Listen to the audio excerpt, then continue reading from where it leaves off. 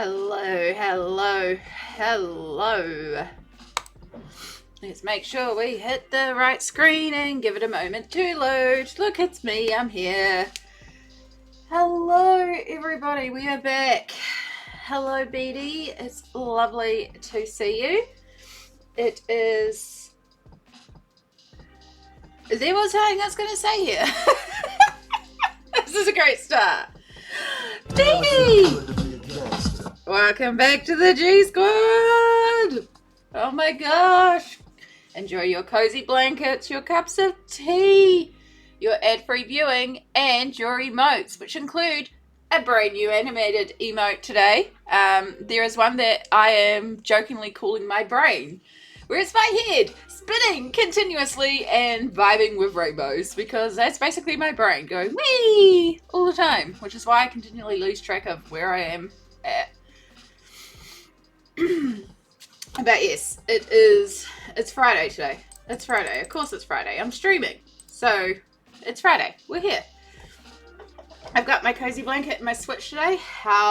Yes, that's a good stuff to have. It's like rainy and stormy here today. So, it's the sort of day where being like curled up in bed and playing a video game would have been perfect. And I could have done that because I have set up that I can technically pick up my laptop, move it to the bedroom, and stream from my bedroom. So if I wanted to play a game in bed. I haven't done it yet, but I can. But today is colouring. So it is a little bit of a pain day for me. I ended up having to ask my D&D game last night to sort of wrap things up, which is around, the DM was around wrapping up anyway and looking for a point, but it's basically like, yeah guys, I've got to go, I am flaring bad, went into bed, jumped on my massaging machines, drugged myself up, put on all the creams, like everything I could to try and get my body to settle down, because I could tell that I was spasming in a bunch of pain, and then I passed out of sleep, which is brilliant. That's exactly what you want. Because sometimes when it happens, I don't sleep at all. Instead, I just pass the frick out, but I was also exhausted. So a combination of everything meant I did sleep, but then I woke up this morning and I still felt completely shattered, and the hands are quite sensitive today. So, yeah. So I don't know if it's a storm, it's towards the end of my medication cycle, I'm still unwell, my body's flaring. We don't know these things. It's just, you know, some days are great. Some days are on the lower end. We're not at the bottom, but I'm probably not going to be like, wee today, you know, which could be a good thing if you're in more of a chill out vibe than my chaos vibe today. My Time at Sandrock came out on Switch today. Ooh, I haven't heard of that one. What's the one about, BD? I don't need more games on Switch, but also please tell me about more games on Switch that I may need to buy. I still haven't gotten back to Fae Farm since the last time I played it on stream. I really should. I really should. I've got a need to play Detroit Become Human again. I love that game. Like, I've played that game so many times. I'm kind of wondering if maybe I just keep it as like my birthday tradition, and once a year I play through the entire story on one stream. Although we could play another Choice Bank game. I'm talking about my birthday, which not until January, like we got time, and also I don't even physically have Detroit Become Human on me because I've lent it to Samsara to play eventually, so it's got building, crafting, collecting, it's a farming sim. Yeah, okay, you've already, yeah. I think that's going to be right up my vibe, so let me just make a note. Whoops. I think we're okay. I just hit my art cam while I was at it. So it's fun, just like my time at Portia. Oh, also a good game. I love chill games. I either love a good narrative story game or chill cozy games. Like, those are the two games that I play. I either play like Stardew, Fae Farm, Lego, a lot of Lego games. I did play a little bit of Pokemon for a while. Or else it is like Detroit Become Human. like those narrative focused story games. I don't play many narrative games. Like the only ones I can pick off the top of my head is The Quarry or Until Dawn, which are both fantastic games, but they're a little spooky. But I watched a bunch of playthroughs of them in October as people were playing them. But we're not here to play games today. We're here to carry on with the never-ending... It did bump my camera. The never-ending mission. It's heavy on the crafter and building and farming. Ooh. Okay, I've got it written down and I'm going to check it out after stream because I like the sound of it. Sounds like it's my vibe. Okay. So, the never-ending, never ending Kanoko Egusa page. It feels like it's never ending. It feels like we've been here, well, we've been here for basically a month. So, you know, of course it's going to feel like we've been here for a while. But, like, we've made progress. We are getting there. Like, overall, looking at this, we have background done, we have the floors done, we have characters done. Like, there's still refinement and shading and little details to go, but the big thing that I've been working on is the marble. So I actually did all this off stream. We started last stream, we did this little section down here while I was just figuring out the process, and then since then I have managed to do these sections here and start working on making my way around. We're going to have a bunch of color change with this glove because it's a lot of black jumping into frame. So while this one's not as good, we're going to use this. It'll at least give me the wrist support, even if it won't give me the finger support. But it won't blow the camera out. There we go. Now it won't blow the camera out. But yes, we are really starting to get there. Like, there's still a bunch of progress to be done, but between today and Sunday Fun Day, if I push myself a little bit, I really think we could get this done. If I finish off all the marble and the bunting, even if I have to finish that off stream so that on Sunday we've just got the finishing details, I think we can do it. So I'm pretty freaking excited to get this done because it's been a while. But I appreciate y'all sticking through it with me and helping me out in the story. And I still love the page and I love what we've created here and how far I pushed myself to do this page. Like, again, the marble has taken more time, but I also really love how the marble is turning out. Like, it's really actually starting to look like marble, which is really freaking cool. So, it's neat. It's neat.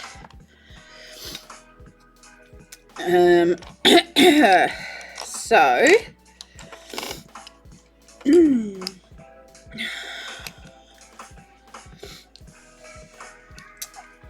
alright, so I just wanted to come back into some of these yellow sections and just add in a bit more brown and darken some of them up. But we're at a point now with this marble section where I need to intensify the blue, and then we're going to start lightening so it won't be as dark grey, and then we'll also have a lot more blue reflex to start considering around here. So we're going to move towards a lighter marble, blue, and then up here we even have a little bit of yellow reflect to consider as well. Very light, but just a little bit. Samsara! Hello! Hello, lovely. How are you going, hon? Thanks for being here.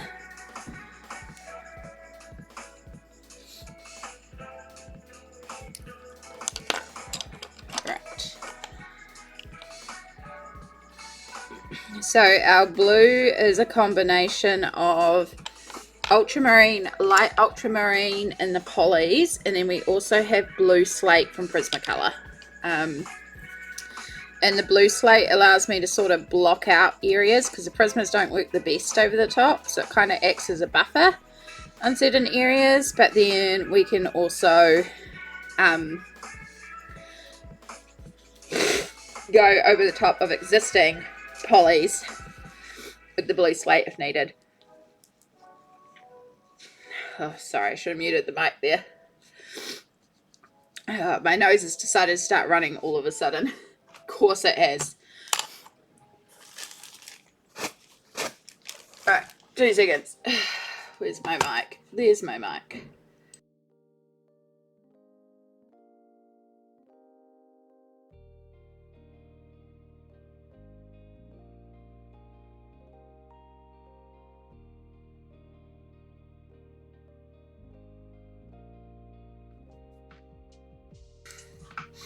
Alright, I think I can breathe again. There's like a massive massive bag of tissues under my desk I'm gonna have to get rid of soon. Oh goodness, I'm so over being sick. We're not doing too bad though.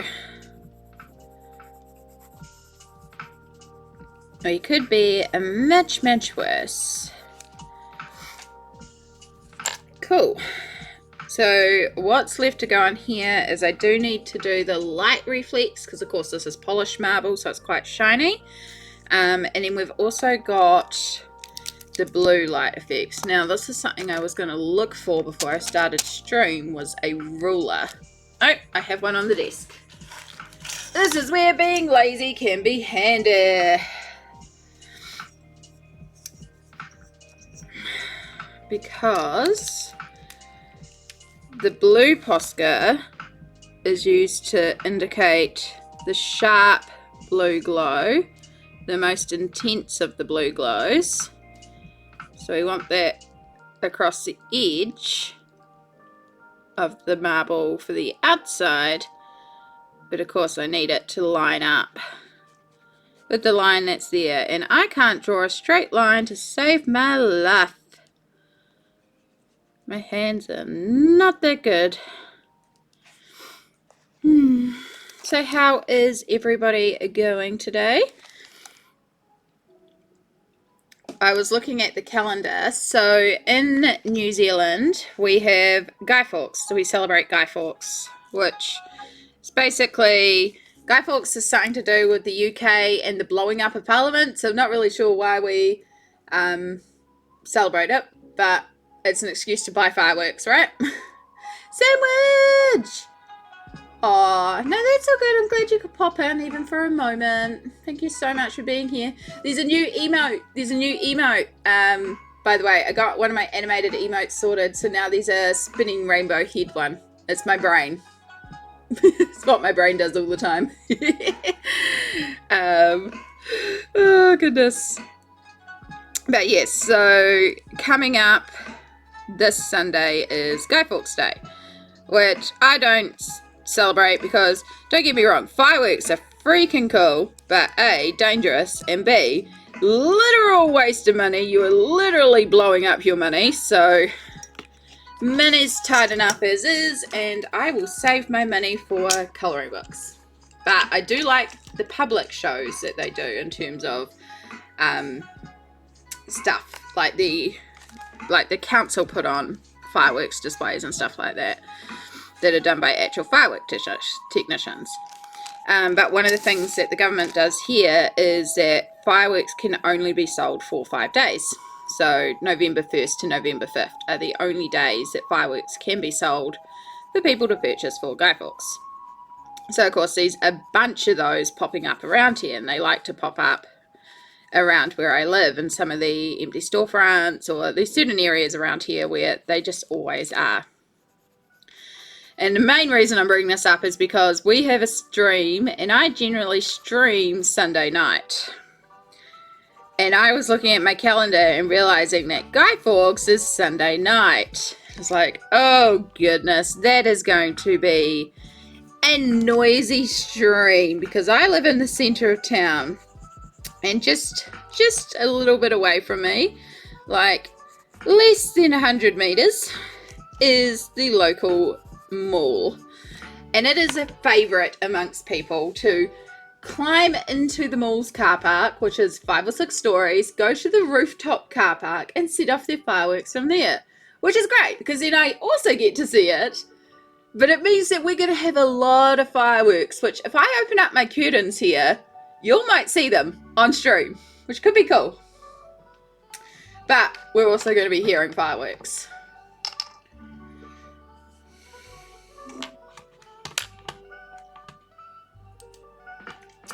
Why is... We're still good. It's just this page that's frozen. Okay, that's fine.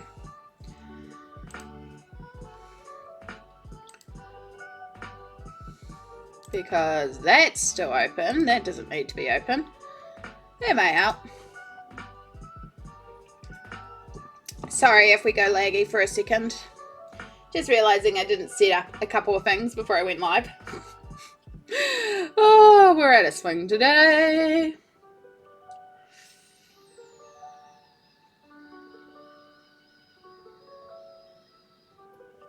Out of swing, out of habit.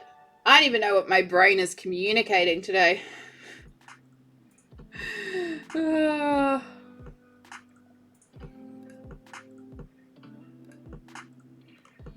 Wow. I hope it's coming across clear for y'all because everything's quite laggy on my preview, but my actual OBS says everything's fine. So, and the bitrate from Twitch is saying that it's fine. What I might do is turn down my preview from 1080p.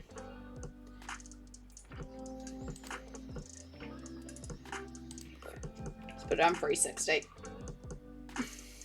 Let's see if that makes it clear. Stream is fine? Good, good. Yeah, it's just my preview. It's just because I stream at 1080p and Twitch was on auto, so it was picking it up at 1080p and it was just having some brain issues like me today.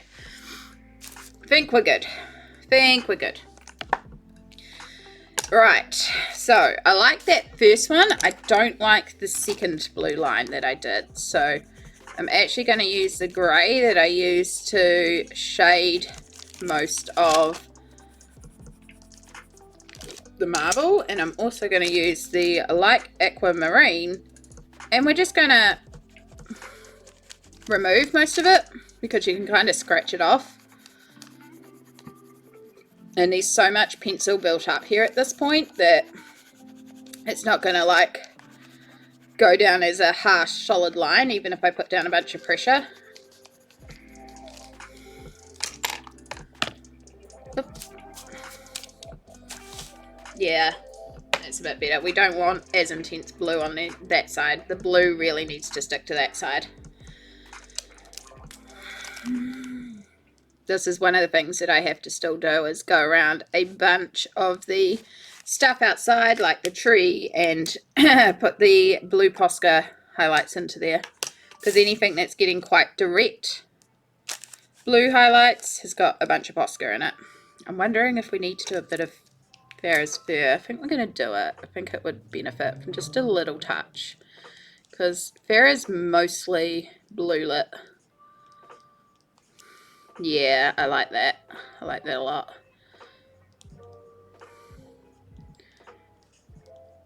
So there'll be a bit of this as we get towards like the end as well of me just going around and being like, where can we add in more highlights? Where can we add in more shadow? Where can we add in more contrast? Stream is fine. Thank you, Sammy. I appreciate you.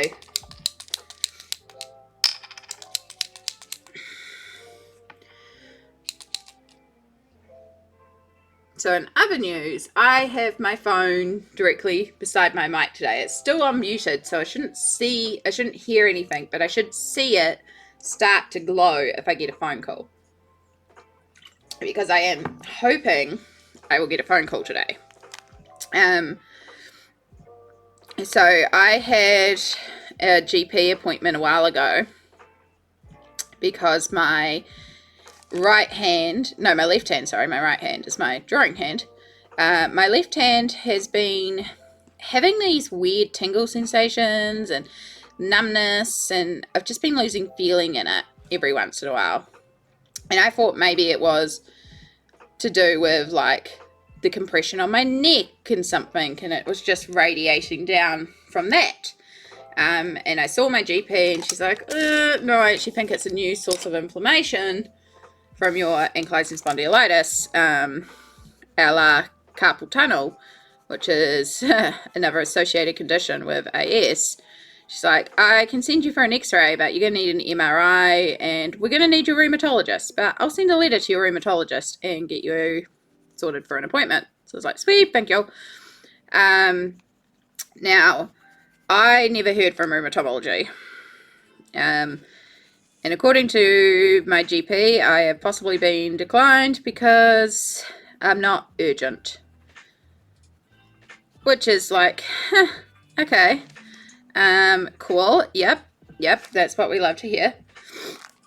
Well, yesterday I got an email from the rheumatology department, and like, this email was like, hi Amy, I've spoken to Dr. Kuma, and because you because you did so well in this medication, we've decided we should add you on to alumab as well. And so I've sent through for funding approval to the MedSafe to get you on alumab. And so I email back and I'm like, hi Jane, I think you have the wrong Amy here. Amy, insert my medical National Health Index number here. And I've never been on said medication, and I am on Humira alumab instead of the Amjevita alumab that you are is saying that I should be getting approval for. I've already been on that, we've tried it, and I'm on Humira alumab. So I think you have the wrong Amy here, which didn't say this in an email, but technically is kind of a breach of privacy because I was contacted about another Amy. However, I don't know their last name or any details about them, but yeah, wrong Amy. So I was like, but since I got that email, I was like, in the next paragraph, I was like, but since you emailed, because I was going to contact you anyway and be like, I've been waiting for an appointment with you guys to see if maybe like, you know, hey, you kind of breached my privacy and this Amy's privacy, but also I really want an appointment, so get me in. It's not like, again, I couldn't identify who this Amy is. There's not many Amy's with my spelling in my town. So, yeah, no, I could really investigate it if I wanted to. But I'm not that person. So, yeah.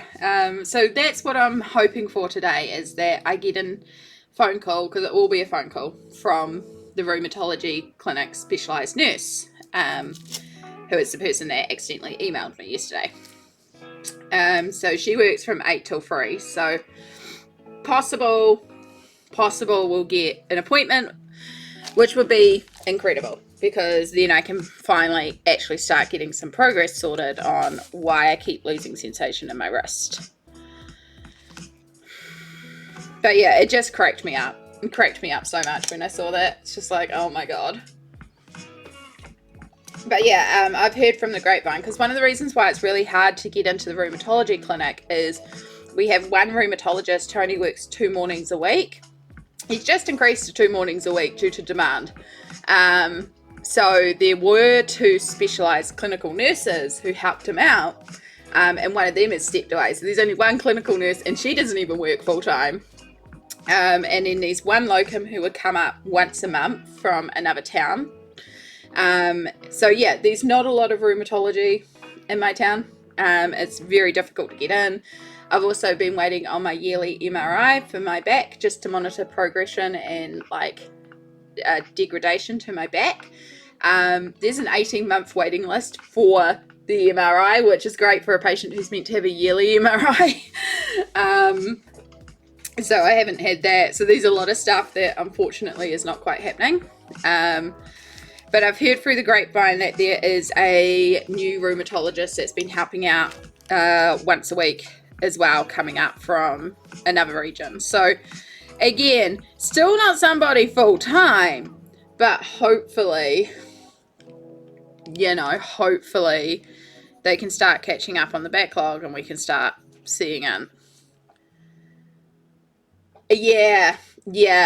basically what has been suggested to me is the same way I got in to see the rheumatologist when I first started flaring up is, and this is horrible, but it's make it ED's problem, because ED will get in contact with the hospital and they will force it to happen. Because like I have a terrible habit when I do trip over or fall over, it might take me a while, but I'll find a way to get myself up. And the GP was like, you need to stop doing that. You need to press your pendant alarm. You need to get an ambulance around there. So it's tracked that you're falling. It's tracked that you're having difficulty. And you need to go to ED and be checked out. Because if I trip over because I lose sensation in my hand, and I go up there and I'm like, yeah, I'm waiting on rheumatology to look into my hand because they think it's carpal tunnel. ED will go to rheumatology and be like, your patient is here. Come and see your patient right now. And they will get him to come and see me, which is what happened with my first big fall. When I first got my diagnosis, I skipped the queue because I was waiting 4 months for an urgent, like critical urgent appointment to see him to first get my diagnosis. And then I slipped and fell in the shower. So I had to ring an ambulance to help me up out of that. And yeah, ED was like, nah. Like, you need to see Dr. Kuma and we need to have you hospitalized to monitor you, but we can't put you under accident or anything. So they were like, ring the doctor and was like, hey, this patient's meant to be seeing you in 2 months. They're here because of their condition. You need to come and see them. We're putting them into the hospital under you. You deal. So I got to jump the queue, which isn't like great in terms of, but it certainly helped a lot, because I had been flaring since November. I had, because of my GP being away and seeing a locum who was terrible, it took until February for me to get to a GP who believed me that something was clearly going on. I mean, I was having to mobilize with crutches and screaming in pain every time I moved. Like, clearly something was going on. And then, yeah, from February, the appointment wasn't until the end of April, initially, to see the specialist, despite the fact that I couldn't even mobilize. But then in March, I slipped in the shower. So I ended up at the start of March going into hospital, because the ambulance came to pick me up off the floor, because that was all I could do was call the ambulance and be like, please help. And then when they saw how badly I was moving and how terrible I could mobilize, they were like, yeah, no. We're taking you to hospital. You're having a bunch of x-rays, but also we're going to make sure somebody comes and helps you, because you can't live like this. So yeah, it was a lot. Yeah. And then I essentially got hospitalized for like 4 weeks with a sprained ankle. Oh God. Yeah, it was. I hate being hospitalized. I've been hospitalized a couple of times from falls, because the fact is, when I fall, like, I might trip and sprain my ankle, right? And it's only a sprain. But it'll be the ankle that I need to put the most pressure on to mobilize, because I use my walking frame to mobilize. Or if I sprain my wrist, I can't put pressure on my wrist to mobilize on the walking frame, which means I can't maneuver to the bathroom. And if I can't maneuver to the bathroom, I can't be released from hospital. So, yeah, that's when they're like, yeah, cool, hospitalization for a sprained ankle. It's basically until physio can get to me and issue me a gutter walking frame, and they just check that I can mobilize around the wards, and get me the right equipment to get home. So yeah, at least the last time this happened, it was only 4 days, I think, I was in hospital. So that was nice. It's like, get me out of here as quick as possible.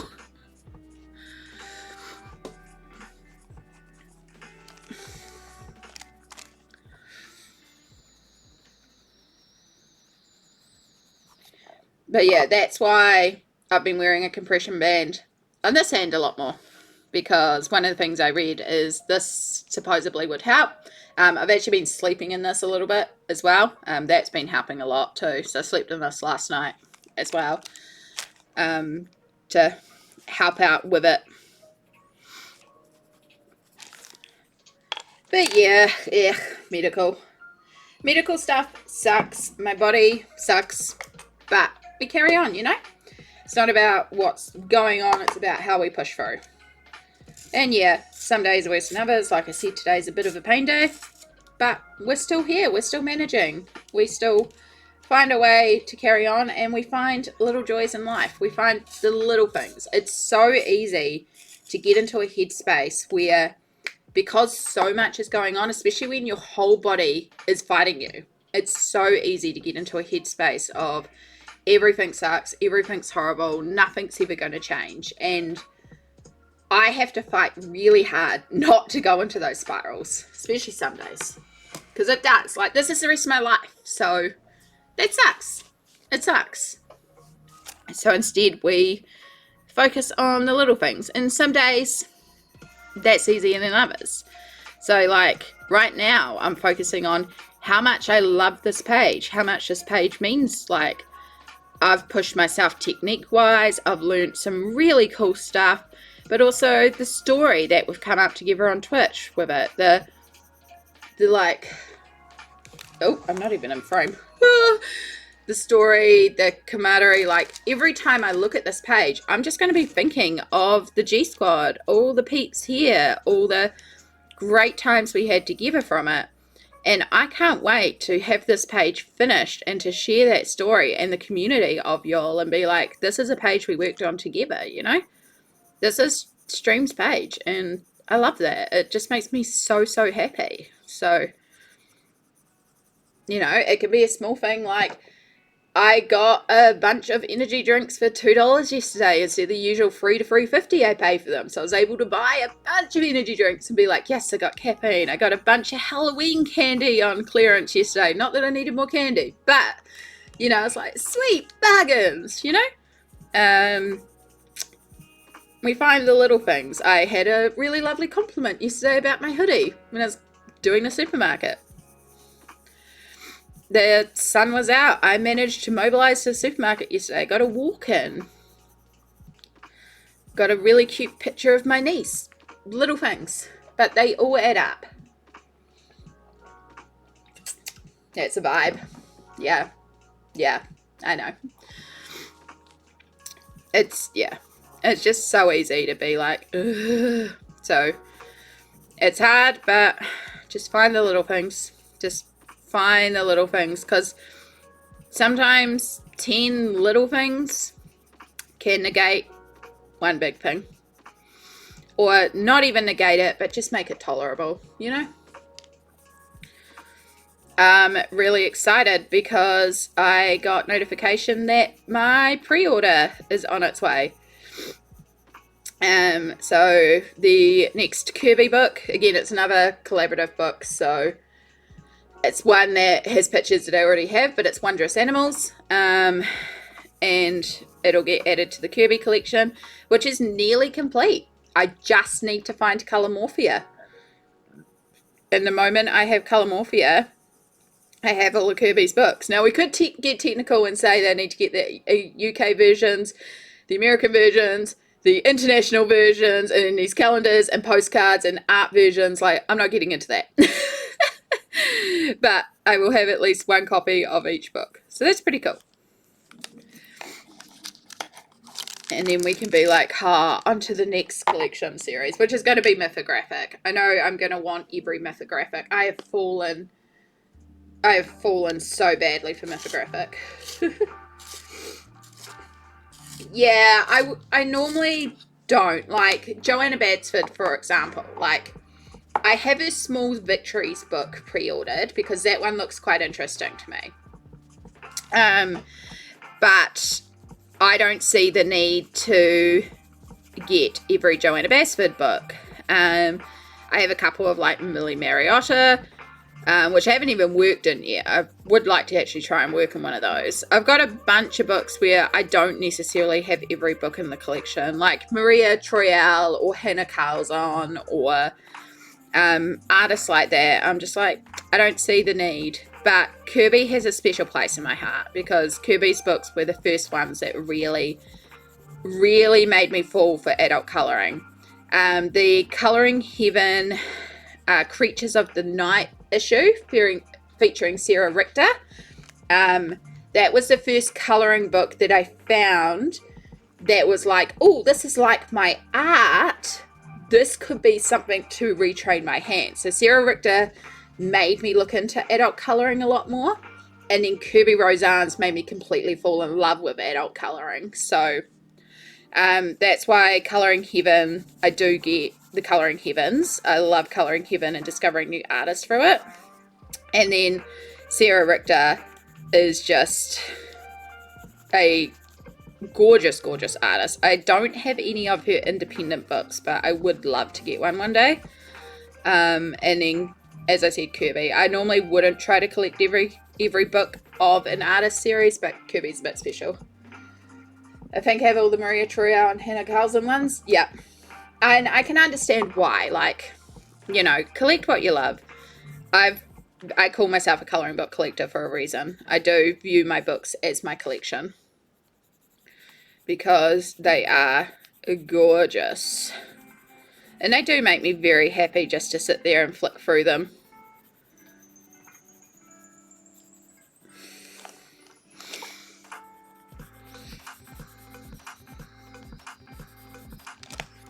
Oh, Spotify, what are you doing? Damn, it feels good to be a guest. Jay! And Lawful! Alright, hold up. Dealing with Spotify doing the skips there like a record. Amy, I must go to sleep, but I have to tell you that you're a wonderful being and you make incredible Lawful! Lawful, no you! I'm going to actually make sure I do the proper things. And let's give Lawful Wood a shout out, because yes, Lawful is wonderful. Really good vibes over there too. Really good time. Just great community as well. So many new friends through Lawful. Lawful Wood, the best wood. But yes, if you need to go to sleep, lovely, please do. Get lots and lots of rest. Because, and then also, Chai, oh my gosh, high five for 5 months indeed. Needing a chill place this morning for burnout. Yes. Not yes to the burnout, yes to chilling out. No to burnout. All the good vibes, all the good vibes. Yes, everyone is beautiful beings. I'm so grateful to you all being here. So grateful.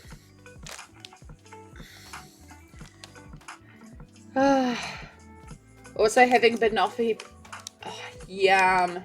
Yes, I fully approve. Do the self-care. Do the self-cares. Enjoy. You know, you deserve it. You deserve it. We all... Oh, keep your leg against sneeze. There we go. We all need to do a bit of self-care today. Like, let's check in. Has everybody had their meds, had some water, had some hydration, had something to eat? You know, are you all rugged up and cozy and comfortable and looking after yourself? Have you stretched recently? Do all the self-cares, folks, because you deserve to be self-cared. You deserve to be cared for. Oh, right, I need to blow my nose again. Oh. You know what? I'm going to put the tissues on top of the pencils, because I'm going to use them more than the actual case right now. Mute.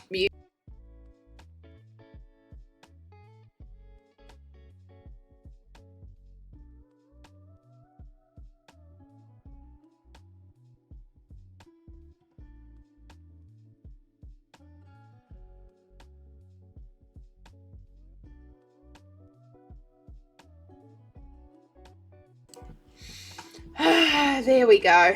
I think that's also a combination of hay fever, because it is hay fever season for me. I also woke up feeling quite itchy, so a little bit of sickness, a little bit of hay fever there, but much better. Every now and then I think, if I were a sim, which of my bars would be the most orange red right now? What can I do to remedy it? That's a good way to think. What are your mood, what are they called? Mood buffers, mood outlets, mood icons? I don't know, I'm having a brain day, but yes. What is your status bar right now? Good way to think about it. I am warm, I am semi-comfortable. I'm a little sniffly, but that's fine. I have had food, I have had water, though I should probably have some more water. Ugh.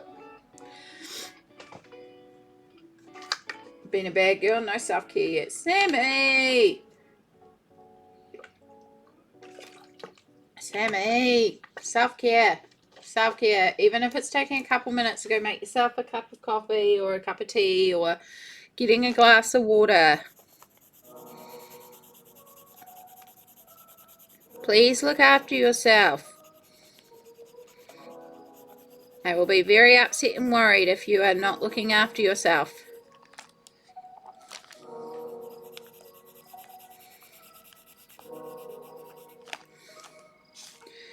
Alright.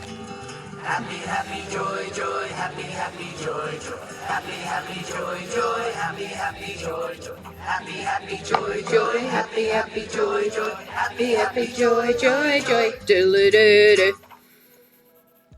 Yes. Everyone feels some joy, and not just because it's my middle name. So, am I asking you to feel me when I say that? Which is not actually the wording that I'm trying to... Yeah, let's just move on.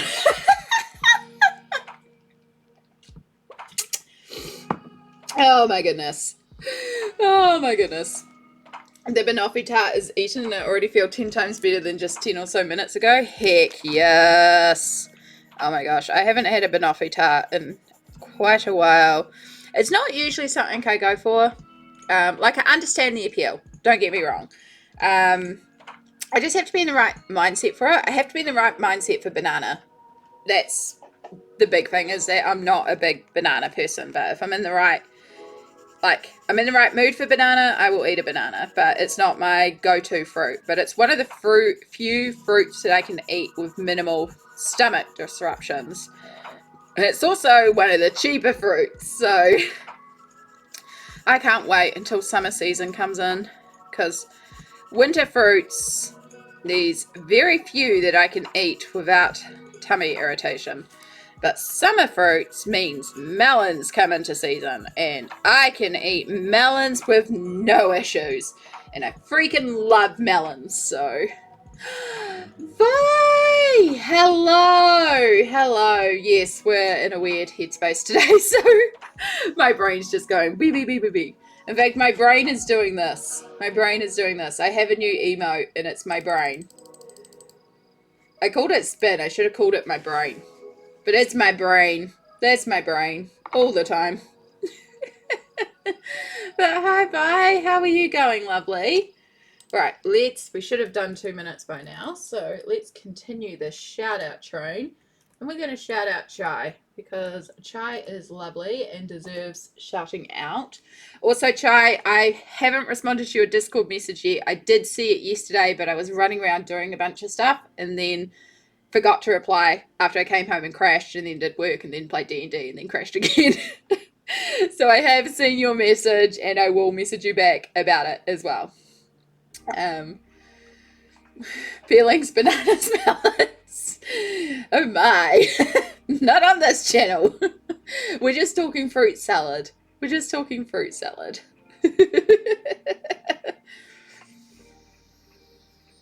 Has anyone seen that on Amazon Prime? There's actually a Wiggles documentary. They keep on advertising it to me every time I watch something. I'm like, I guess, yep, maybe I should watch it. I don't know.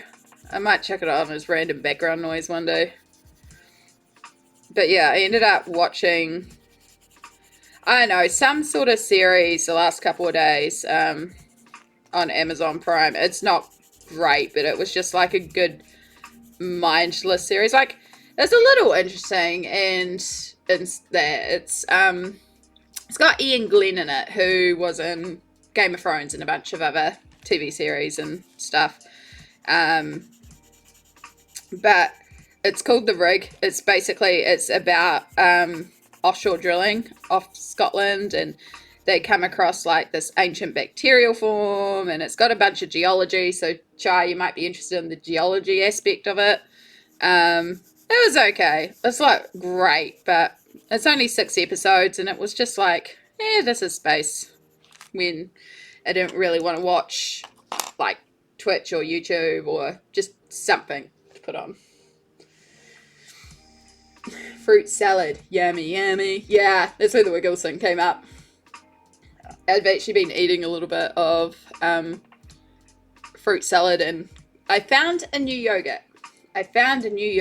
That is also not hurting my tummy too badly, which is great. So Kiwis may know, but in like Pack and Save, you get these Gopala yogurt pots. They're like the cheapest unsweetened natural yogurts that you can get, and they do some Greek style ones, and they've put out a Greek style vanilla one, and it is so good. But because it's Greek style, it's minimal lactose, which means I can eat it without having too many tummy issues. So I've been able to actually eat yogurt and fruit, which is why I've had a couple of bananas recently, and actually have minimal tummy issues, which has been fantastic. Finally watched the second season of Alice in Borderlands. Ooh, that one's on Netflix, isn't it? I'm kind of feeling like it might be time to change streaming provider. I do this every couple of months or so, where I will change a provider to a new provider and then binge a bunch of stuff on their streaming platform until I feel like I've done enough of the content and I'm just not finding anything I like, and then I'll change to a different one. So if I'm going in the rotation, technically Neon would be next, unless I sign up for a different one. It's been Netflix, Amazon Prime, and Neon for a while. I could do Disney. I haven't actually done Disney before. I think Disney's a bit more expensive though. But I also have to factor in that the Amazon Prime gives me the free Twitch sub as well. So it's one of the cheapest ones. Plus I get a free Twitch sub, which I would be paying for anyway. And Amazon Prime is the same as a Twitch sub. So I might as well just keep the Amazon Prime and sign up for another service at that point. Yeah, it's violent with a splash of trigger warnings, but it was a decent story. Okay.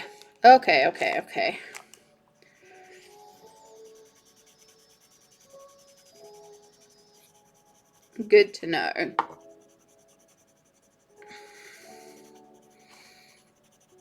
I'm sorry, a lot of... Oh my god. You know what? I need to move this up because I keep on going in and out of focus. I mean, in and out of camera frame. A lot of what I'm doing here, you probably can't even see, because I'm working in warm greys in the 1, 2, and 3, and they're so light that you can barely pick it up on camera, but I can see slight differences in real life. So yeah, I know you can't really see much at the moment, but I promise you there's stuff happening. You're about to see the blue that I'm about to put down.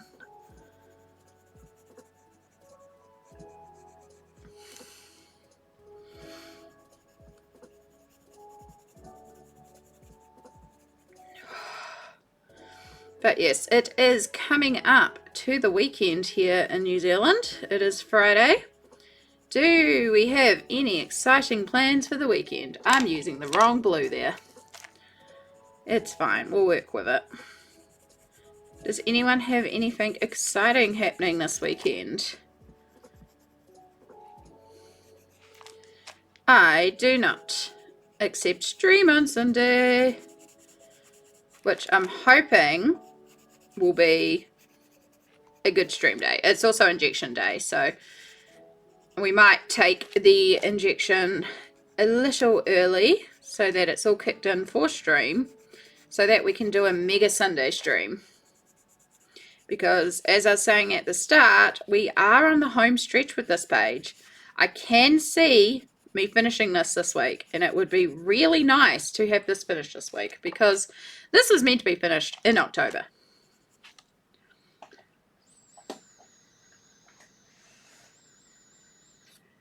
Definitely continuing with Celeste. Good game, but also got to crack down on Masters. Yeah. Oh, is it change of hours? Oh, okay. Good to know. Good to know.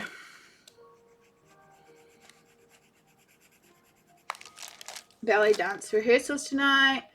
Might be performing at the ball tomorrow for a free ticket. Don't know if I want to go though. Ooh.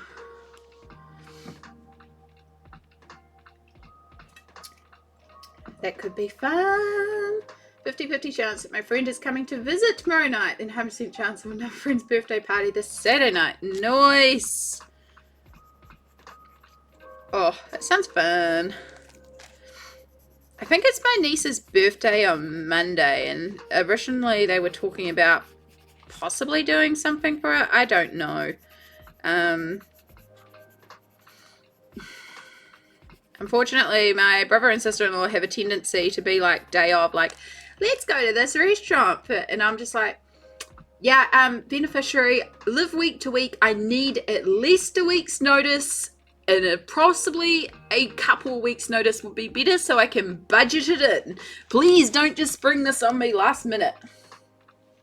You should go to the ball.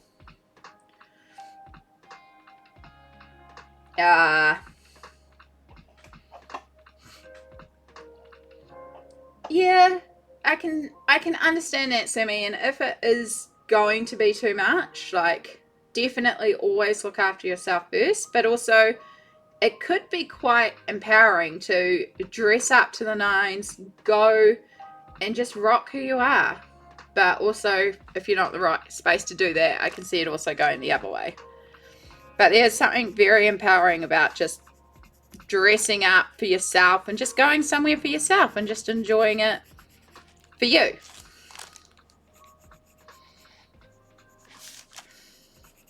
I love also having an excuse to dress up.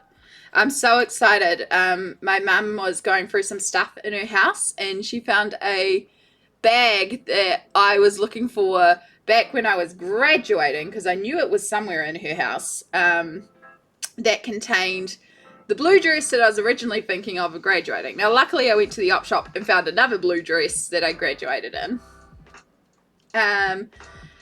But she found this one, and it's a really gorgeous, gorgeous dress. I've worn it to a couple of weddings. So, yeah, I'm getting this plus the rest of the stuff that was in this bag delivered, and it's some of like the more fancier clothes, and now I'm like, oh, I need an excuse to wear this dress somewhere because it's really quite pretty. It's just a simple blue dress. It's got like a shaped bust area that gathers, and it's got like a sort of V point, so it's quite flattering for my chest style. And then it's got ruching under the bust, and then it just flows out. It's like pleated and flow. And it's like blue satin with blue chiffon on top. So it's got like a real pretty navy blue shift to it. It's a really nice dress. It was also a secondhand find. I think I paid $30 for that one. But I needed something fancy for a wedding. So $30 for a wedding dress is really not that bad. And like I said, I've worn it to a couple of weddings. Because I don't wear it often. But then when something comes up, it's like, oh, yeah, we have a dress. So that's why when it was graduation, I was like, cool, I have a dress. Just we couldn't find it at the time. But yeah, so it's been found, and now I'm like, I need a fancy excuse to go out, and then I'm just like, if I had someone local, I would legit suggest that we just go to like Burger King or something ridiculous, but in like the fanciest clothing. Like, there's something fun about going to just even a cheap restaurant, but as a group, and like you dress up in tiaras and suits and your fanciest clothing, and you might just be going to McDonald's, but it's hella fun because you're just treating it as a night as a group. Like, it's just a fun night out with friends. You're dressed up fancy. You don't have to go out drinking. You don't have to go to the bars. You don't have to go to a fancy restaurant. It's just the vibes of all being together. I unfortunately don't have anyone left here locally that I could do this with anymore, so miss that.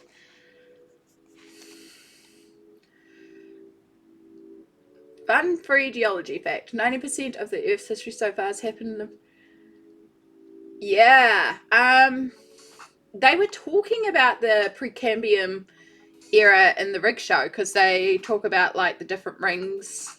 It's got a thing to do with rings. I can't talk about it too much without spoiling it, but because they are drilling and taking up core samples of the Earth, and they do talk about history, periods, and like what it means for the Earth samples and stuff like that in the rig. There's a little bit of like geology and history and science, but then it's also got like this fantasy sci-fi element too. Yeah.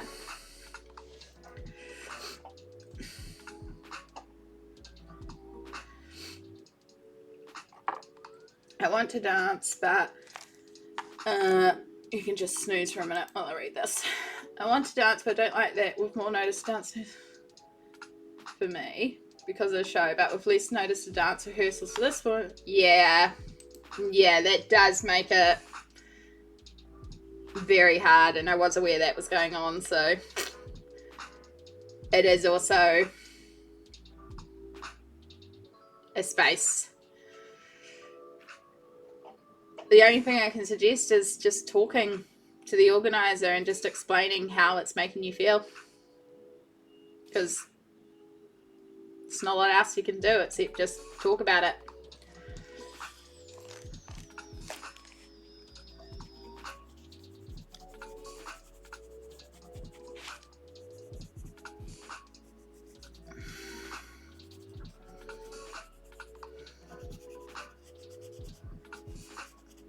It's not fun.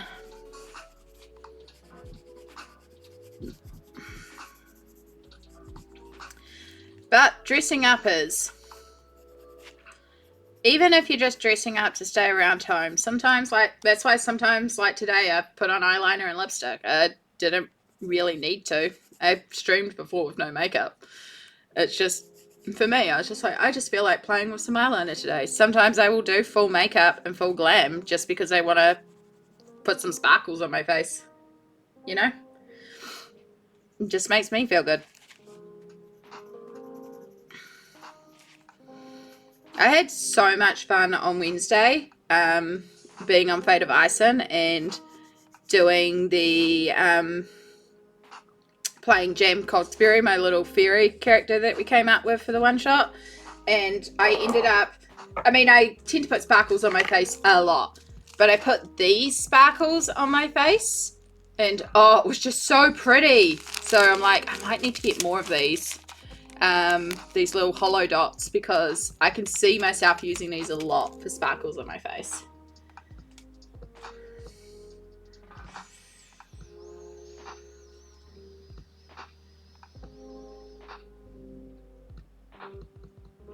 But yes, we are coming up to an ad break, and because we are really focusing on body self-care today, we will be fully enjoying this break while we do stretches to help our body recover and stay strong. So while these ads run, for those of you that are subs, which I think is most of you here, you'll get ad-free viewing. You'll get to see us do stretches for 3 minutes. But for the rest of you going to ad land, I do greatly appreciate you. We will be back in 3 minutes after these ads have completed.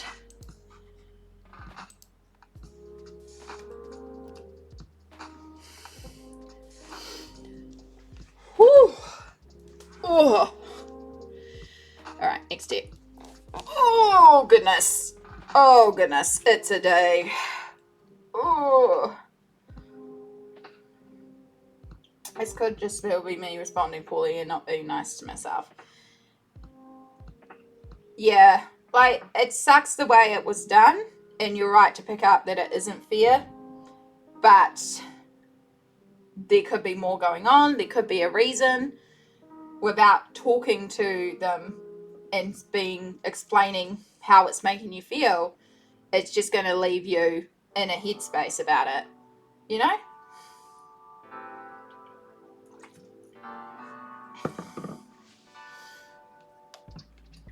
So it's either deal with it and I can talk to them about it and see if there's something to discuss going forward, or ignore it basically and just accept that it's happened and moved on. But wallowing in it and just keeping it pent up inside you is only going to hurt you.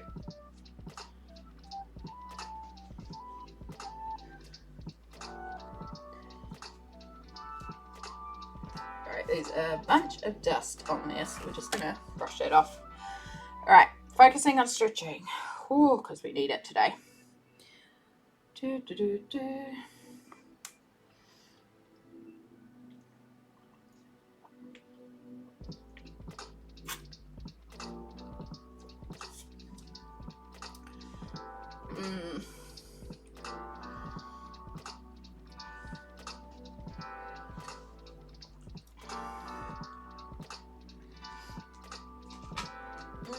I was hoping my book would arrive today, the Kirby one that I pre-ordered. It did get dispatched yesterday, but looks like it wasn't picked up. Which is a shame because I wanted it. But that's okay, it'll come Monday.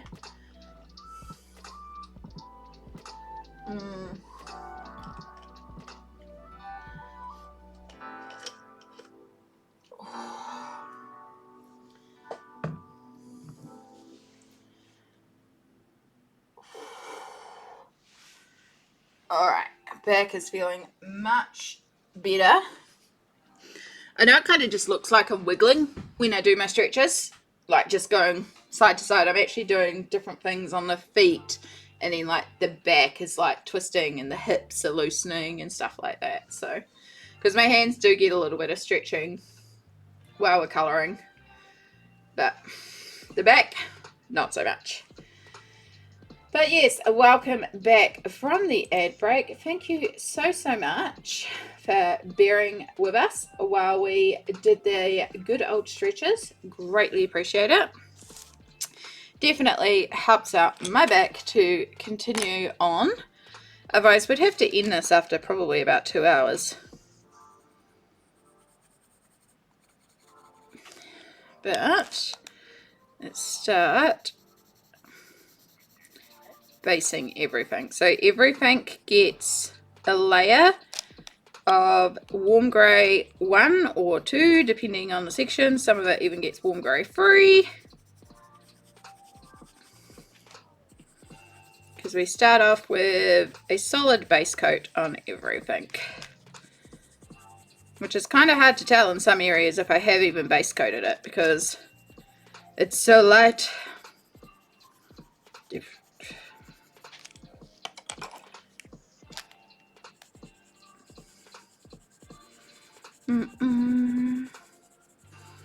So I did groceries yesterday and it was ridiculous because I ended up going to 3 different stores for groceries, which is also why I was so exhausted by the time I got home that I just collapsed. But so I went to the warehouse, which is kind of like our Target, because I was searching.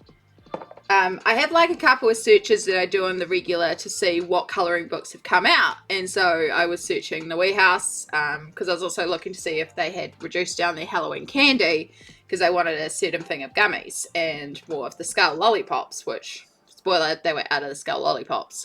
Did get my gummies though, and then some cute ghost marshmallows that are quite good actually. But yeah, so while I was just checking if they had marked it down, I was also checking to see the new colouring books that had come in, and I saw that they had a Hasbro Dungeons and Dragons colouring book for like $16. I was like, oh my god, we're going to check that out. So the first stop was the warehouse to get the candies. I was looking for a couple other bits that they didn't have, but then have a look at this colouring book, and the Hasbro Dungeons and Dragons colouring book is shite. Just going to put that out there. It is, well, I say that if it's your style that you want to colour, do it. It's not the type of colouring book I want.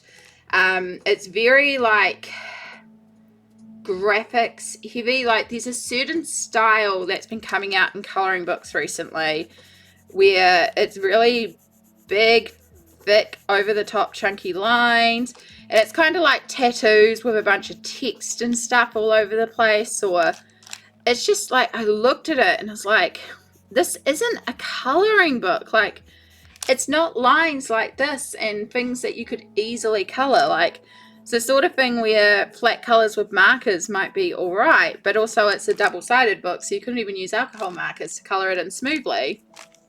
So I looked through it. There wasn't anything I liked in it, and I was just like, I don't want it. And that felt so weird to say, that a Dungeons and Dragons colouring book I did not want. So I put it back on the shelf. And I felt very weird doing it. But I did. I did not buy the colouring book. It's like, okay. So yeah, got my candy, and then I walked a block and a half to the first supermarket, which was Countdown, because the time that I left was early in the morning, and I know that Countdown has their markdowns going on, like where the person goes around and checks all the food stuff and marks down, you know, the stuff that's nearing expiration dates and all that sort of stuff. So I knew it was around that time, and I had a $15 voucher for Countdown as well, so I also had some money off. So I had a list of what I needed, and I had a list of the Pack and Save prices and the Countdown prices, so I knew which one was cheaper at which one, because Pack and Save was the main supermarket I was going to, because it's the cheapest one. But certain items were cheaper at Countdown. So I got those, and then I went to the markdown section, and the guy was literally there marking down the whole thing of like ready meals and like a bunch of stuff, and I was just like, oh damn. So I ended up spending like $70 there, but I got so much food that was like heavily reduced down, because Countdown does like massive discounts. They'll take like a $30 pre-made meal and they mark it down to $5. So I ended up getting a bunch of gourmet pizzas. I got a bunch of like these Moroccan stew soups that are really delicious. Couple of vegan stews. Oh gosh, what else did I get? There was so much I could have gotten. I got like a little portable on-the-go yogurt thing, because I hadn't had breakfast at that stage because I was starving. And then like the energy drinks, which were actually on sale at Pack and Save, but they had just put out a box of them. They were just restocking the shelves, and they had marked theirs down to match Pack and Save. So I was like, sweet, I'll just grab them here. And yeah, so I got a bunch of their like ready meals, which is great for when I'm run down and tired. Because that's where I don't necessarily cook. So it was good to be able to grab all that. And then I wandered over to Pack and Save to grab the other items that I needed. And they were also doing their markdowns. Now, their markdowns aren't as great, because that same $30 meal, they'll mark it down to like $22. So it's like a little bit of a discount, but it's not a massive reduction. And the markdowns will be on their full retail price, but then half the time the things are on special for cheaper than the markdown price. So I don't shop there for markdowns, but I did get a like, I don't know, it was a vegan meal or something, but it looked really good. It was like a Moroccan stew again. There's quite a few Moroccan stews that I got yesterday in different types, but they look really good.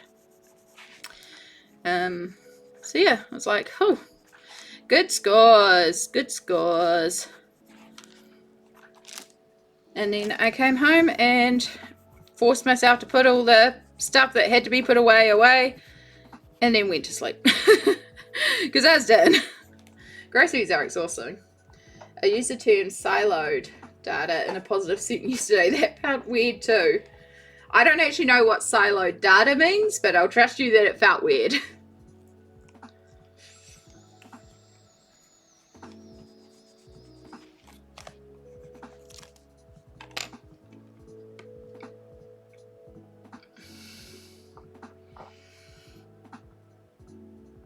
Alright.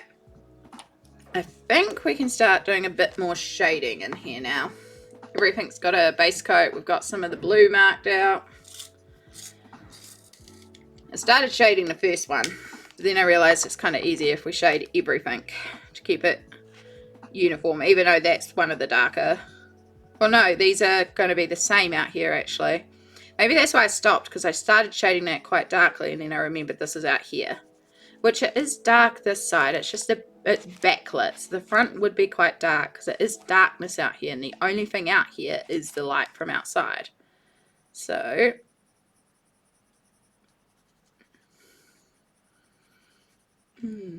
Pat, hello. Hello. How are you going? Happy, happy, joy, joy, happy, happy, joy, joy. Happy, happy, joy, joy, happy, happy, joy, joy. Happy, happy, joy, joy, happy, happy, joy, joy. Happy, happy, joy, joy, joy. Doodle-doo-doo. Hello, welcome in, Pat. You're good? I'm glad to hear it. I'm doing okay. On the scale, we're on, I think, day 8 of my injection cycle, and so we're getting towards the bottom of the well in terms of energy and pain tolerance, and the pain's a little high today, but we're coping, you know, and that's still good. And we're here, we're working away on the wonderful spread again that never ever ends, but will eventually end, and it's just, I'm loving how the marble's turning out, so it's going good. We're finding the joy. We're finding the positives.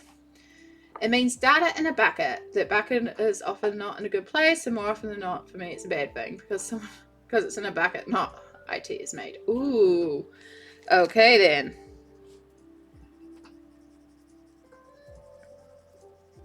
Is that like... Oh my gosh, did I ever tell you what happened with my data thing that I contacted IT about? So a while ago, because I do like an auditing thing for work, but I kind of can only do it when I have the spoons because it takes concentration. And so I've been very behind on it. And we also had a change in system, which meant a change in how this data was emailed to me. And I didn't realize that on the email, all good, Pat, enjoy your lurk. We're a good lurky stream here. But yeah, I didn't realize that the email had a time duration. So I didn't pre-download these stats. And because I'm like over 2 months behind, some of them were only lasting 2 to 3 weeks to retrieve the data point. So by the time I got to this new set of stats where we had the data change, it was like, great, okay. So I had to contact IT and be like, I'm missing data for all these time frames. Can you please help me? So IT were like, oh yeah, no, that's fine. So they just asked some details to clarify they were getting the right things. They managed to get the actual errors that were given that I need to check over. And they managed to retrieve that, but they couldn't retrieve the total data entries, the numbers that I needed.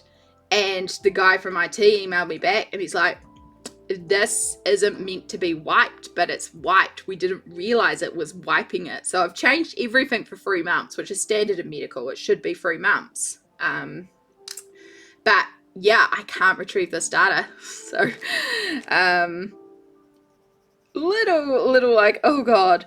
Now, luckily, I have a secondary email that comes in that gives me it on the daily totals.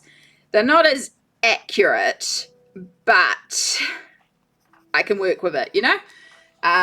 So I'm having to like manually add up every person's daily total for each week individually at the moment, and then pull out the errors from the massive master list, which is not broken down weekly, but instead is like a 3-month list that he generated for me. So it's taking a bit longer than usual. However, I'm the one that screwed up, so it's fair that it's taking a bit longer than usual because it's on me. But yeah, like when this happened, I messaged Sammy. I was like, oh my God, I fucked up. Help. And yeah, everyone told me, oh, it's fine, they can retrieve the data. Turns out they can't retrieve the data, and they're not sure why, and they're meant to have been able to retrieve the data. But it hasn't been, it's been like writing and being wiped. So yeah. So I did pick up on a big error on IT's part, so they've now fixed that, but yeah. So now it is, as soon as it's the first day of the week when I log into work, the first thing I do is download those stats preemptively. Does not matter.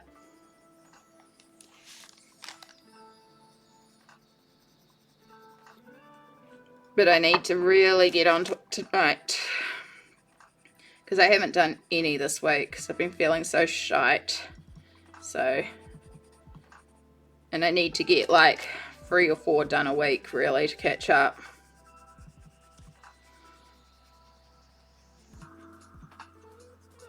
But again, it's not technically part of my job description. It's not technically in my job. I'm just helping out my manager because I can, and I'm nice. But she also understands that I do it when I can, and I still get to it more than she can sometimes, so, you know. Yeah.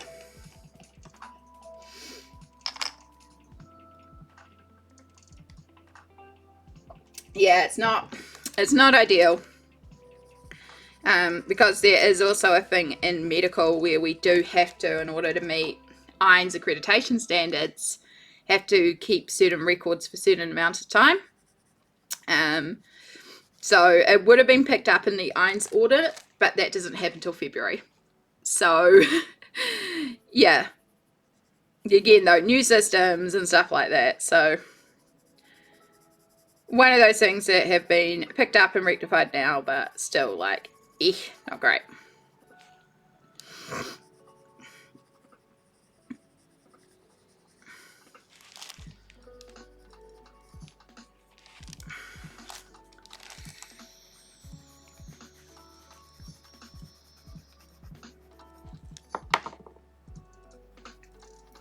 But yes,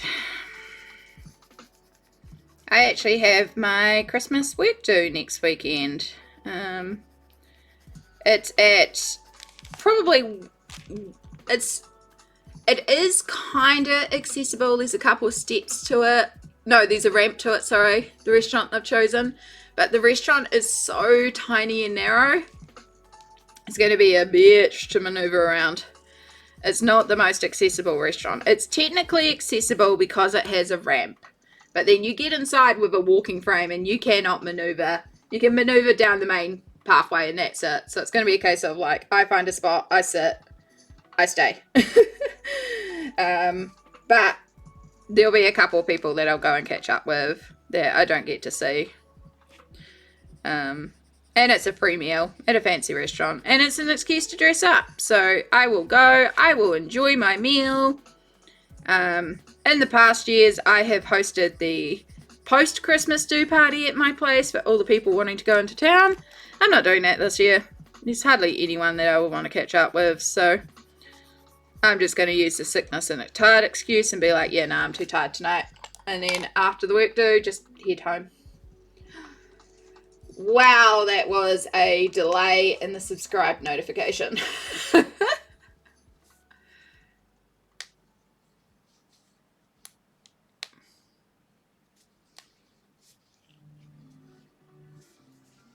BD subscribed with Prime just popped up in the chat for me. That's ridiculous. Yeah, Twitch being twitchy. What else is new? Oh, wow. I appreciate it, though. Appreciate it very, very much for your Prime subscription. You only get one of those a month and you chose to use it here, which is super, super special. So thank you so much.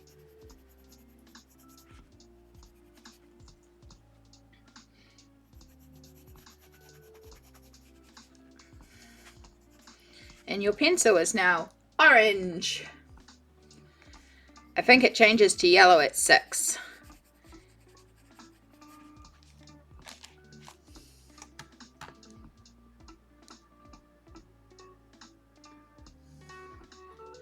And then I think 9 is the next one. So next month, Sammy should go to green.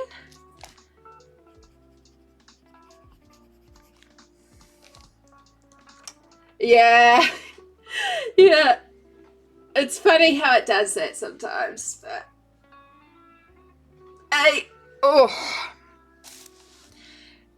twitchy witchiness.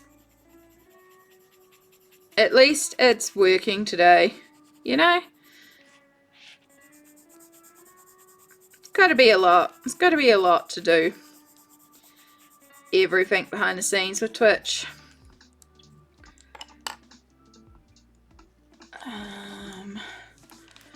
So yeah, basically all I'm doing at the moment is just building up the tones and the shadows of the stone because before we do the marble patterning, we need the stone to be essentially done.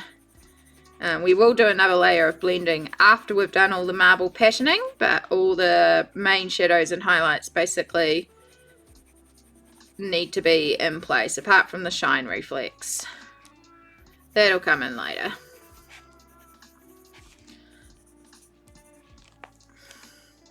So most of this will technically be on in here. We could probably just work on the banisters actually. Just get the banisters completed. So we'd actually have a little bit more shading in here under our squirrel. Tell you what, I'm going to have to order replacement warm grey pencils. I just replaced all my cool greys, so I'm probably going to have to replace all the warm greys next. I think apart from warm grey 6, which I think I have a backup for. Yeah, warm grey 6 I have a backup for.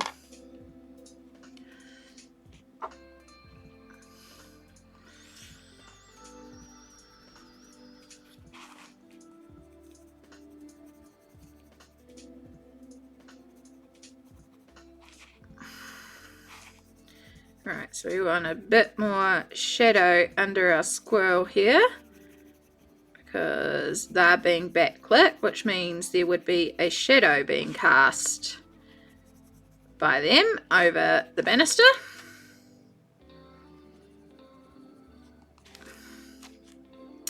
And then again we've got a backlit, so under here on everything would have shadow, under there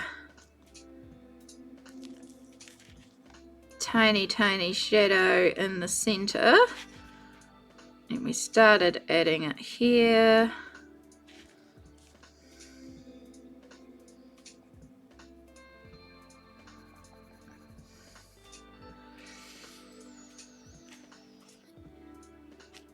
Alright, we're going to do that same thing over all of these.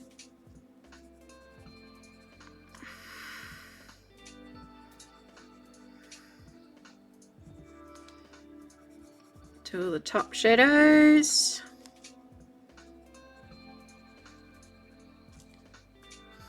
The cool thing about the marble is that I realized I don't have to be like pedantically smooth, because it actually kind of just adds to the texture. Like, you don't want clear shading lines, you still want it sort of flat, but you can also make it a little bit more loose.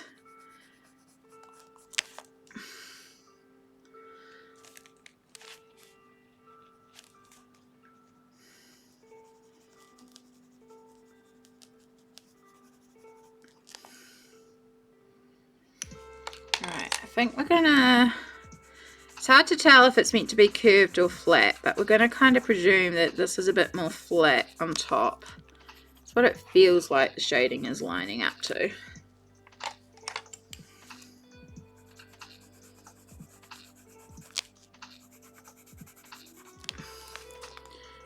Add in just a touch more blue, because again the outside is very blue, so we can intensify the blue quite a bit more.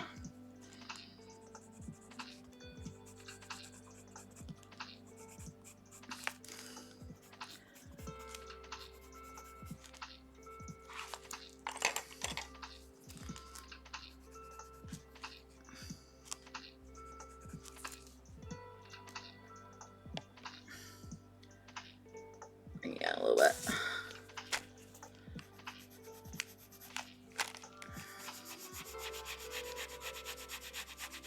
End out the blue a little bit with the light blue.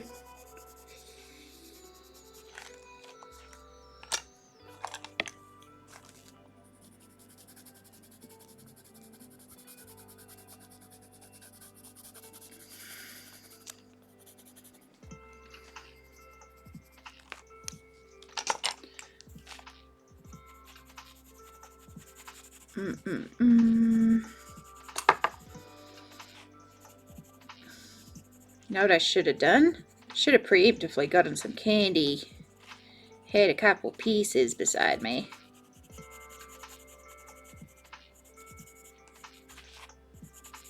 It's okay, I'll get some in a moment.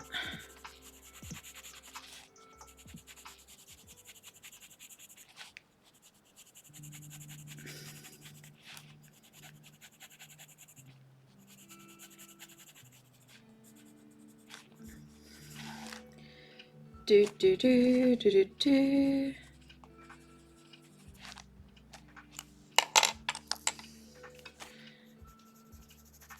Alright, so again, this area would have quite a bit of blue because it's getting a lot of direct, but then we also have these areas here which would be in shadow because they're backlit, which is why our floor also has the lighting ridges. So that's our blue there, which is covered in there. That's our blue here, which relates to here. And I was going to also brighten our floor blue a little bit there. Just make it clear. And then this is the other big section of blue, which relates to that floor there. And then all of this down here is actually in shadow. So all of this gets darkened. That also needs a bit of darkening there to match the other pillars.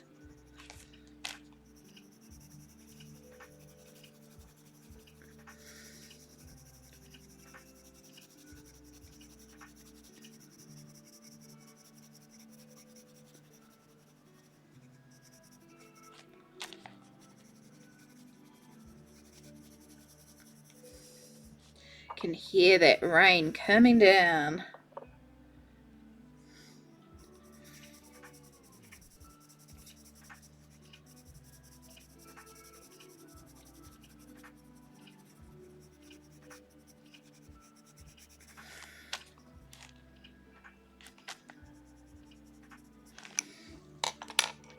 Alright, next grey, which we're going to sharpen so we get a really fine tip, because we need it really quite fine. We're just going to really deepen our shadows in certain areas.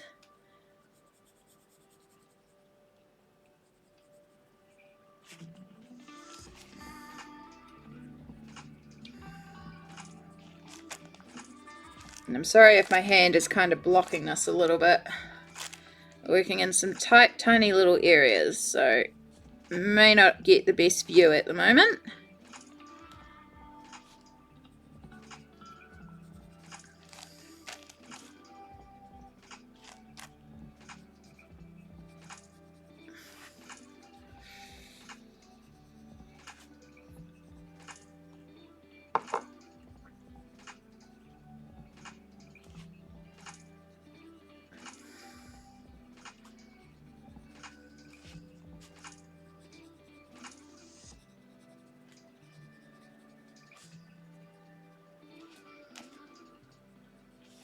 Right, I'll come back to that section down there in a moment.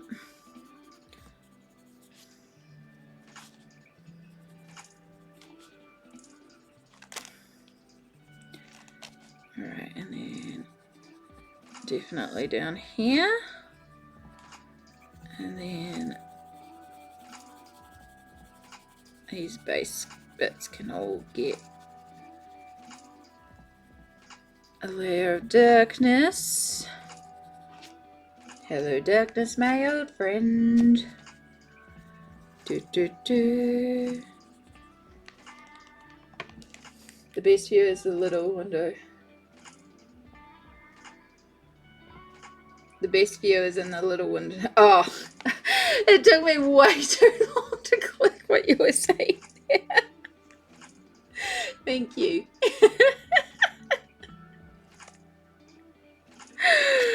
Oh my goodness. Oh my goodness.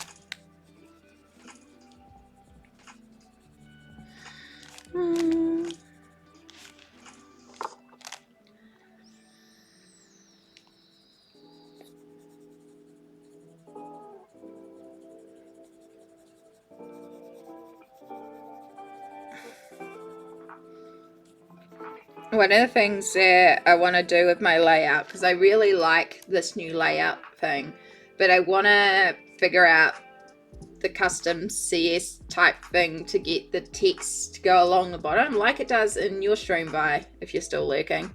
Oh, I was going to carry on with my shout outs. I forgot about that.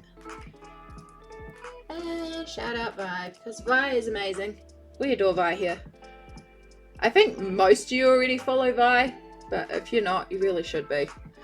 Such a good time over there. Such a good time. All sorts of games, mini painting, crafting, good variety streams. There's been cooking streams, garden streams, just a little bit of everything. But yeah, if I can move the text along the bottom, so it scrolls across the bottom, then where the text box is where we will have a previous works box, which can flick through, do a little slideshow, showing some of the other pages that I've coloured. Now, unfortunately, the layout doesn't quite work for most of my pages, because a lot of my pages are vertical, but I could do like close-ups or something.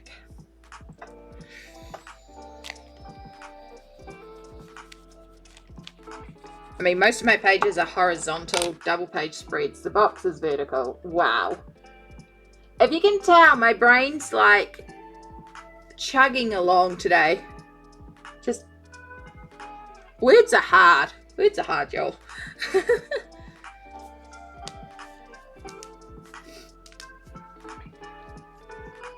Thank you. I've still got to catch up on your VOD, because Sammy said that there was like one in particular that was lots of good stuff for OBS, but I think it was when I was like sick and exhausted or asleep or something or rather. I'll catch up one day. Oh, you know what it's like. I know you know what it's like.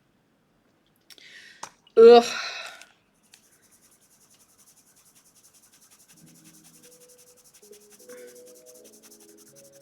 I'm sure I can find something out there about how to do it, but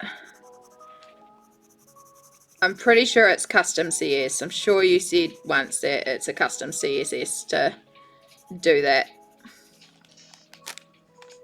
Oh, cool. Thank you. I'll keep an eye out for that.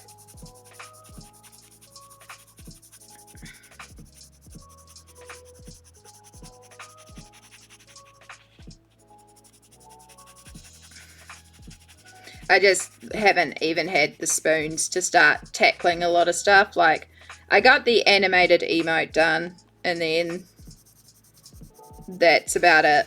I've still got a static emote to make as well, which I've got to figure out what to do. What do we feel like for another emote? But I did get a couple of, while I was in an animated emote making spree, I did make a couple more in preparation. So, we have a couple more ready to go.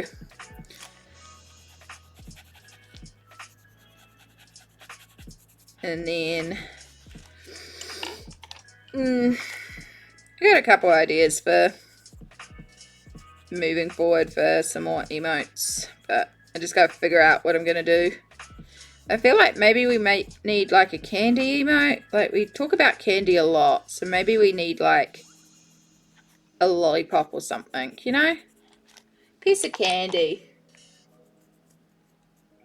Oh, thanks, Vi. You're so wonderful.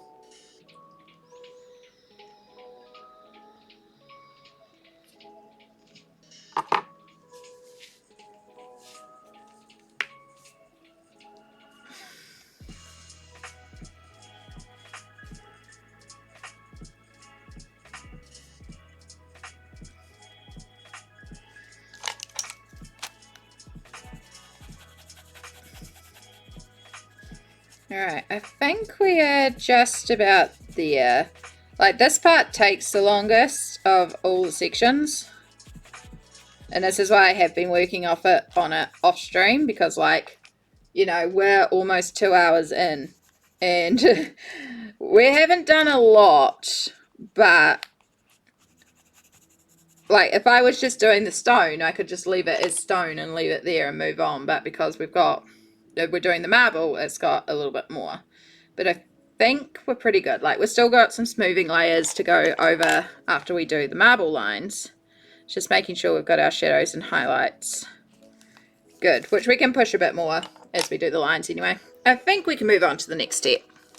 So to do the marble, after we've got our basic stone shading down, we're going to start by doing the grey lines because these are fainter and duller, but they're still in there. So these are the lines we do first. So basically all we're going to do is we're going to take the same warm greys that we've been using, but a slightly darker variation of it. So in here where we've got our lightest ones, I probably will use warm grey 3, maybe 4 here to do the lines. Over here where I was going darker, I was using warm grey 6. You can always darken it, so don't be afraid to start slightly lighter and darken. So I'm going to use a warm grey 4 here. And you want a nice sharp one. And then how I've been doing it is I've been using my non-dominant hand. So I can write with both hands, but I only colour with my right. My right is my colouring and art hand. So I'm going to be using my left hand. If you're not confident, you can do it with your dominant hand. But I find what happens is this makes looser, freer lines that look more natural than when I try to do it with my dominant hand. And I'm trying to control it because we want naturally wiggly lines here.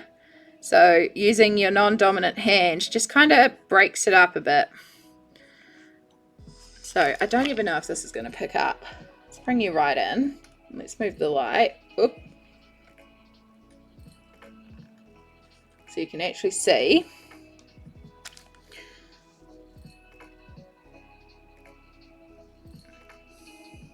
I don't even know if it's picking up.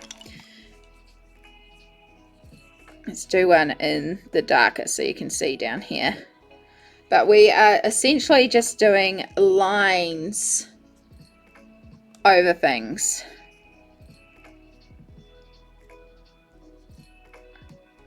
Now I am trying to keep each line contained with each shape.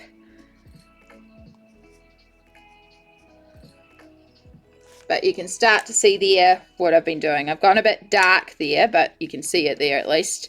So now I'm going to switch back to the slightly lighter one that I was using. I'm using a little bit of pressure here because we do have quite a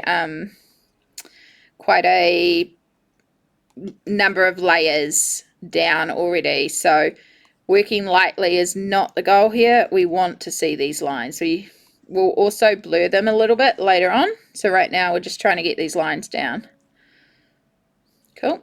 And then I'm going to switch back to warm grey 5 for down here where the shadow is the darkest.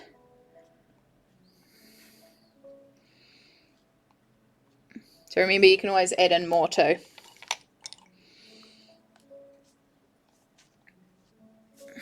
So sorry, it's going to be a bit hard to see here because my hand is going to block it because of the camera position.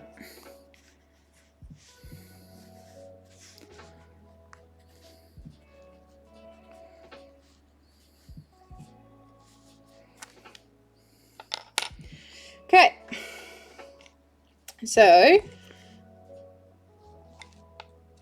was using warm grey 4, so using my warm grey 5, which is the next darkest one. Anywhere where 2 lines connect, I'm going to sort of darken that up. Use this to sort of widen certain sections. If sections move into the shadows, for example down here, I'm going to pull in the next darkest color and darken the lines a little bit. So we'll use like the warm grey 6 down here. And just start defining these a little bit. So I'm being a little light and loose.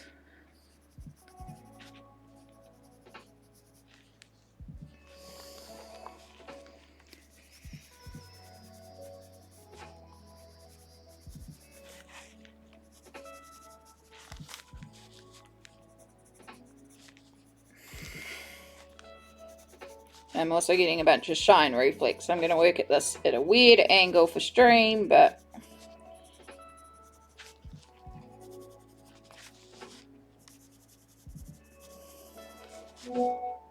Poop.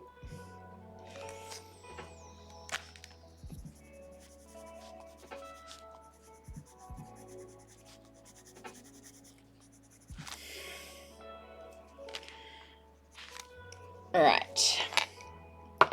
And then we have a couple of areas where maybe the lines are a little intense. So in here, we're a little intense. So we're going to use an electric eraser, and we're not going to erase the whole thing. We're just going to do little sections of it and just go do, do, do. And that's just kind of how it breaks it up a little bit. Some of them we don't mind, but some of them, particularly if they're like quite linear, they can seem a bit intense.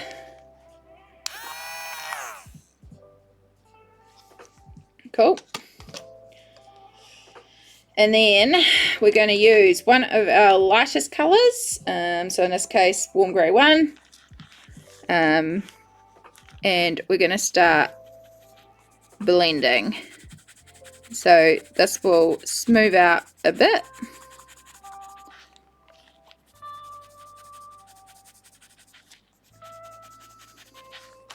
So I'm not going to be too pedantic here, I'm just going to focus on blending the grey lines.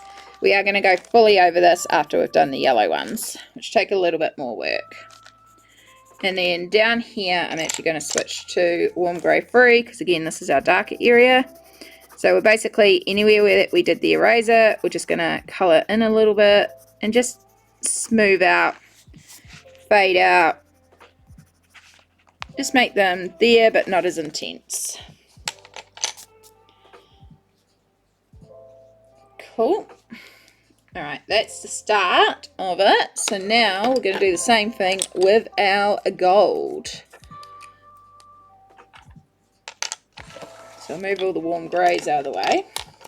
So using the same colours for the gold I've used throughout the whole piece. So we've got dark cadmium yellow, the green gold, bistre, and then burnt umber. And I also have some dark sepia as needed, but we're trying to be a bit light with that. Does an Afghan biscuit meds and an energy drink count as self-care? It's some food, mostly it's your medication, and a sweet treat can always be a little bit of self-care.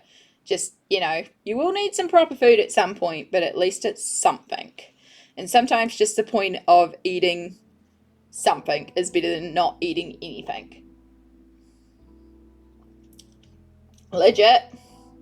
A biscuit, meds, and energy drink is sometimes my breakfast on, say, day 10. Because it's just about taking something to take my meds and just making it through the day.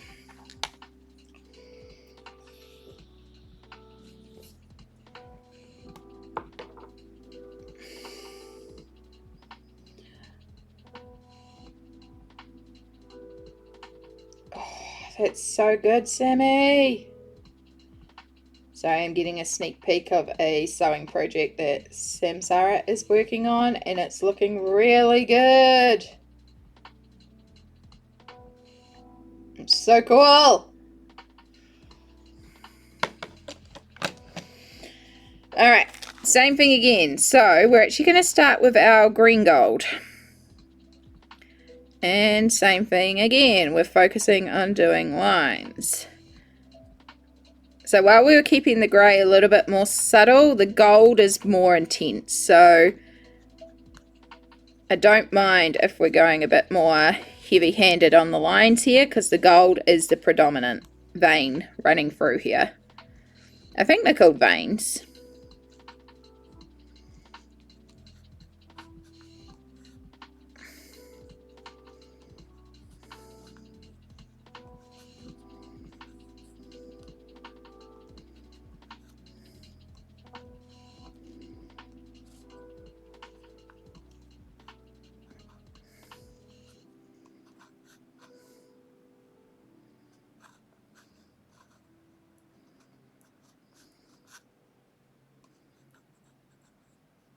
So the gold, I'm also bringing a little bit more into the blue. It will be faded out again as we finish off the blend, but you might see little bits of it popping up into the blue.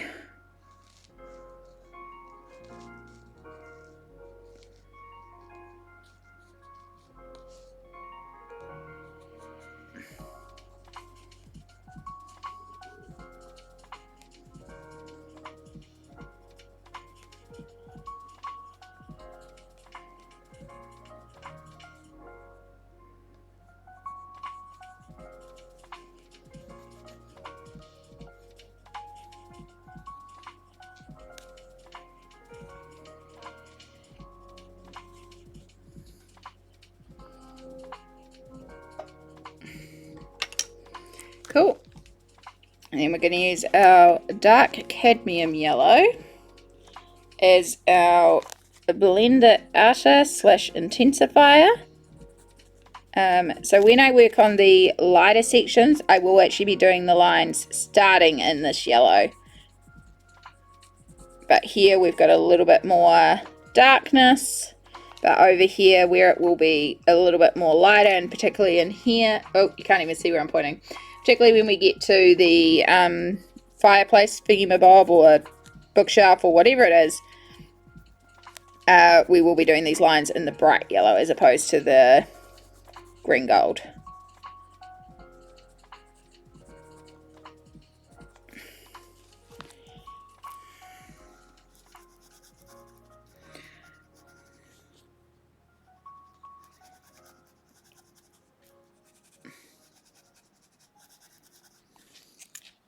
Oop, I missed a whole section over here.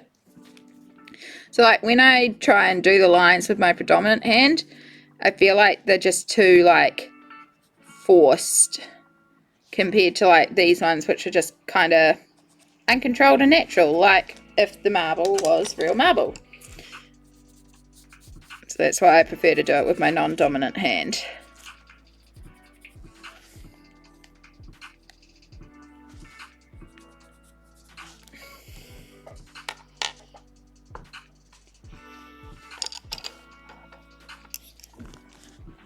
Cool, and then it's the same thing. We use our bistre, our burnt umber, and even the dark sepia to darken sections of it, particularly areas where it's wider, where a couple of the veins join up, and also anywhere that's more in the shadow, which would have more of a darker gold.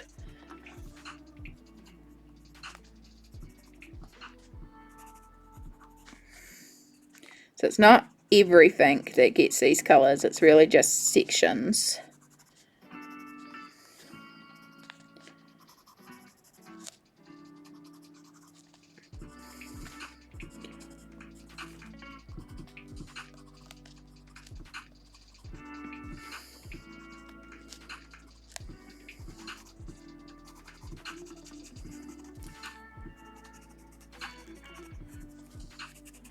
And then down here in the shadow section,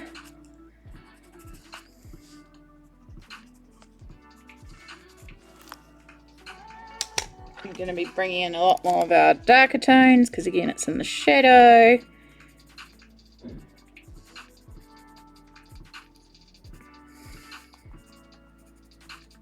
Just really adding some variations to these lines and these tones.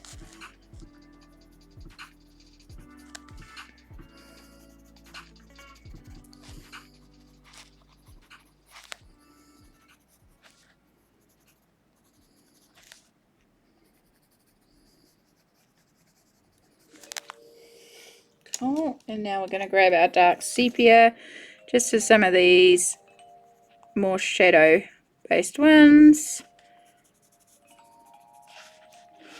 I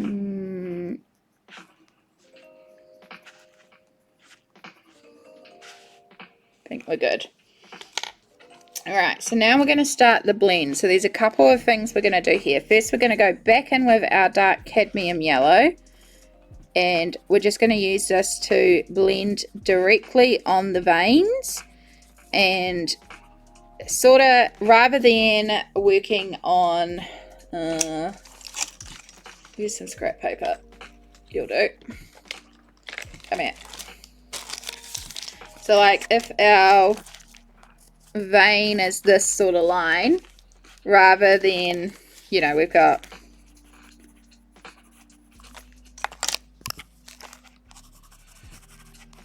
some shading like that. So rather than like just keeping it linear on the line, which I am trying to do, we're going to be working in gentle circles, which will help blend it together, but also widen and soften these edges a little bit. So that's what I'm doing as I go over areas where we've worked back with the yellow, and this will also add in a bit of vibrance. It will look quite intensely yellow, but we're actually going to bring this down in the next step. So this is just our bringing it all together.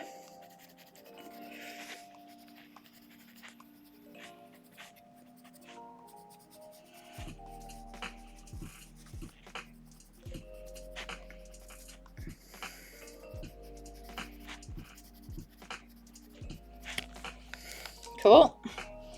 Looking very, very yellow right now. Right, so now we bring in our light again, which in this case is warm grey 2. Moving on, it would be warm grey 1 in the lighter sections, but we're a little bit more in shadow here. And this, we're going over everything. And we're using a bit of pressure. It's almost like a burnish.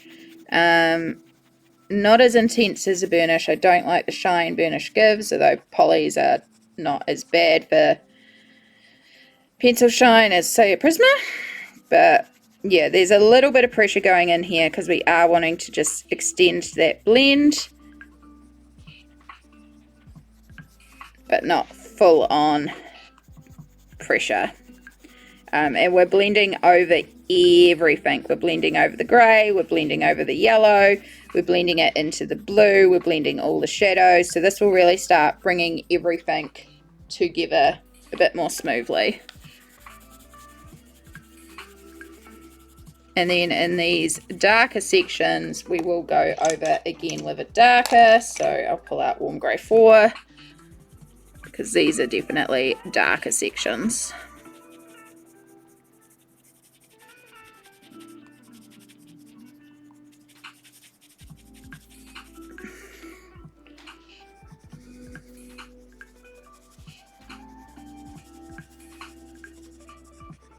And so this will not only help blend, but because we're using a warm grey instead of, say, a white, it's also going to actually desaturate the yellows a little bit. So it'll help bring down that I'm clearly a yellow and make it a little bit more into the gold family. Help bring things together a bit.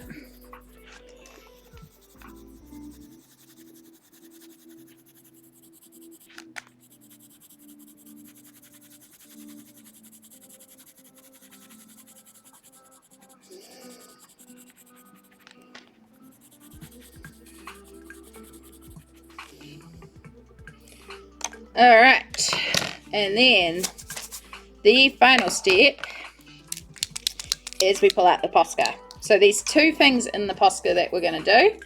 Firstly, we have our direct shine highlights. This is going to be so out of focus. We've got our direct shine highlights, but these we do very last. Before we do that, I don't know if you can see, but in the middle of the yellow veins, there's some very fine white Posca in there. And this is sort of our lightest of the light, the little bit of sparkle in the gold reflect.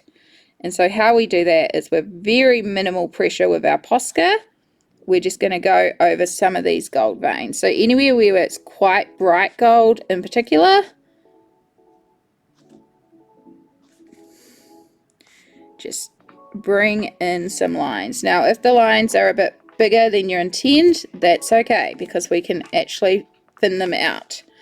Because we've got so much pencil on here at this point with the marble, we can use a sharp poly to actually scratch away some of the Posca.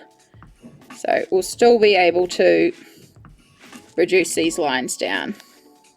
So we're just going to start by getting our lines in. And on like the dark, this will be really noticeable. So we're also going to tone down our dark shadow areas a bit more. Alright. So, same thing again. Pulling out one of our warm greys. So I'm using a warm grey 3 here with a sharp tip. And I'm just going to scratch away some of these Posca lines. So you can either work over them to fade them out, or you can like scratch directly into the line to remove part of the Posca. The Posca removes if you work like pretty quickly after it applies, a little easier than when it's had a moment to sit like it has here while I did all the lines.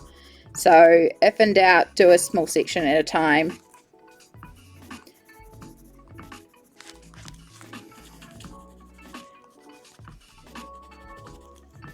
So down here where the grey is, we're actually just going to work directly over these white, because we still want the little bit of white reflect in there, but we also don't want it white, because again, this is in shadow, so even our lights are actually a lot darker down here than compared with, say, on top where it's getting a bit more direct light.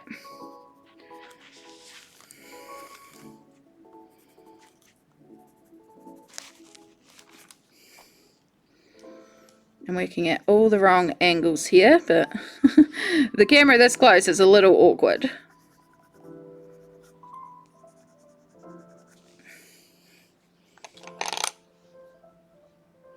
Cool. Alright, so that's basically our marble done, except for the next big thing, which is our shine reflex. So this is where we have to consider how the light is reflecting on this polished marble. So obviously, because this is a blue area, we are also going to pull out the blue Posca and do our blue reflect for the outside blue light here. But then we've also got these white highlights as well. So for example, on this pillar, we're going to do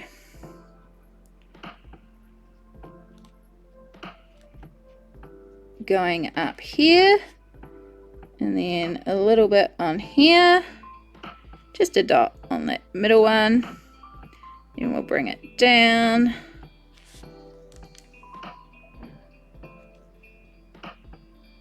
And then that's a lot in shadow, so that's okay, I think we can leave it there. And what that does is that just helps give the polished marble its polished look. But yeah, that's basically what I've been doing. And while it takes a while, because not only do you have to do all the stonework and then get the stonework shaded, you then have to do all those shading details on top. But when you do it and you build it all up, I think it really effectively becomes marble. And I really like how it's looking with that white gold marble look.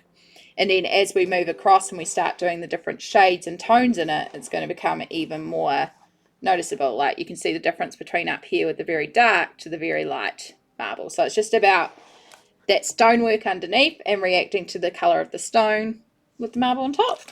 But I hope you like that little tutorial. And now the other thing I'm going to do is I'm going to put a marker here. If I can remember which one is the add marker. Because I'll be able to cut that section out of the VOD and turn it into its own little YouTube video. Because I was going to do that tonight anyway. And then I'm like, well, hang on, I'm colouring it right now. So let's just do it right now. But on that note, we are actually heading to our next ad break as well. So let's bring you, whoops, that's not right. We are working with like the shiniest section as well, which is quite difficult. But we are just about to head to our next ad break. We've got about 2 minutes till it starts, but I'm just going to start it early because I need a stretch. I want some candy, and I'm just going to get some self-care stuff. So I'm going to start this ad break, and for those of you going to Adland, thank you so much for battling ads for us. We do appreciate it, so that I can take these self-care breaks, which allows me to stream with a lot less pain and a lot more comfortably, especially on days like today where normally I wouldn't be able to stream for this long. So let's get this started and let's start our self-care routine.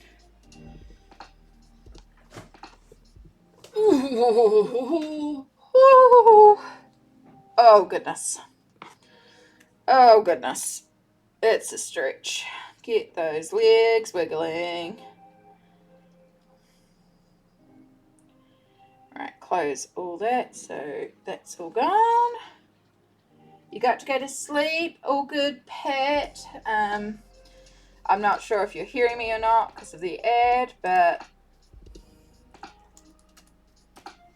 yeah, I hope you have a good sleep and thank you for being here.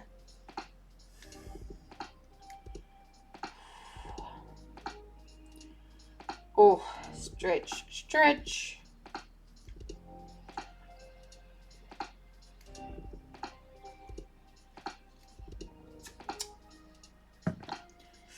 Oh.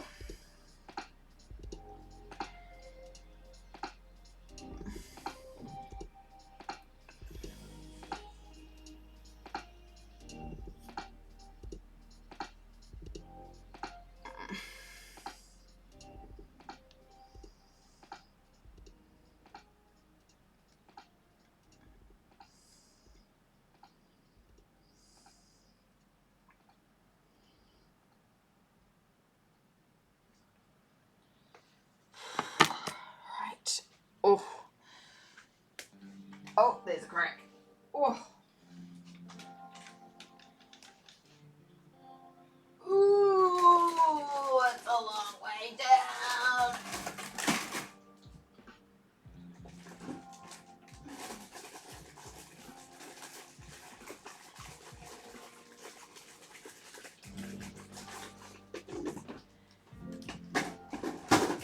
Oh my goodness, this is so painful.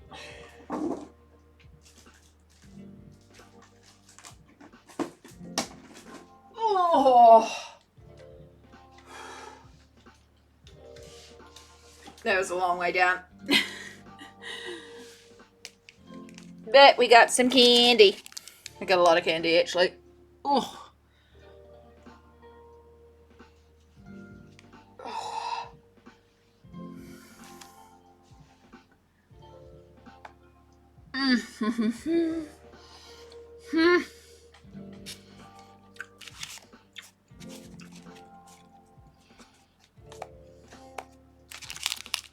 Boo.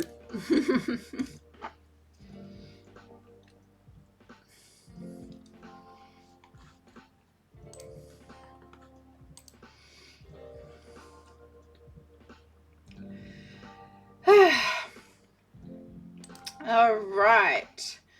We are just about back from ad break. Finish off the last few stretches. Hands are feeling it. Hands are feeling it today. And welcome back, everybody. We should be back from the ad break. Thank you for bearing with us while we did that ad break. Definitely needed a good stretch there. We have candy retrieval. Oh, we're feeling a little loose and limber. I just realised that there was one more thing that I should have done on the ad break.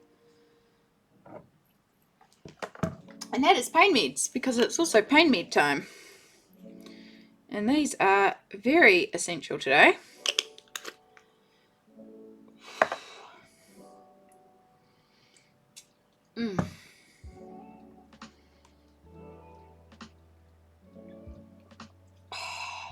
Hopefully that helps take the edge off a little bit. Oh, I can't wait for injection day. I'm pretty sure it's Sunday. I really hope it's Sunday. It is indeed. So I'll make sure I take that very early so that when I go to stream, it will already be kicking in and we will be starting to fly. So I do have 5 a.m. D&D on Sunday, so that'll hopefully remind me to take it early. It's a ghost. These are actually surprisingly good for how cheap they are. Alright, so we got a bunch of highlighting to do on these banisters. And there's a bunch of lines which is my least favourite thing to do. Outlines.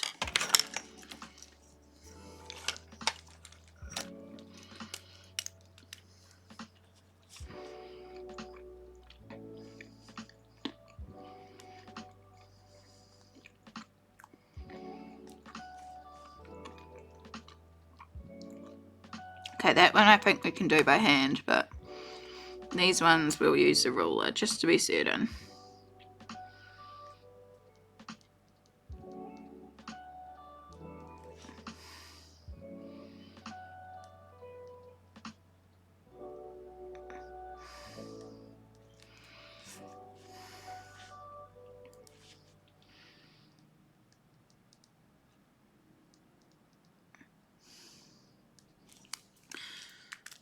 So because you can scratch off wet Posca, I find sometimes in these things it's easier to shade right up to the edge and then scratch off little areas where, because like even though I'm using the 7mm, it's still quite a chunky nib for some things.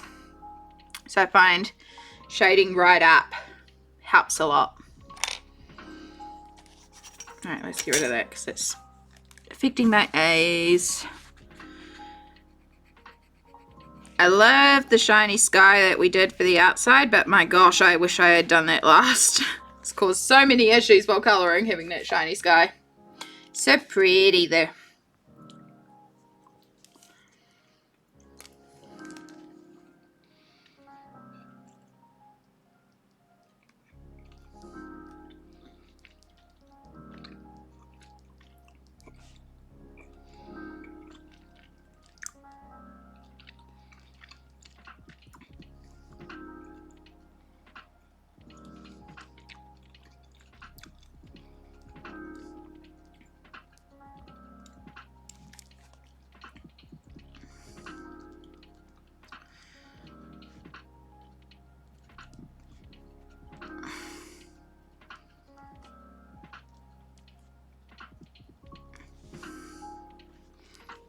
Okay, that top one's definitely got to be rolled.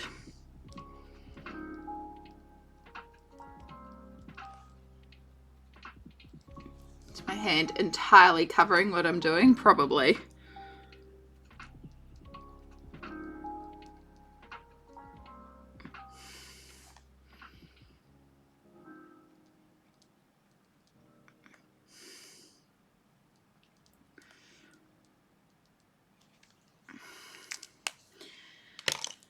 Right, so use the same thing to sort of minimize the highlight if it's too much in some areas, or tone it down. And then the other thing I realized was I drew that shine as if the light was coming this way, but the light here is actually coming around. So we also need shine this side, and we're going to use this opportunity to cover up this black line here and this line here. Oops, I've just gone a little out of alignment there, so we'll fix that up in a second.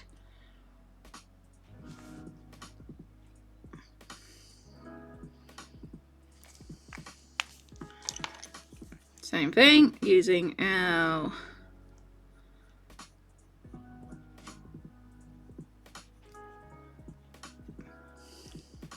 scratch and shade away if it's too chunky.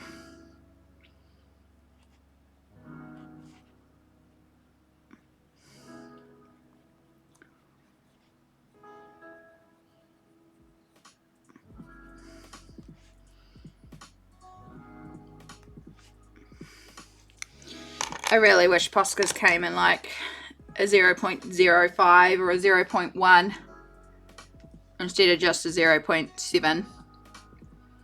But also, they get clogged up so much.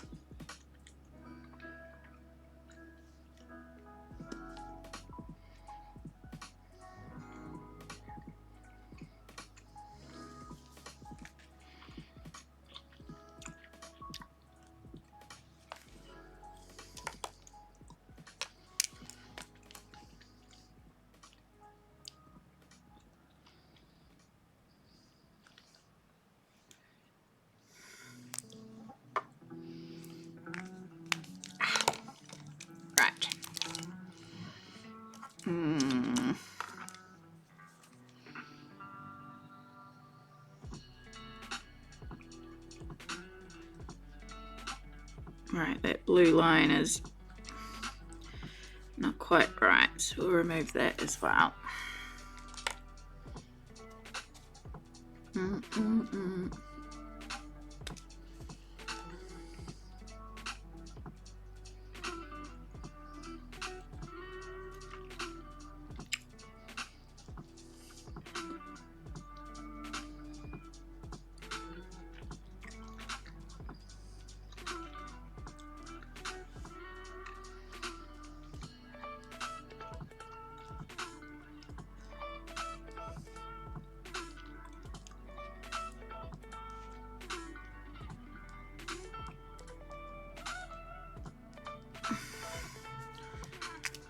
So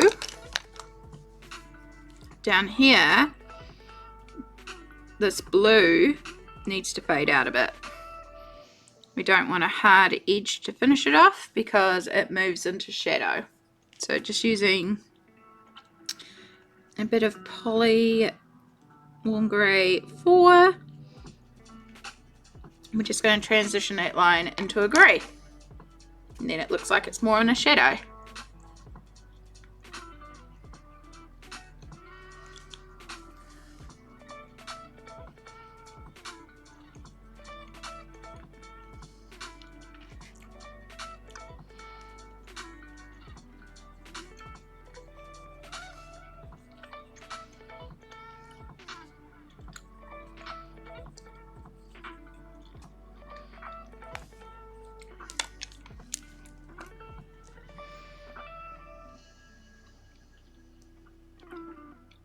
Same thing again. I'm going to use these black lines as a guide and cover them up.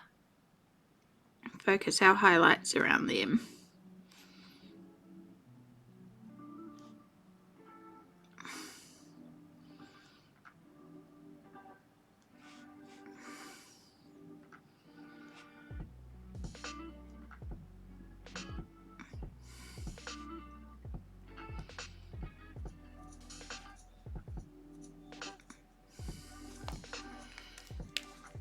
Cool. Couple of fix-ups. So here I did a white dot, but it's hard to shade, so actually going to use the pencil to smush the paint around, because again, this is paint, so you can kind of smush as well. Just clean up and refine these edges a little bit. Scratch away where we need to. And same thing with the white. At the end here, we're going to fade it out as the highlight fades out. Starting to come together.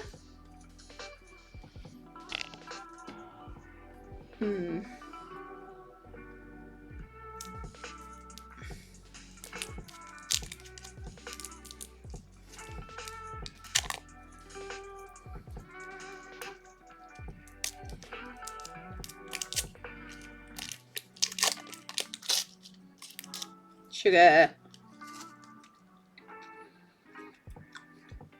So this one's called a drumstick. It's actually like a chewy candy, but it's like strawberry and cream flavored. I think it's raspberry and milk. Sorry. I know, you could tell me it's strawberry and cream, and I believe it's strawberry and cream.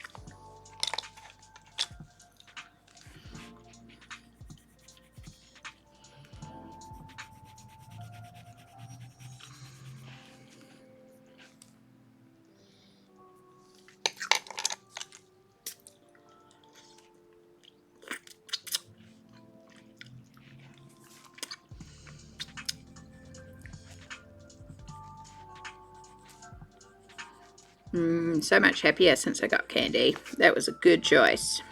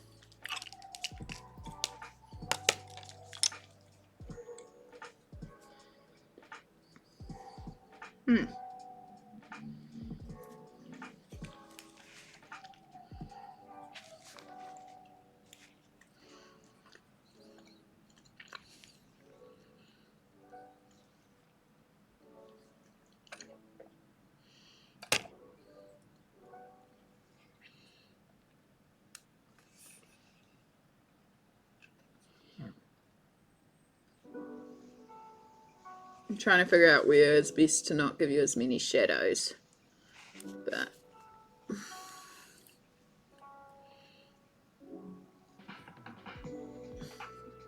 also dealing with shiny paint, which doesn't help.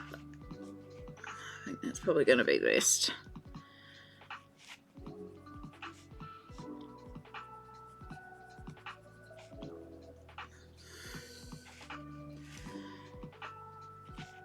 So I'm just fading out the Posca a little bit at the top here, because this is where it does go into a bit of shadow. Scratching off over any lines that we went.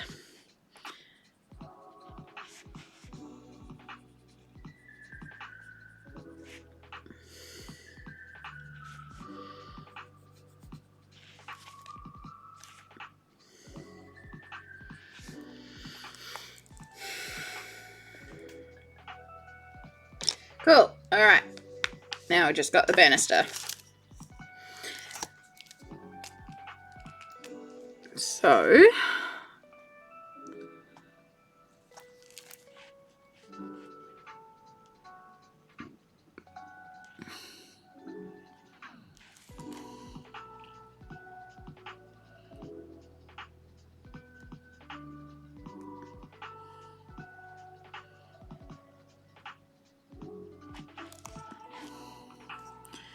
cool. Alright, we're still going to come back in with the Posca, but before we do anything and it sets too far, where it gets closest to our squirrel, we want to fade this out a bit, because that's where it's no longer getting direct light, it's in the shadow. Alright, so just going to extend that down there to cover up that line. Also going to use it here to cover up an overline that I did when I was doing the background. Fix up a couple of mistakes, you know. Cool. All right, that's the top. We've now got the bottom. So the bottom, we're going to do the blue in between each of the poles, and then we're going to fade it out and see how that looks. And then if I don't like it, I'll come in and just line the whole thing. But we're going to start by just lining sections.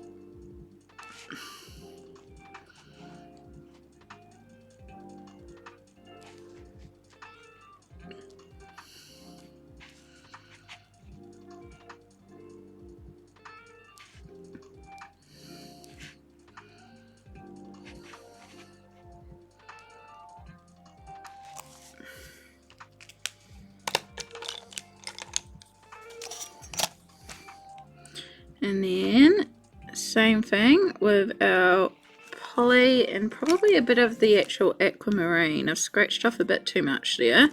Probably I should start at the other side. That would be more logical.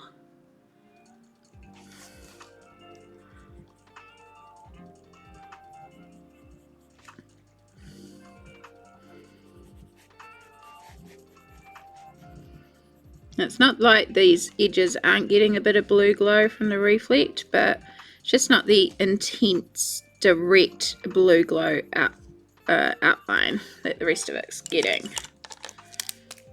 So I just want to go in there and fix up that little bit I accidentally scratched off.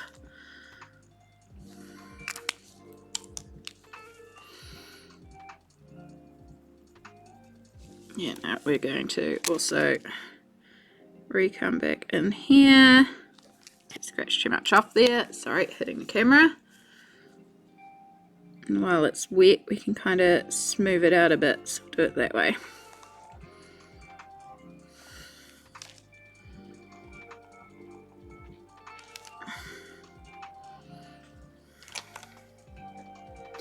Cool. All right, next step. Again, we're going to use these lines as our highlight guide. Make this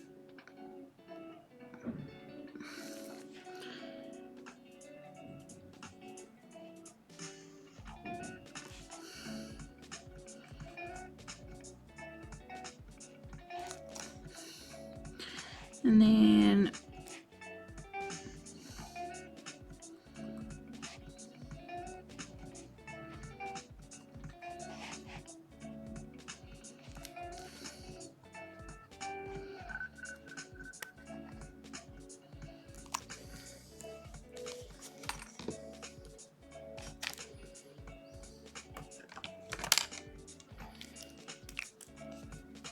all right, bit of work to go here. I've got some edges to fade out just to make the highlights not so stop on here. I need to come in and do those edges a bit better.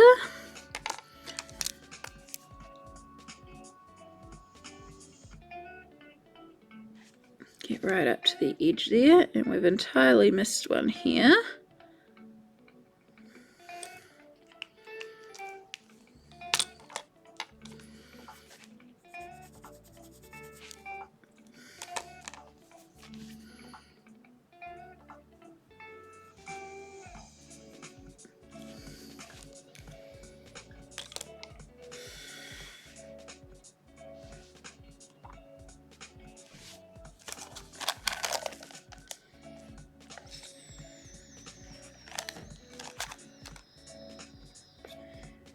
Okay, it's good. I like it. I want a bit more contrast in there though. It's very light. And for an area of an extreme shadow and highlight, it's not reflecting it. So we're going to have to work really carefully here because this will scratch off all the Posca that we've put in. But we're going to intensify the shadows. And I'm using Oh, I've actually pulled out dark sepia, which wasn't, I thought I had warm grey 6. Whoops, but actually, I don't mind that. I mean, the dark sepia is just like a slightly more brown grey, really. It's a very dark, dark tone, so it'll work. It's working. And if it gives us that contrast that we desperately need in here.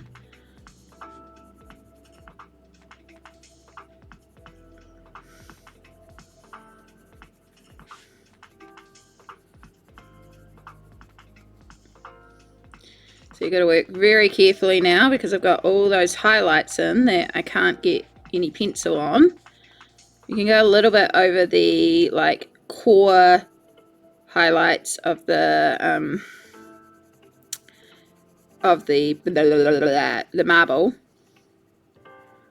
So this is why technically this should all be done first, so we're not having to touch it at the end. But it's one of those things where sometimes things can look right and then you add in another tone or something, or in this case we added in the highlights which gave us that extreme white, but it made me realize that we didn't have enough extreme dark to counterbalance the extreme light. So this is where the sepia is coming in, giving us more shadows. And I also realized you need to add a little bit more into your tail to define that your tail's a bit further away.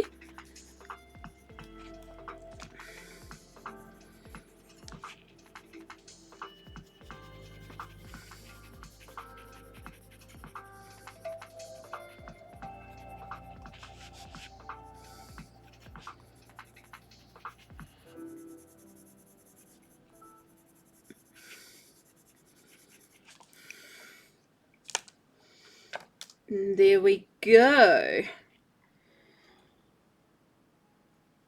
So what I'm going to do now, just because I know that it's a bit hard to see the details on this, like I know it's hard to see, it's hard to capture. What I'm going to do is I'm going to take a photo.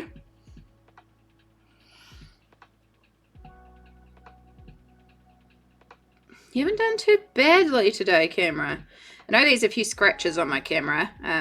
I used it to take a scan of something yesterday, and oh my god, the cleanup on it. And then, Sammy, I'm sorry, I'm going to borrow our chat because I know I can access this easily on the computer.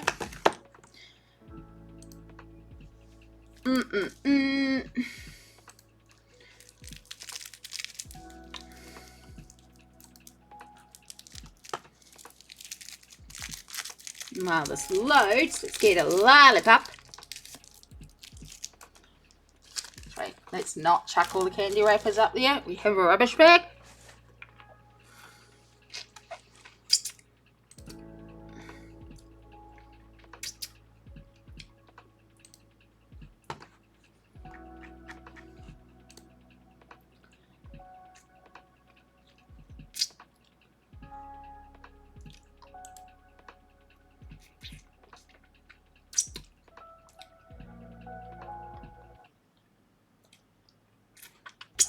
My computer's having a little freak out. Sorry, I think it's been a while since I opened WhatsApp on the computer. It's like, messages, messages. Hopefully I haven't frozen because my monitor's frozen. You can hear it in Spotify. Oh my goodness. I thought WhatsApp might be a little less intense than Discord. Oh my goodness, we're frozen.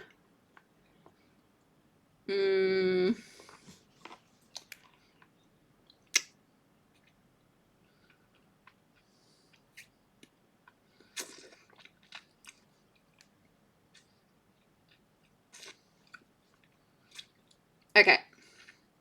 Cool, cool, cool. I can still see it on my phone. I can still see we're going on there. My PC has just completely frozen. Oh goodness. Can see if we can get Task Manager up.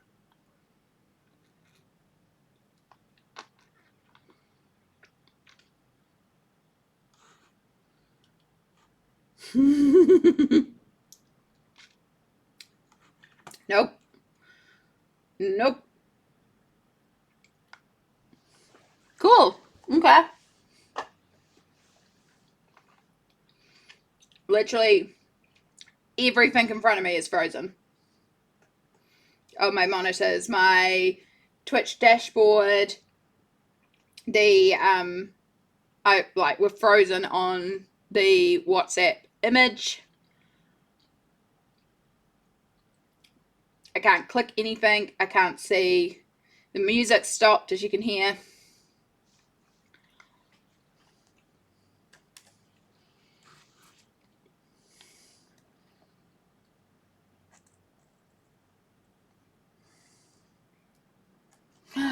Yay.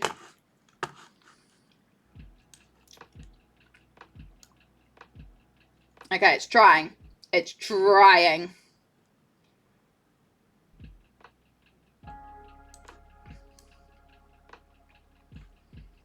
I pressed escape on the image. Got rid of the image. It's still trying to sort itself out. It's like, what did you just do to me?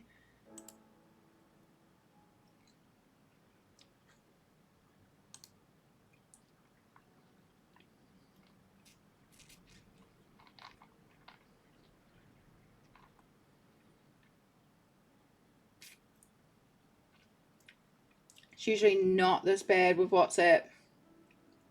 It's struggling.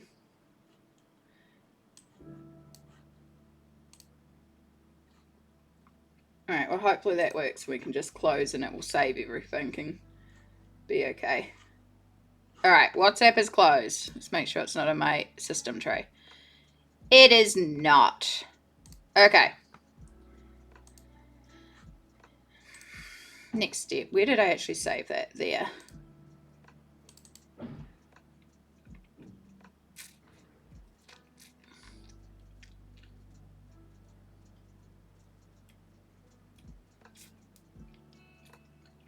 And this is why I have so little things open on my channel when I'm live streaming.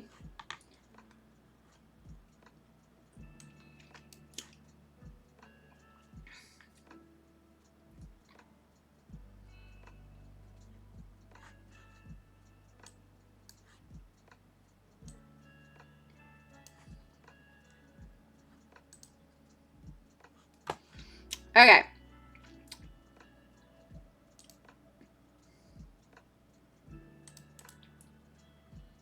Properties.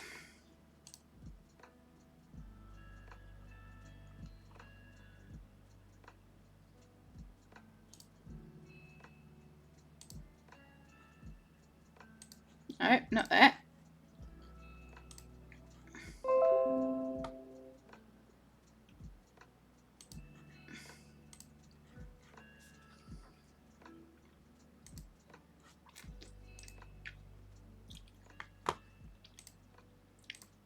You're not even going to find it, are you?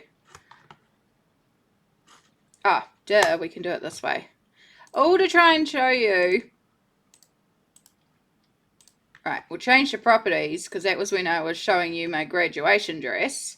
Let's change the properties and change it to the downloaded image. Downloads. Not download, sorry, documents. Because I just dumped it in there. Open. Okay. Alright. Look, now you can actually see what we've been doing this whole time. Let's get rid of that. Hopefully now my computer will stop freaking out. My gosh, it was a mission to get this up for you. But yes, so hopefully now you can see all the little details that I've been working on. So you can see the different veins that we created, the really minute, very light little white lines that go through to really highlight some of those veins. And then we've got the blue outer glow. Now the blue outer glow, I think I might need to blend that a little bit more in some areas because I'm seeing some issues because I'm close up to it. But also the outline kind of overrid all the blue shading that we did anyway. So we might just go through and just soften and create a bit more of a gradient between the outer glow and the marble itself. But yeah, that's what we've been working on. That was a mission to get that up for you.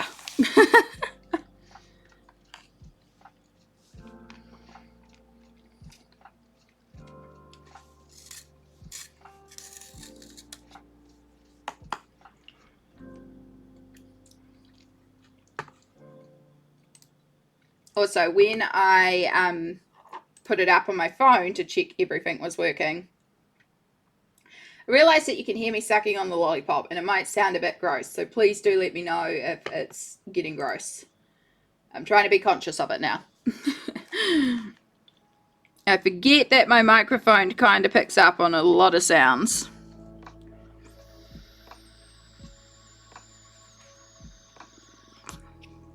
And it's a particularly juicy lollipop. That's really good. It's good strawberry. I love strawberry candy. Like, I realized that a lot of my favorite pieces of candy are strawberry flavored, so I do like strawberry lollipops.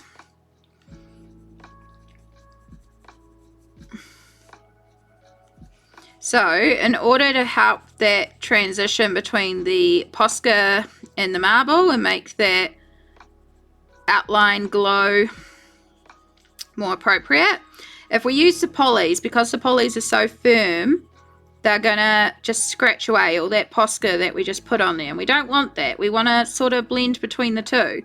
So this is where our Prisma is very handy. One of the two Prismas that we're using.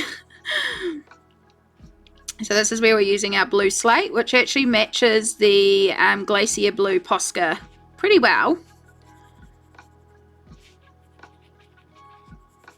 And we're just going to work over those edges a bit.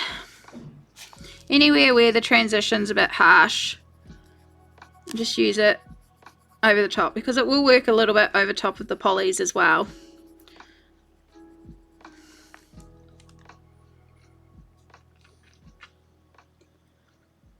Here we go. So yeah, I hope you've all been doing well out there in Twitch land and have enjoyed that little mini tutorial section. It's been nearly 3 hours and we've done a banister. And we started basing all of this too. It's a lot of space to base. But again, this is why I have been working off this off stream, because if I'm going to finish this week, it's going to take a bit.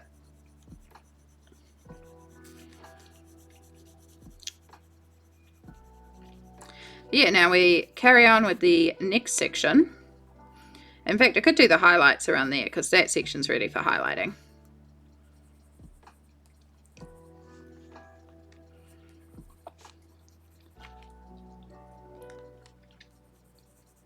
So I'm using warm grey 3 here, and we're going to start merging into 2 and then even a bit of 1 around here, though most of this will still use 2 at the core, and the 1 will be a lot more around here where there's a lot more of the light, because remember we've got our normal light over the table here, we've got the candles here, and then we've got the backlit, but over here we're not having that much light. So here things are going to get a lot more shiny and reflective, and we've got all these different reflex to consider as well.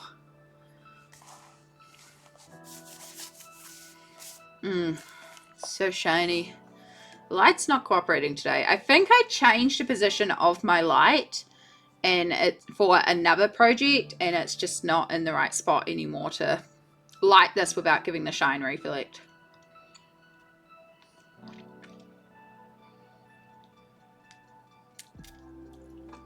It's okay. We'll manage. We'll manage.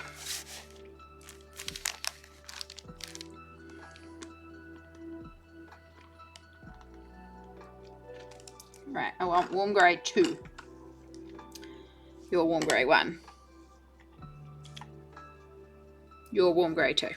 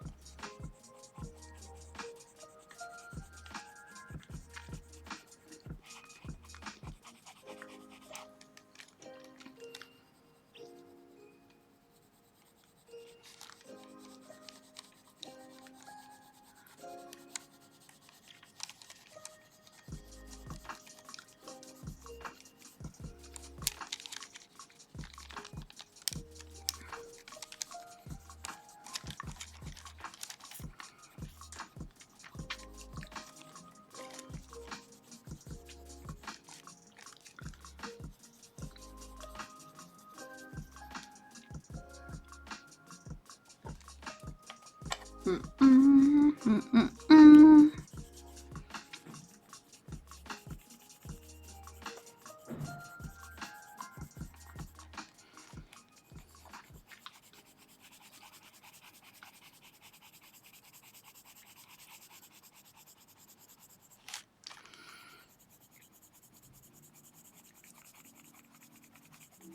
wonder who's streaming tonight.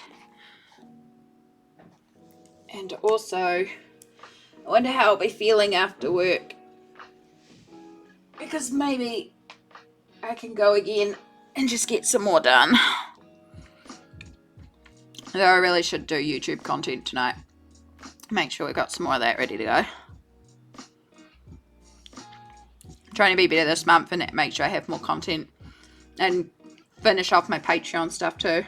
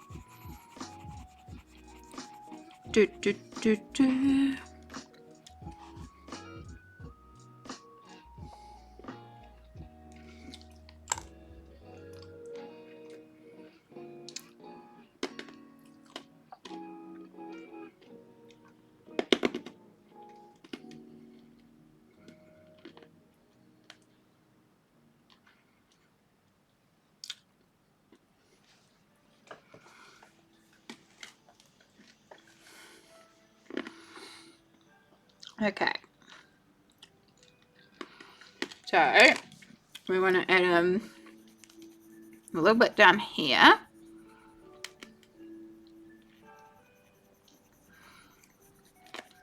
Because just like the walls, we've got a little bit of a gradation here too. Because the light is filtering that way.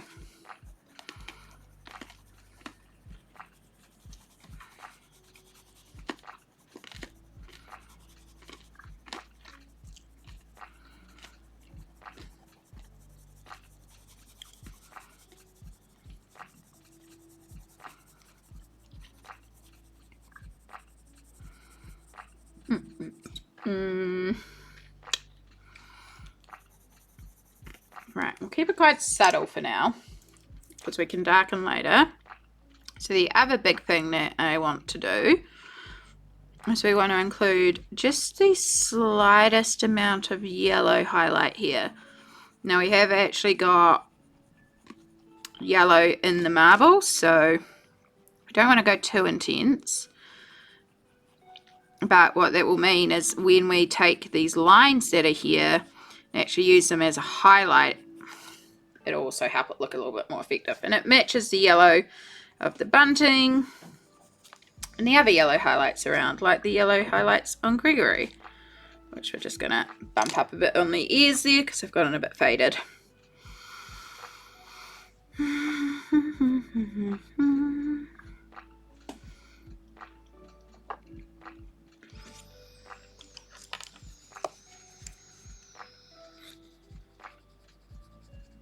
Just realised poor Murph is missing his highlight. It's something we could have done later, but since we're there, let's just do it.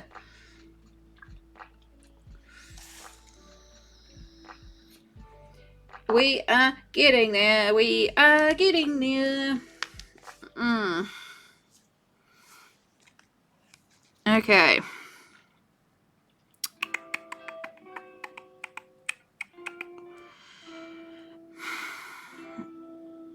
There's not really any shading per se. Like, we've got our intense blue edge here that would be getting a lot of blue from outside. So, like, we can keep shading this in blue.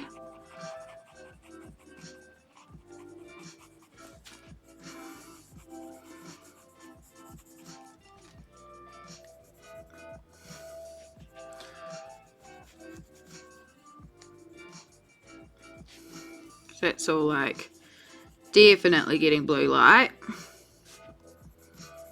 So that's the opening to the balcony. And what we could do, we do need to add another grey layer over the blue.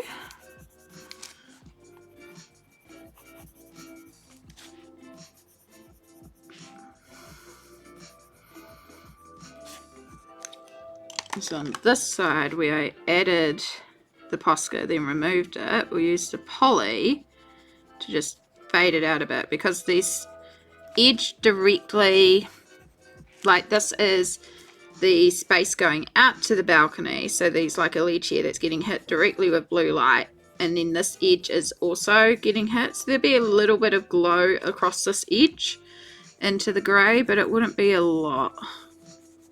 It would be, you know, slightly affected, so let's do that here, and then let's increase this blue a bit more here. Shouldn't actually blow on a piece of paper the artwork like that, because it's very easy to spit. So this is why we have a makeup brush, to remove all the dust, which is building up because we're at the max of the paper here. It's at capacity in terms of layers.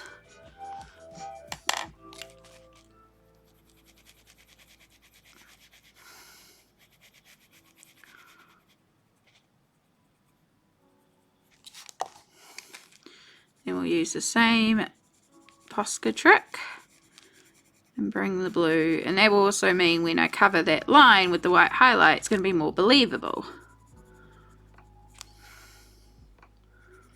because there'll be a little bit of blue radiant glow.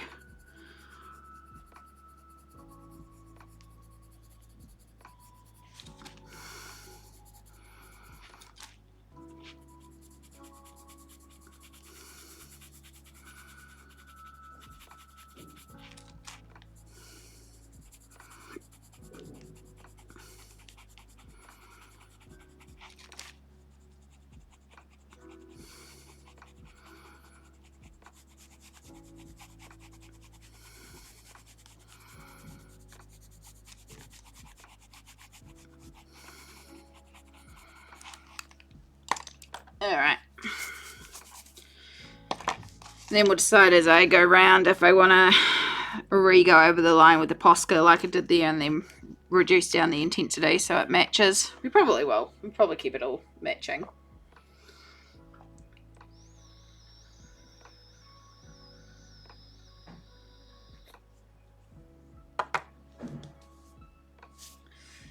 It's coming to life. It's coming to life.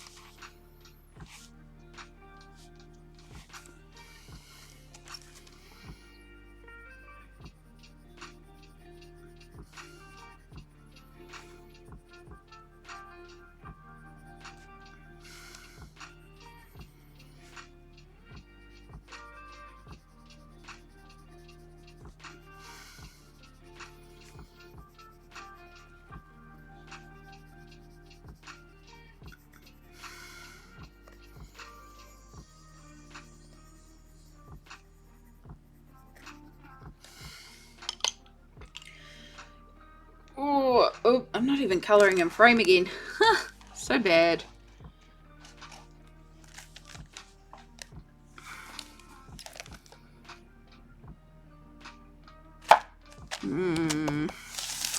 Feel like it's going to be too light because we're still very much in the shadow here, so I think no, we do need to go around and darken this all just a little bit more again.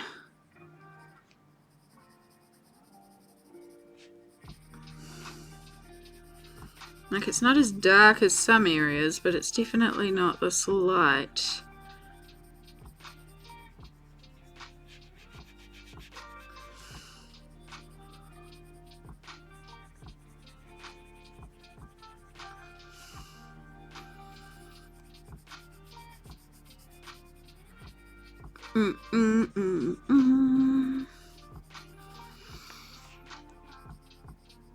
Oh, I'm starting to get hungry.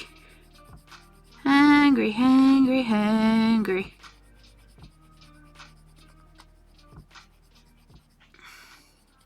What am I going to have for lunch today?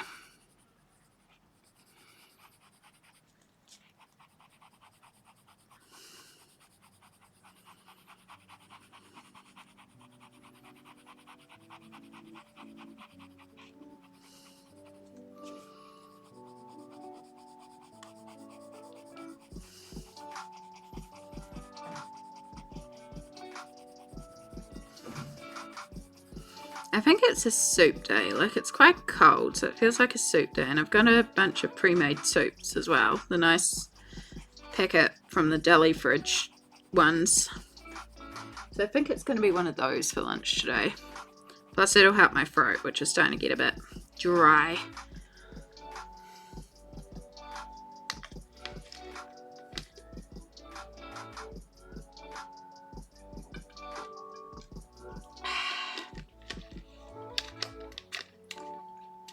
How hands. It's hard to close those bottles when the hands are sore.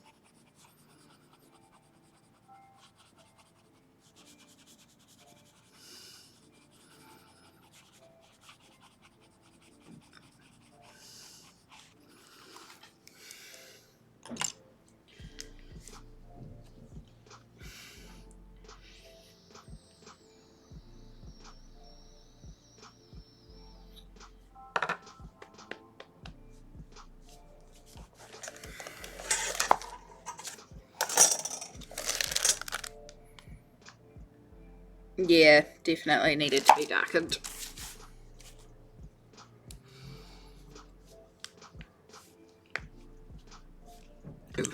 Oh, excuse me. That is the V Energy.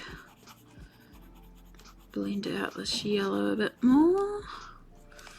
So, because we've still got quite a bit on the, I feel like we can kind of bump this up a little bit.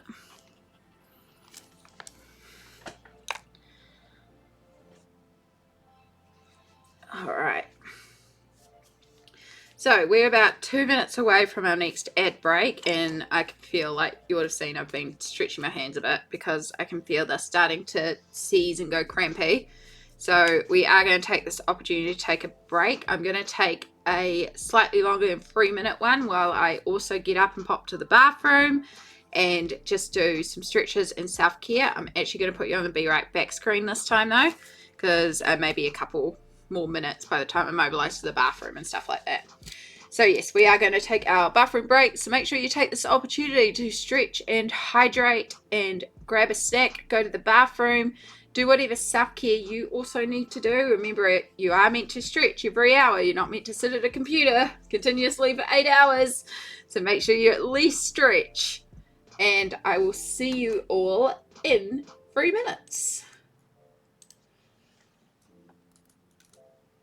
Get the ad started and switch you to the break screen.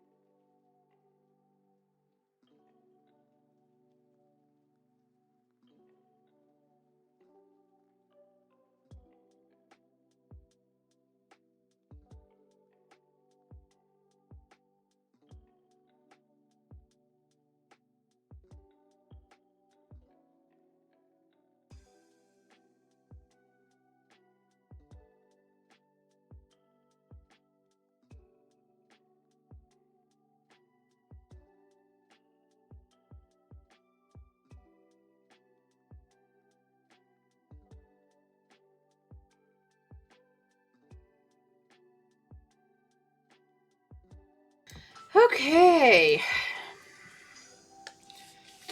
Give this.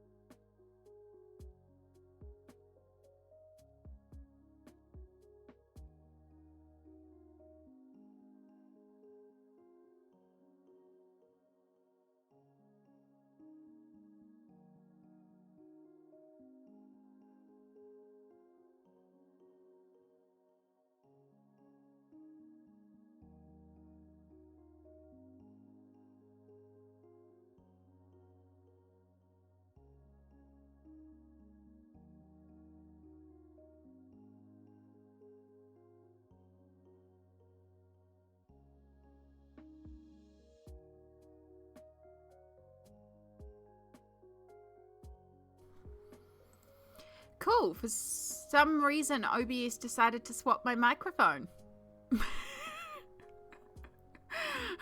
Yeah, I was unmuted. But OBS decided when it muted to switch my microphone. So it was technically the Brio that was acting as the microphone. Are you hearing me now? Thank you, yeah. I went into settings and it was saying, I wonder if it's how long it's been doing that. Because it's been a while since I checked the settings for the mic.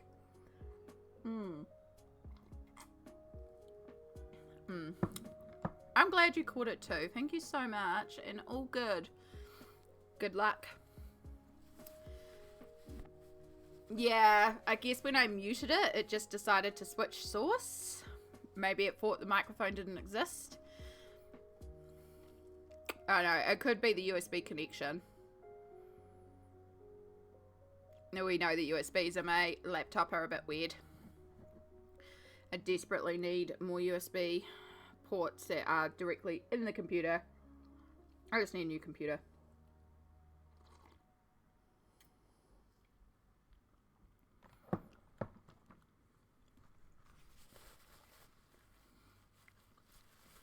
Oh, good, love.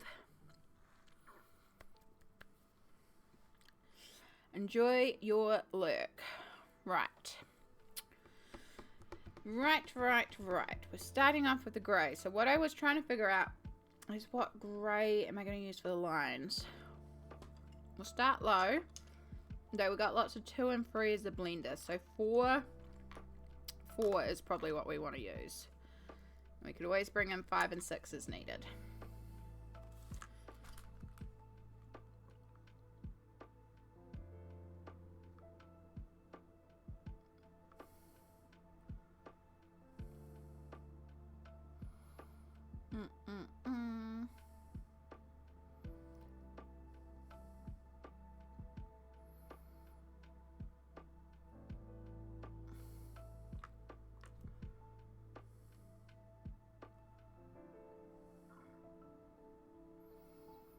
That's what we want to avoid doing, is a straight line.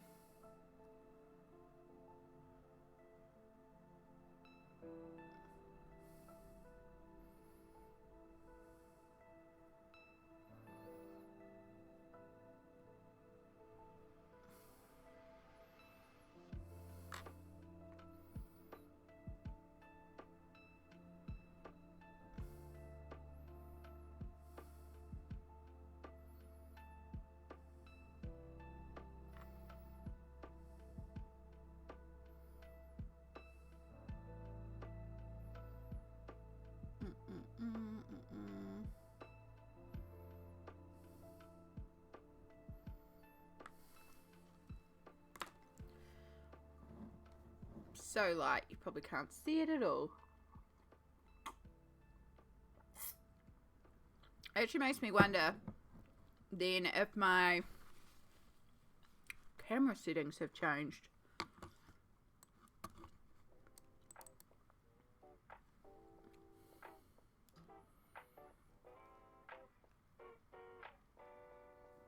No, we haven't got any focusing issues, so I think we're alright.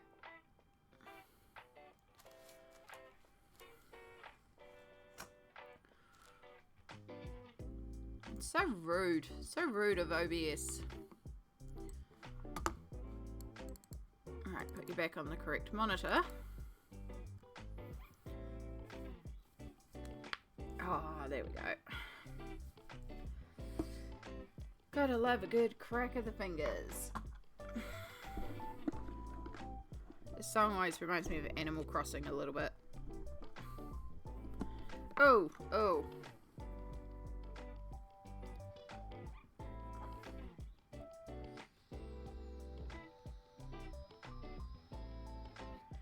It's alright, I got the email from rheumatology. No. Okay, well we got a reply. And just checked and it doesn't appear you've been booked, so I'll forward that to admin now for booking. Please note that our rheumatologist is away until the end of November. Woo! At least we're getting an appointment.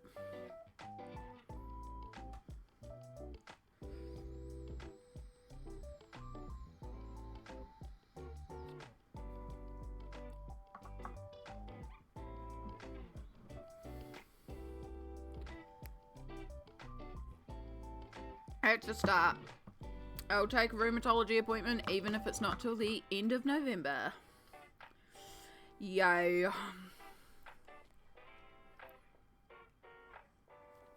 So, the rheumatologist away till the end of November, which means I might not have the appointment until January. But at least we'll be getting an appointment. That's progression. We'll take it.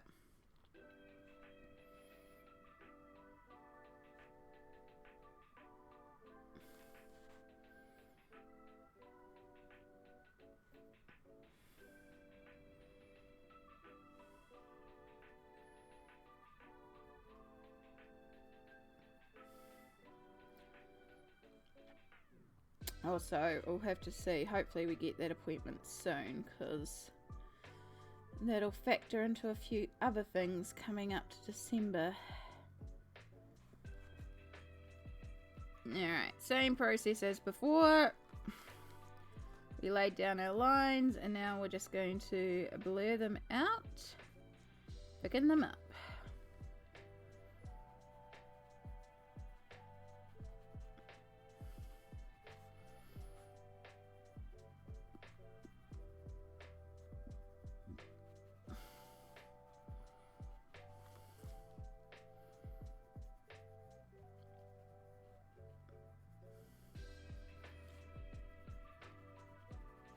Oh, that's right. I was going to ring 2 degrees too, because debating switching my internet plan to a faster one. Like, it's fine for streaming. We're streaming absolutely fine on this data plan. But it's not much more to go for a faster one, which would help with certain things like uploading YouTube videos, for example.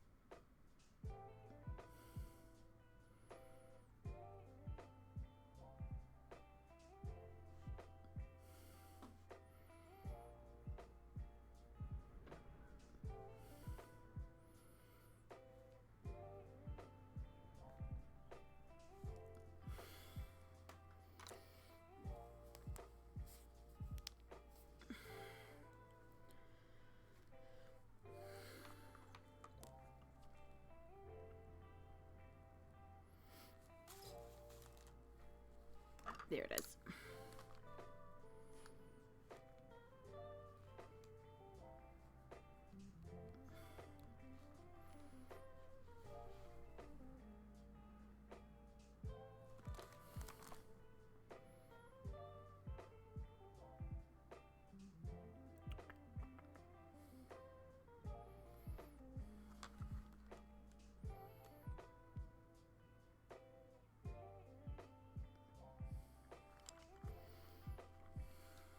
We're okay. I think we don't really need to erase any. I haven't really gone too dark with any of them.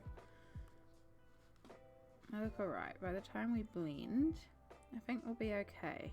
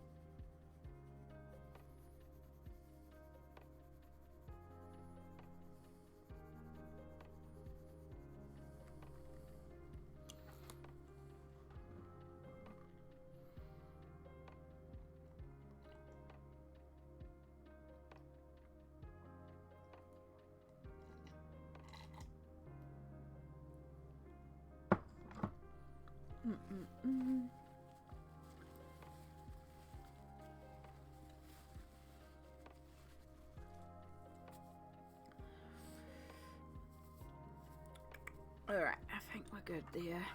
Now, I think this is where I kind of want to start using the yellow to do the lines. I also need to empty this pencil sharpener. Ugh! Shebag's not the easiestly accessible right now. Right, let's not do this with a pencil in hand, because I guarantee we'll drop the pencil into the rubbish bag.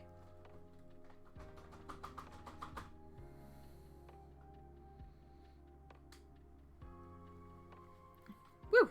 Managed.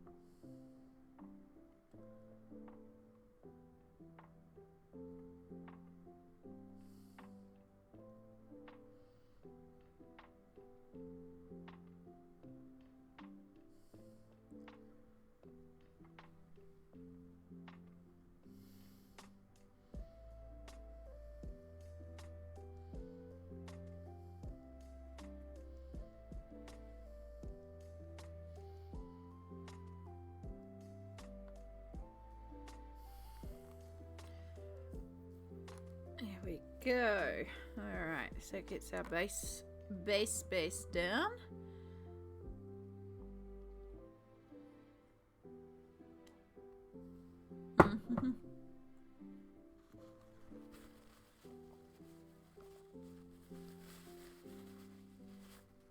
Soup's a little bit more chunkier than I realised, so it's not just sipped like a cup of coffee.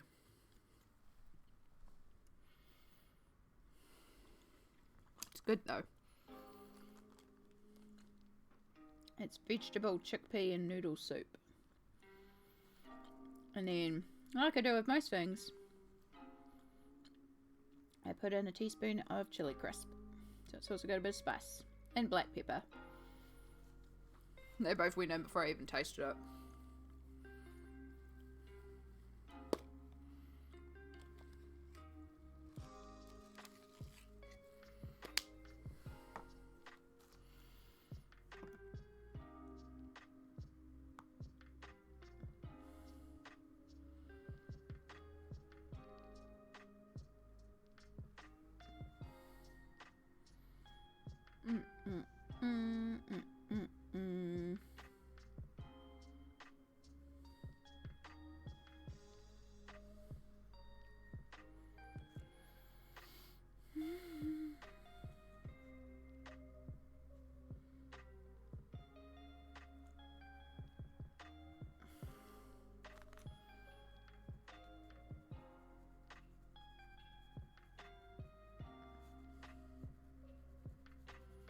Do, do, do.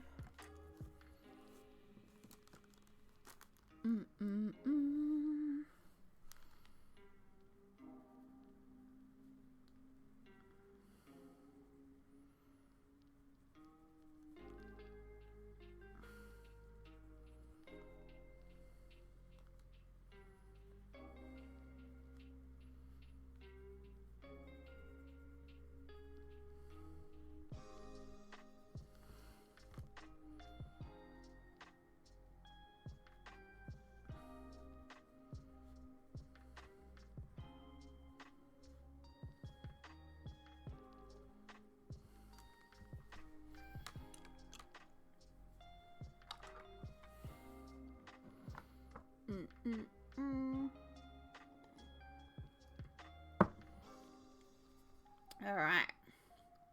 So when we go in to do like the white reflex, the side's going to get a bit more intense white reflex because we're starting to get Hello, lighter. Amy in chat. Ooh. This page is looking wonderful.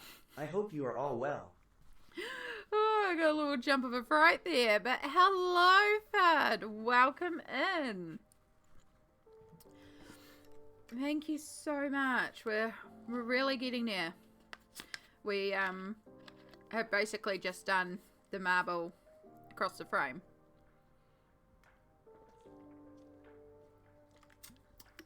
A war dart jump scare is very appropriate. But yes, welcome in. Guess what? There's a new emote. There's a new animated emote for you to play with. I call it my brain. I think I actually just called it spin. But it's my brain. It's my brain going wee. I need to get the emote wall that actually keeps the emotes animated as well.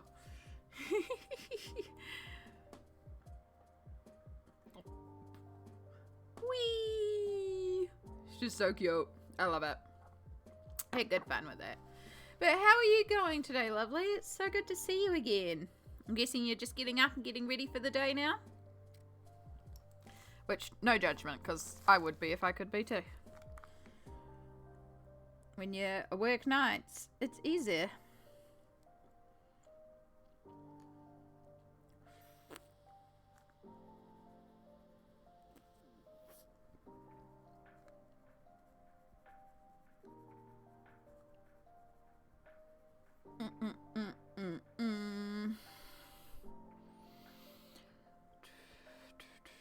So yeah, we're just slowly working our way across with the marble. Can show you a better close-up. That's kind of what we've done today. We did all those banisters and pillar parts. All that little detail and marble effect on it. And of course that's on the outside, so it's got a bit of a blue glow as well. Yeah, we're just making our way around.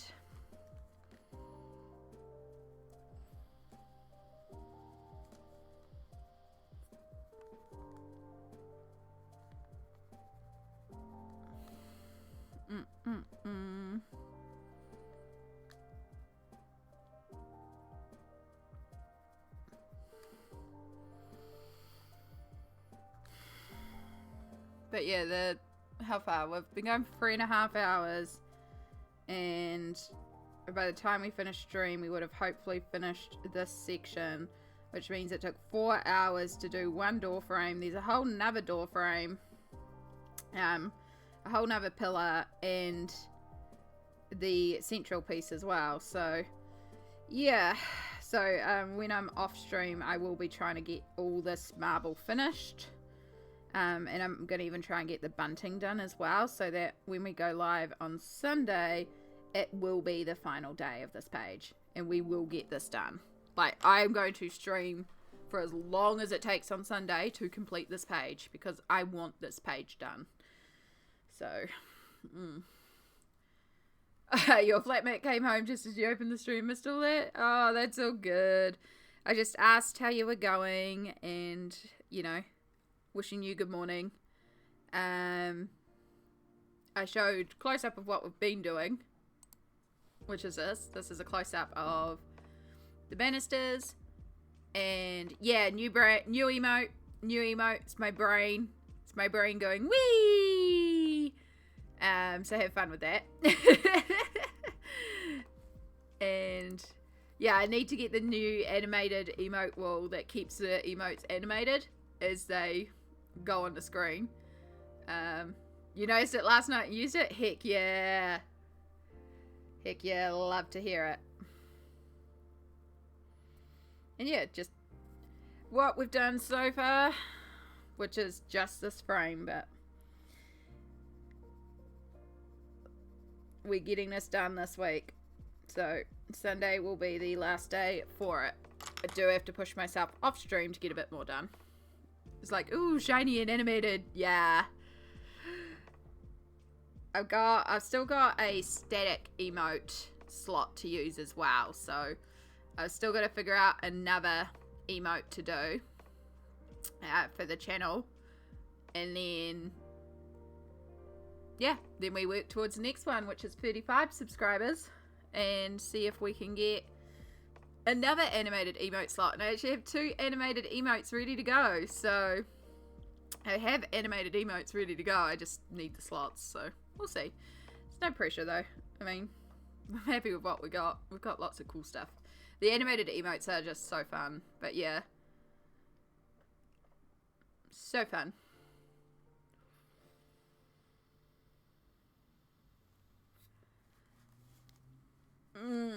It's definitely the final stretch of the page though. Like, I'm glad we did the marble. Like, yeah, it's adding so much time because, like, it took an hour and a bit to baste most of this in the stonework and get it to a point where the stonework was like, yeah, we could have left it just as stone and it would have been done. So about an hour and a half. And then, yeah, we spent another 40 or so minutes doing all the marble technique on top. But the marble technique just adds to it so much. Yeah. Yeah. It really does. It just adds to that feeling of this is a rich person's house. Like, it's just screaming luxury. And especially with, like, the floor as well. Like, I really like it all coming together with this, like, black and white tile, marble, with gold reflex and red walls. I can see this in a house. Yeah. So, and then when we get, like, all the bunting done and stuff like that, like, it really is starting to come together how I kind of envisioned it. Yeah. So, we've got part of the bunting done. We've got the rest of the bunting to do. We've got the rest of the marble. So here, here, here, and then of course in here. But I'll do this side first and then we'll do the middle. I'll work the same across that way. And then once those 2 major things are done, then we're on to finishing details. We're on to, like, the candles and making the candles, finishing off the candles, the actual glow. We're up to, like, the wings can be done now. All these, like, little bits that we've left, like the shirt, the tie, the belt, the bottom of the tablecloth, and then coming in, darkening up some of Houston on the side, and just looking at it overall and going, okay, that needs a bit more shadow, that needs a highlight. So it'll just be those sort of finishing details. So basically, if I can get the marbling and then maybe the banner's done when I'm offline, then when we come in on Sunday, final details, and we will keep streaming until it's done. Even if it takes me 15 hours, we will do a 15-hour stream. Because this is going to be done on Sunday. The next part will be the last part. I'm hoping it won't be a 15-hour all on this page stream. Like, it could still be a 15-hour stream, but it'd be nice to finish it and then be able to start something else. And maybe do some cooking at the desk again.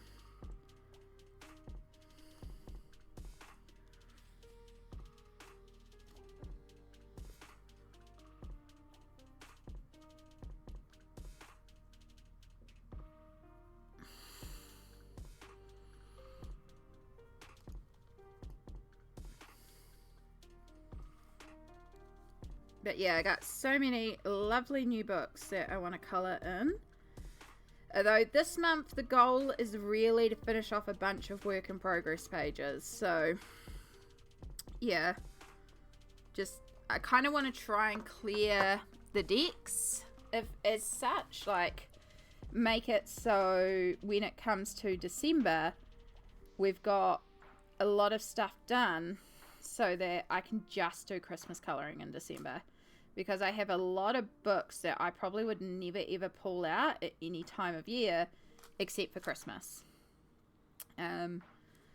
So I want to work in a bunch of those. I have another Kanoko Egusa work in progress page as well that I started in July for midwinter Christmas. So that one's going to be definitely one of the ones we work on. I have a lot of Christmas pages in books as well. There is a ton that we can do during December. So And I may even try and do some extra streams in December. I don't know. We'll probably just, hopefully we'll be feeling well and we can go for it. But yeah, in February I filmed for YouTube my completed, like all my completed pages and my work in progresses. And in that I had 55 work in progress pages. So in the start of the year it was had a few more. So I probably had about 60 at the start of this year work in progress pages. Now my exact total now I can't tell you, but I can tell you from that original 55 in February, 18 remain. So the list is down. So this goal I'm considering achieved because that's a massive reduction. Yes, there's still a few more work in progress pages that are currently in progress, like this spread, for example. I'm never not going to have works on the go, but to get it down to this is really good. And so this parrot spread here, which is 2 pages, and this clothing page in Rooms of Wonder, those two are ones that I worked on last month, and I can see myself finishing them this month too. So that's what I'm going to focus on first. I might try and get this flowers one done too, and Ivy and the Inky Butterfly, because that hasn't got much. And then maybe we'll pull out Worlds Within Worlds and do the copyright page, or the Doll's House page. It hasn't had much done, so I could work on the Doll's House page. And then there's some cool ones in Colouring Heaven too. Creatures of the Night in particular. The Nico Girls one also doesn't have much left to go either. Same with the Gothic Fantasy. Like a lot of these are sort of, the colours are planned, the markers are down. I just have to shade with pencils. So yeah, so that's kind of the goal this month, is just get as much of that done as possible, plus finish off this spread, plus finish off the Patreon Atlantis page, and start on the new Patreon exclusive one as well.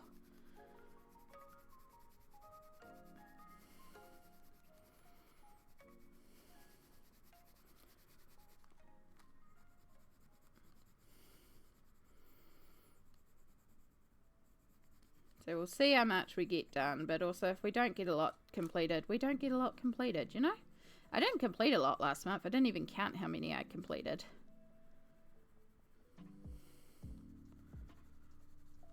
Oh, I forgot to do the blend yellow stage. That's okay. We'll go back in with the yellow in a second.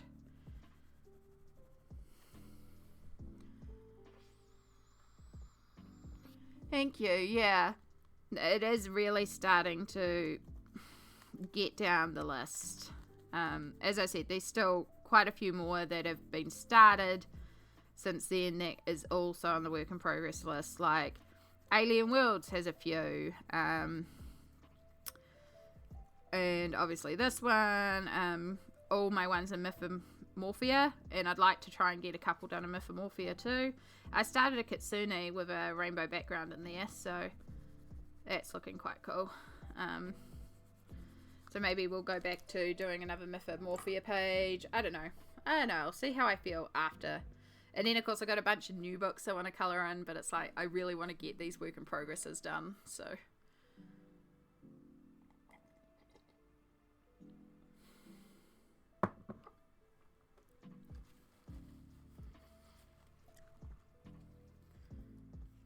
Alright, we need a bit more of our yellow.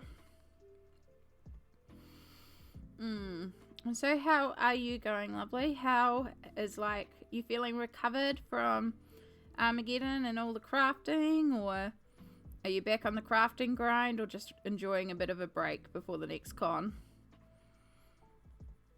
Because there's quite a while until the next one, isn't there? Because I don't think you do Tauranga.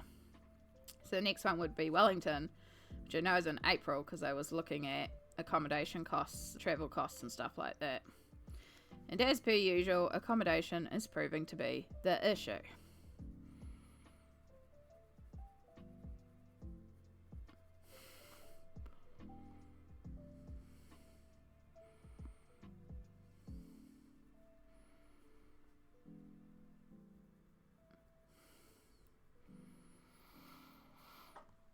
I've been resting up and feeling good now. I love to hear that. Love to hear that.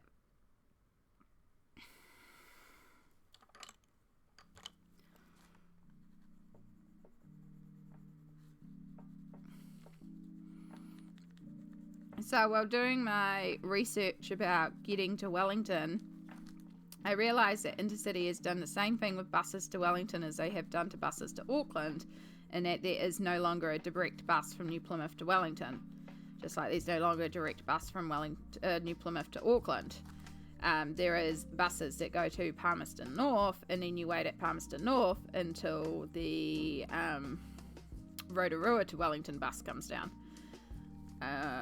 which is cool, except like you can still get there, except now it's like a 10-hour journey because of the wait time. Because the bus to Palmy leaves and gets you up there at 12, but the bus from Palmy to Wellington from Rotorua doesn't get in until 3 p.m. So there is a 3-hour stopover in Palmy. But also that's not the worst thing in the world, because I'm sure I could find something to do for 3 hours in Palmerston North. Yeah, it used to be direct. I've taken the direct one before, so...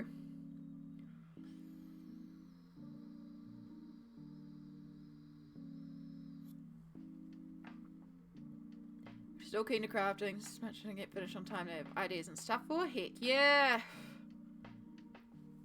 Yeah, Welly to Auckland is 12 hours. Like, so New Plymouth to Auckland is 7. And that's with a half-hour stop at Hamilton. Like, they don't stop at Te Kuiti anymore. They drive straight through to Hamilton. And then that half an hour is your transfer. So it's still the same as going direct to Auckland. It's still the same. They just used to stop at Te Kuiti for half an hour. And now they just go Hamilton and then Hamilton to Auckland. So you're transferring there too. You're transferring on the Rotorua to Auckland one there.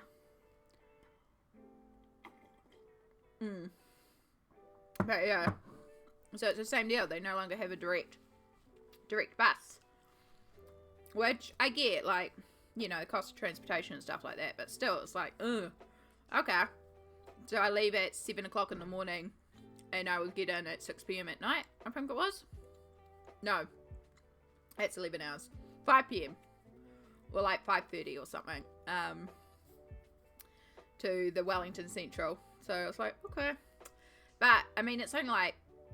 looking at April, it was only like $33 to book that bus. So... yeah, and exactly, it is better than them cutting the routes, so I can still get down there. And like I said, it's not hard to kill 3 hours. Alright, just pack a colouring book and pencils, and I just have to find somewhere to plonk myself down for a while after a good stretch. Colour in. And like with 3 hours, I just wander to like a little cafe or something. Go and sit in a cafe for a while. Have a good coffee, have a vape, have a colour, carry on.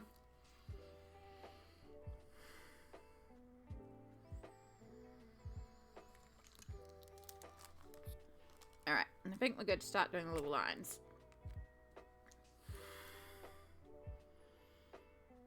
So yeah, it's only Auckland and Wellington that you do, so I am planning on doing the Wellington Armageddon.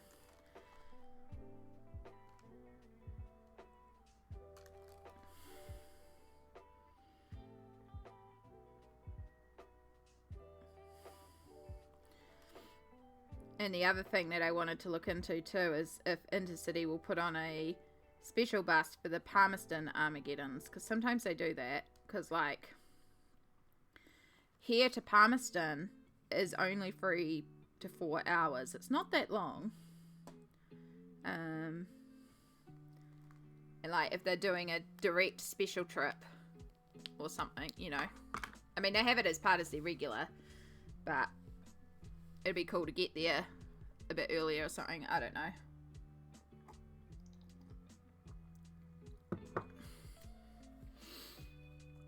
And then I could go to the Palmy one as well. I mean, they have their regular ones, but it would be cool to like go there for a day and then come back in the same day. And then I don't have to worry about accommodation for that one. Because apparently the Palmy one's actually quite good. Like, it's much smaller. But in terms of like walking around and browsing the stalls and stuff like that, a lot easier.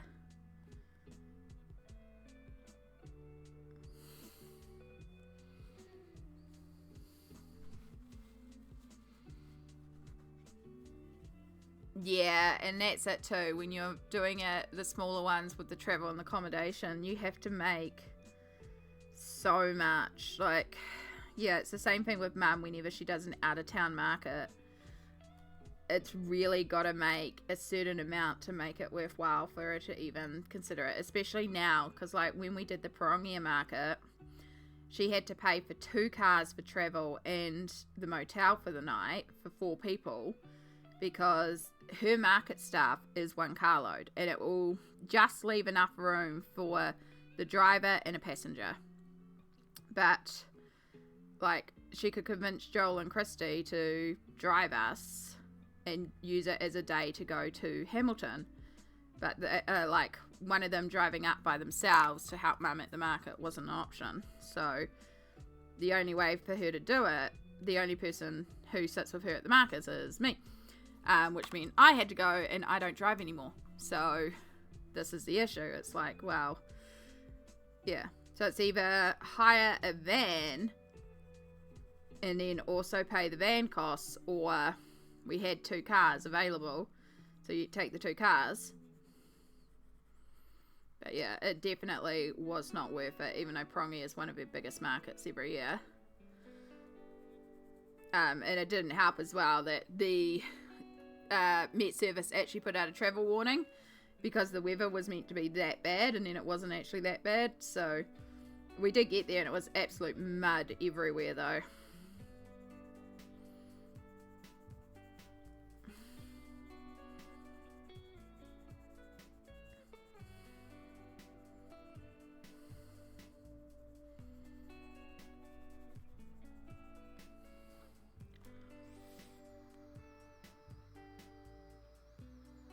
Yeah, no, that makes sense, bud.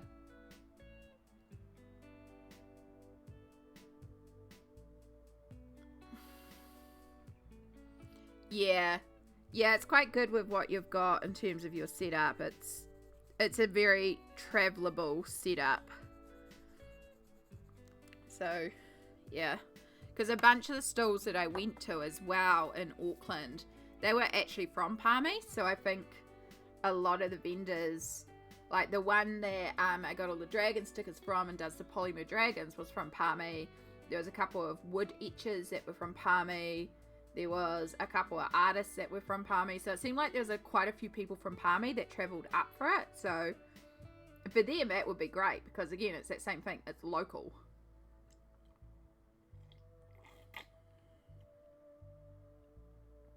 But yeah, Palmy's not going to get the guests or anything like Auckland or Wellington. So yeah, Palmy's not essential, but it's not far.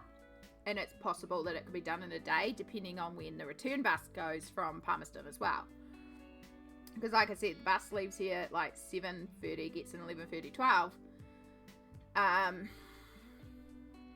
And if there's a bus that left Palmy at like 6, yeah, that's still half a day at Armageddon. Like, that's more than enough.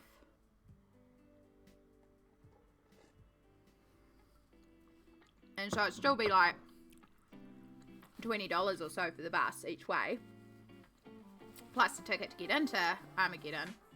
But for a day trip, and like it wouldn't need any luggage except for the walking frame packed, and yeah, just have to like compress the crutches down and chuck them in a backpack or something.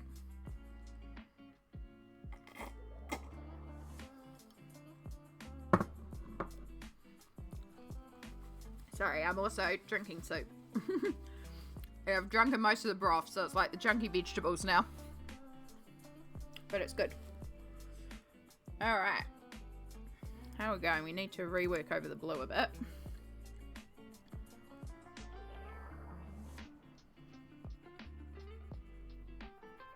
But yeah, Wellington, I definitely want to go to Wellington, because I want to catch up with all my peeps in Wellington.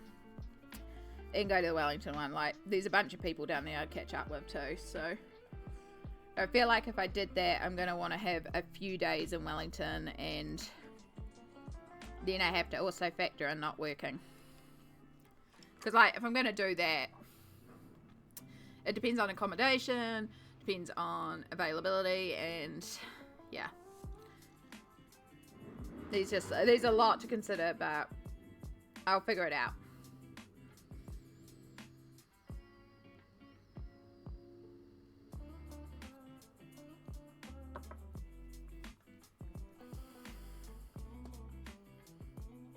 All I know is Christchurch will never ever be an option.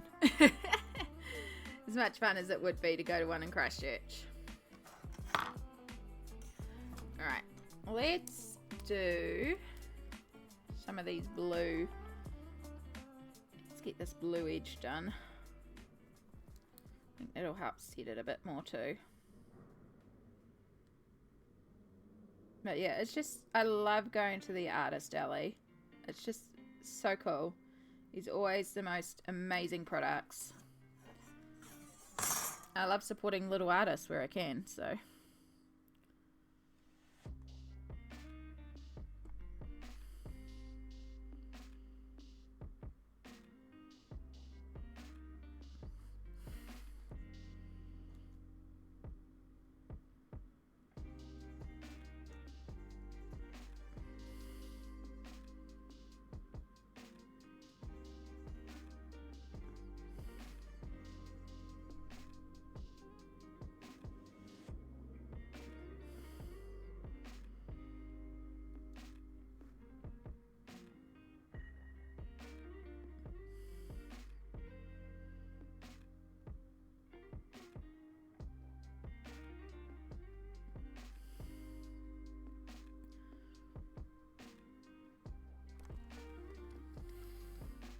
Samsara! Oh, amazingly good trip. Excellent, except for one thing. Oh noes. Oh noes. But welcome back. Welcome back. Hopefully it is actually okay.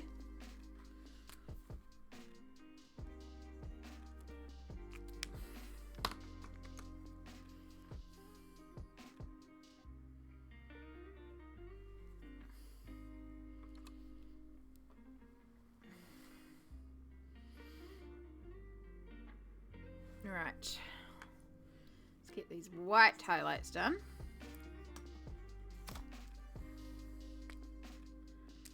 And then we can decide on that additional blue.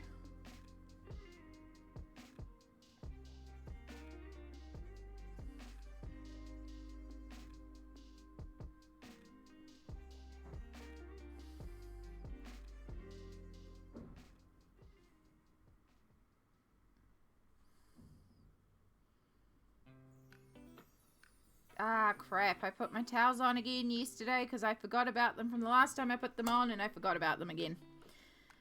I put them on before I went and did the groceries so that they'll be washed and ready to hang by the time I got back from groceries, but then I went to sleep. Ugh. Every time. Washing check, chat. Does anyone have washing in the machine they need to deal with?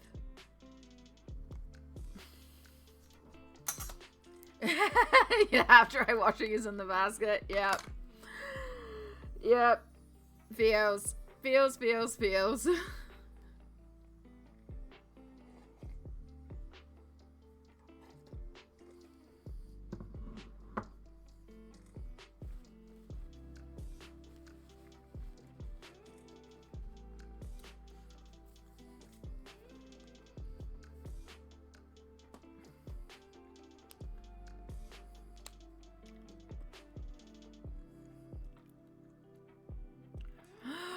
Yay!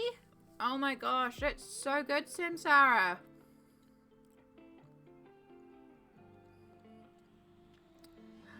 Yay! I'm so excited for you to have faster internet too. I still haven't rung 2 degrees about mine, but yeah, it is in the pipeline that I should bring them because again, it is only $10 more for 3 times the speed, so it's like we might as well. I might as well switch to that plan for $10 more. And because I already have the modem and stuff with them for it, it should just be a straight swap. I just really hate ringing 2 degrees. As you all know.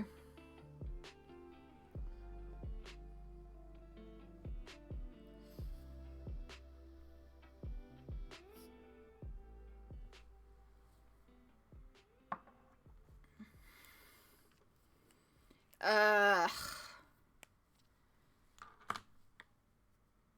Ick. Ick. Ick. Ick. I'm sorry they did name you, hun. That is bull.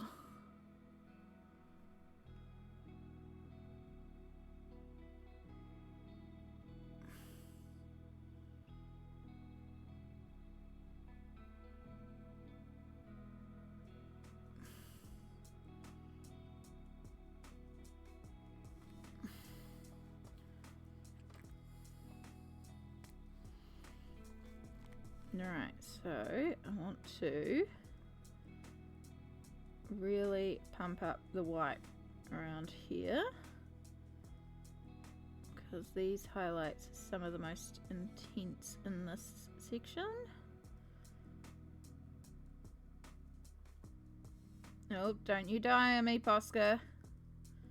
Been using you just fine, and I have a replacement, and I will replace you.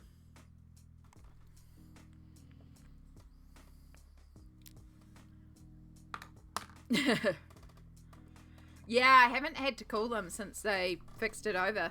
So, the uncapping of my plan that was never meant to be capped and the switching of the modem has been fine. There's been little blips every once in a while, but usually if I just reset the router, it fixes it. So I just think it's being a bit overwhelmed or, you know, usual.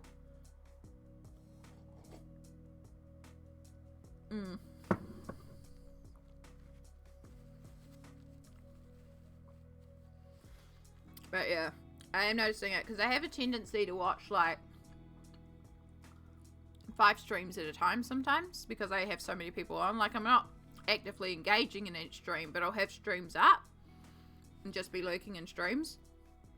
And yeah, I can't. It's too much down. And then having the faster upload speed. I mean, YouTube videos be so much easier.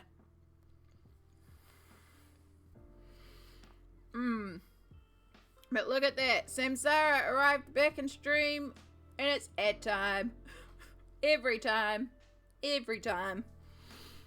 I do need a stretch so I can feel my hands are cramping up and I'm a bit hesitant to do the next thing of blue until I give my hands a good stretch. I also have to get this hair out because it's giving me such head pain today.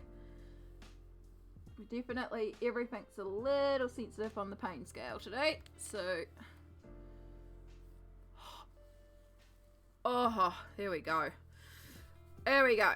Alright, so we are going to do our self-care stretches. It is that time.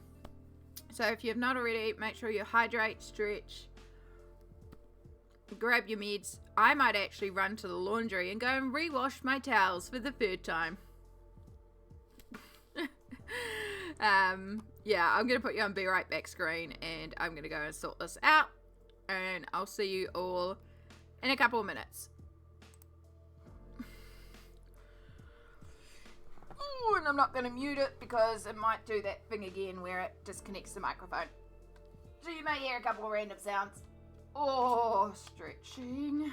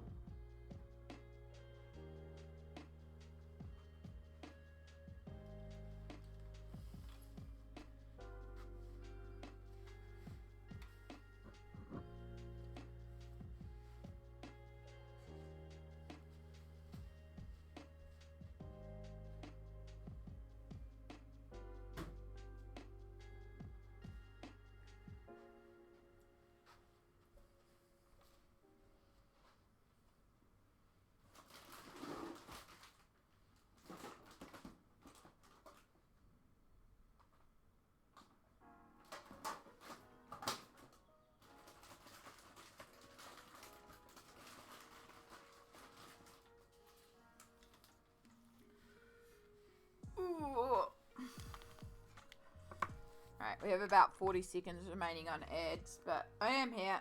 I'm just stretching. Laundry be on.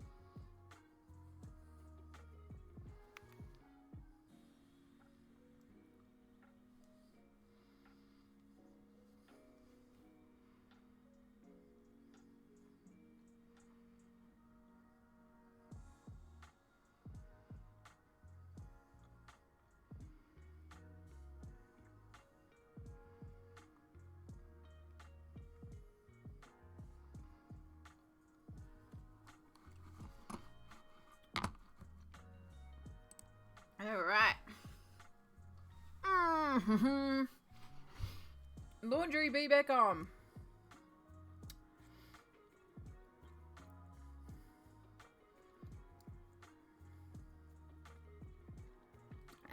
Sammy, I don't know if you heard before, but I don't think you were here when I was chatting about it. So, for context, yesterday I got an email from rheumatology for the wrong Amy. Yeah, not great. But I have been waiting on, well, I had a letter sent from my doctor saying that I needed to see my rheumatologist because I've been experiencing loss of sensation in my hands, and she suspects carpal tunnel related to my ankylosing spondylitis. So, and she's like, I can't send you for MRIs or do any of the specialty stuff. We need your specialist. So let me just send a letter to your specialist and saying, hey, I think she needs a review.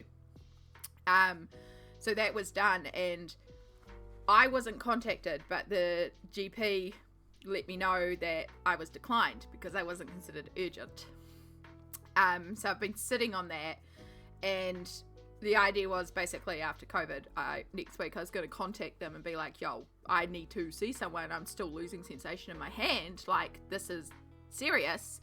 But then yesterday I got the email from the clinical nurse for the wrong Amy. So I emailed back and I'm like, don't think you've got the right Amy here.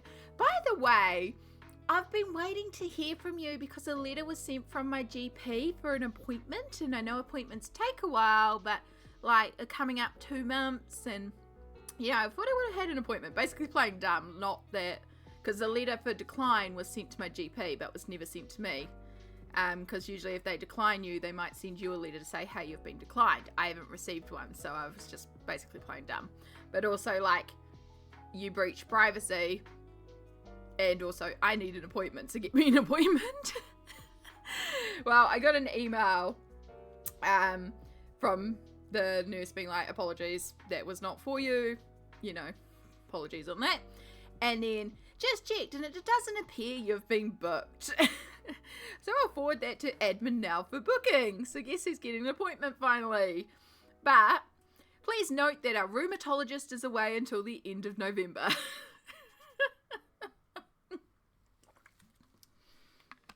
Yeah, because again, one rheumatologist. Not even technically one, because the rheumatologist for Taranaki works part-time, and the other 2 are locums that come up very irregularly. So, yeah. So I'm not surprised. And because the rheumatologist is away till the end of November, it's probably going to be January, because it'll be mid-December before there's slot free, but then we're on the Christmas New Year shutdown. So, yeah, it probably won't be until January. But it's a start. Ghost. Ooh. I think that's meant to be a tongue.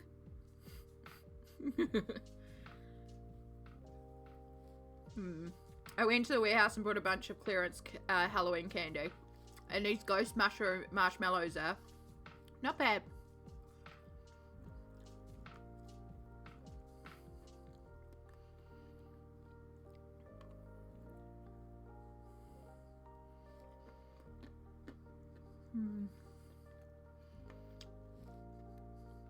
I got a bunch of gummies too. Not that I need more candy, but just lives in the box. It'll get eaten eventually. Hey, it's Mummy! Hi, Mummy. I'm eating a marshmallow ghost. How are you going? It's good to see you.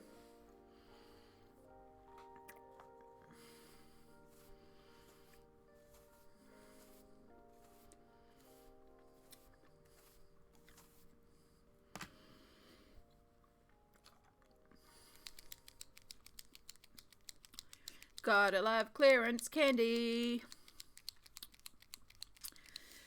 Alright. Scary times. Things that hurt my hands. Especially today. Oh.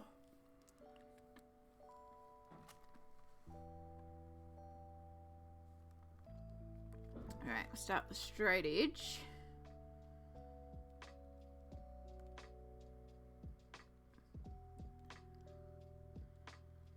Please cooperate, hands. Please cooperate.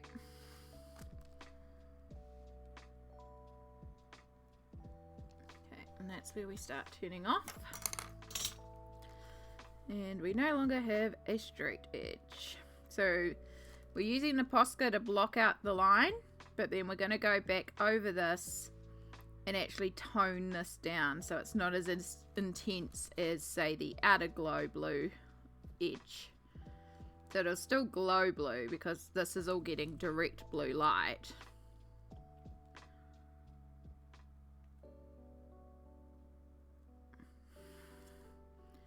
And then we'll also extend our glow a little bit towards the edge. And then this one door frame is done. And then there's just one more pillar and one more door frame in the centre of just the marble. Just want to sleep all day and night at the moment. Damn allergies, right? I've been sniffly all stream again. A little bit of that is because I'm still a little under the weather. But the allergies as well are definitely affecting me.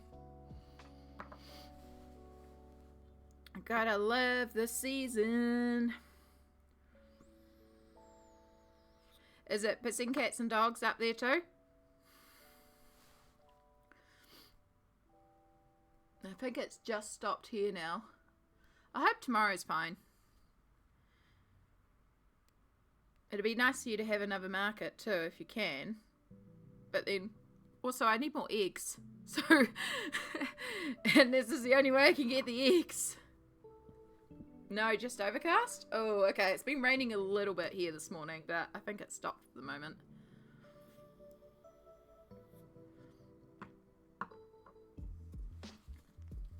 It's supposed to rain until 1 PM tomorrow. Damn it!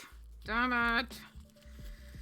I couldn't afford eggs at the supermarket. They were so expensive, so I was really hoping Barbara was there and I'd be able to buy some off her.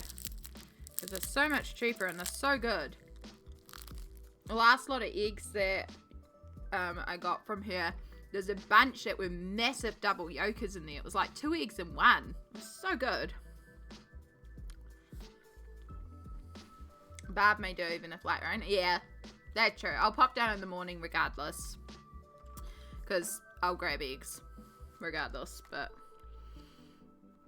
yeah.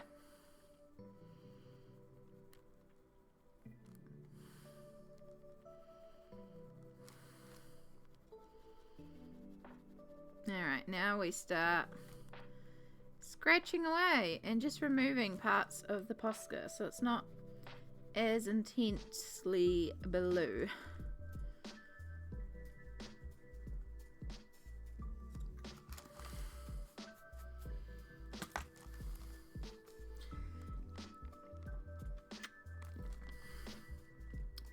Yeah, no, if it's like wet, you can't because you can't get the scooter wet. So, So, that's all good. if you can just arrange for Caleb to drop the stuff off to me when he drops you off on Sunday, that would be appreciated. And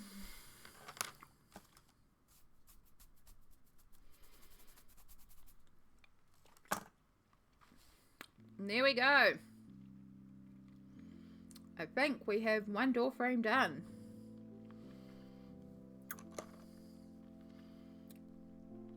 No worries, hon. I know you got to take care of it.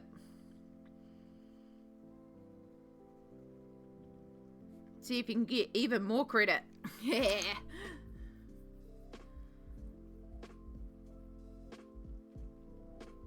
I should have you to deal with my internet company and then I don't have to ring them. I just hate ringing internet companies. Too much trauma from having to do it so much for all the technical difficulties that we had.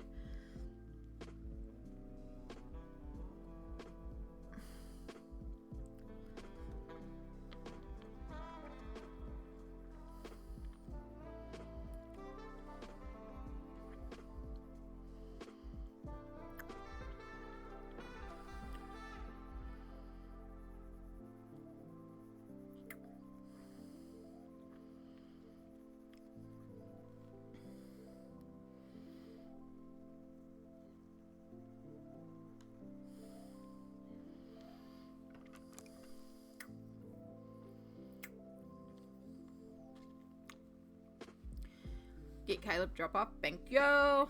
Thank you. Thank you. My hair is molting everywhere now. I'm taking it out of the hair ties. Alright. So that's looking good. So I still got to clean up the clouds, reline the tree, and finish the actual back wings in there. But at least we've got that section complete in terms of the marbling. I do really like the effect of the marble. Like, I think the marble is looking pretty good, if I do say so. Very rich and opulent.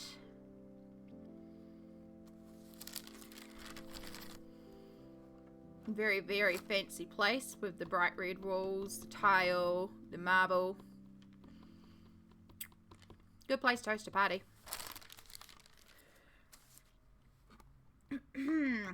Alright, let's switch it up to this side.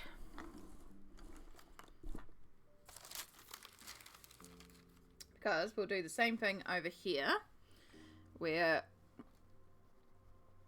we'll start by erasing all my light guidelines that were here for the background.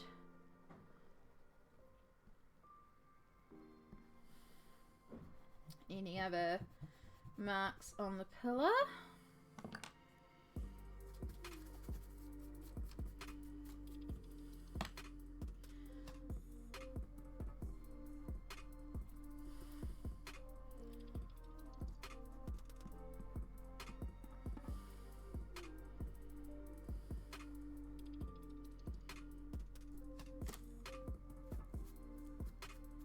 Alright, we are going to have to go in there with the electric eraser for some of these.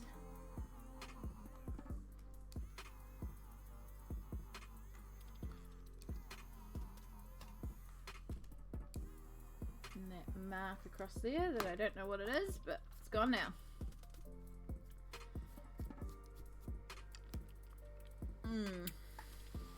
Looking good, thank you. Really, really liking it. Again, it's taken a long freaking time, but home stretch. Home stretch. Alright, so this side we've got extreme dark up here and then our mid here. So we're probably doing a warm grey 4 to warm grey 3 around here for our sort of base tones. And then we'll start bringing the warm grey 2s to 1 around here. 3 to 1, because in here is definitely 2 and 1.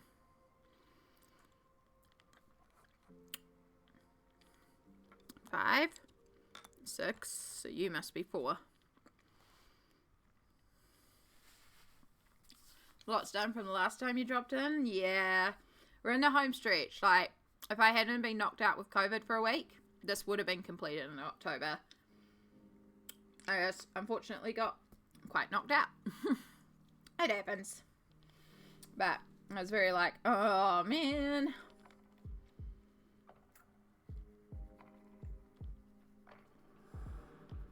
Because I really, really wanted to be done with this in October. And again, if I hadn't have gone for doing the marble on the pillars, I possibly could have.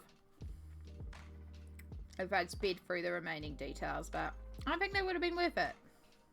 Because I like how it looks with all the little details.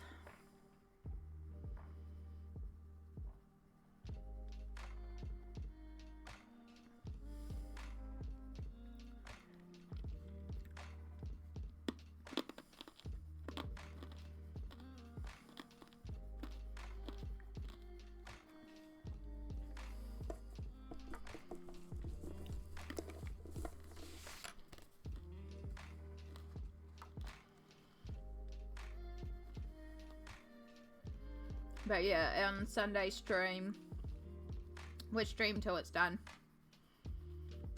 It's injection day. I will take my injection early at D&D. So by the time I start stream, it will be kicking in. And then we're going to go for it on Sunday. And we're going till it's done. So, yeah. Could be a long one.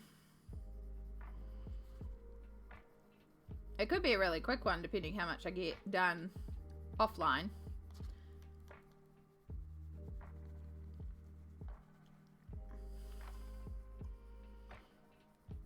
But knowing everything else I want to... Knowing everything else I want to get done. It's going to be a bit.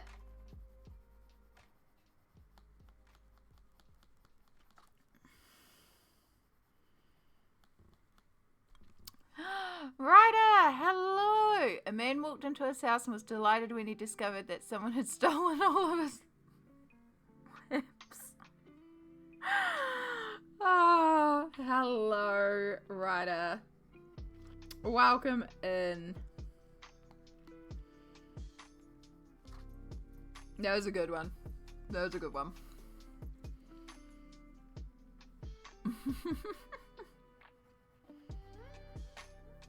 Hey, how you going today? It's good to see you.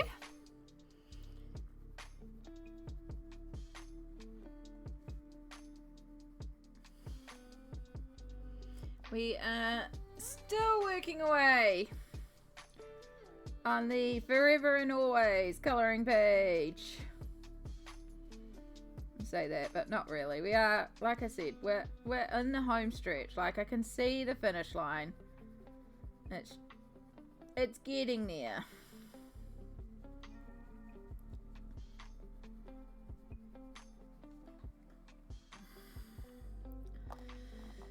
Alright, and then warm grey free.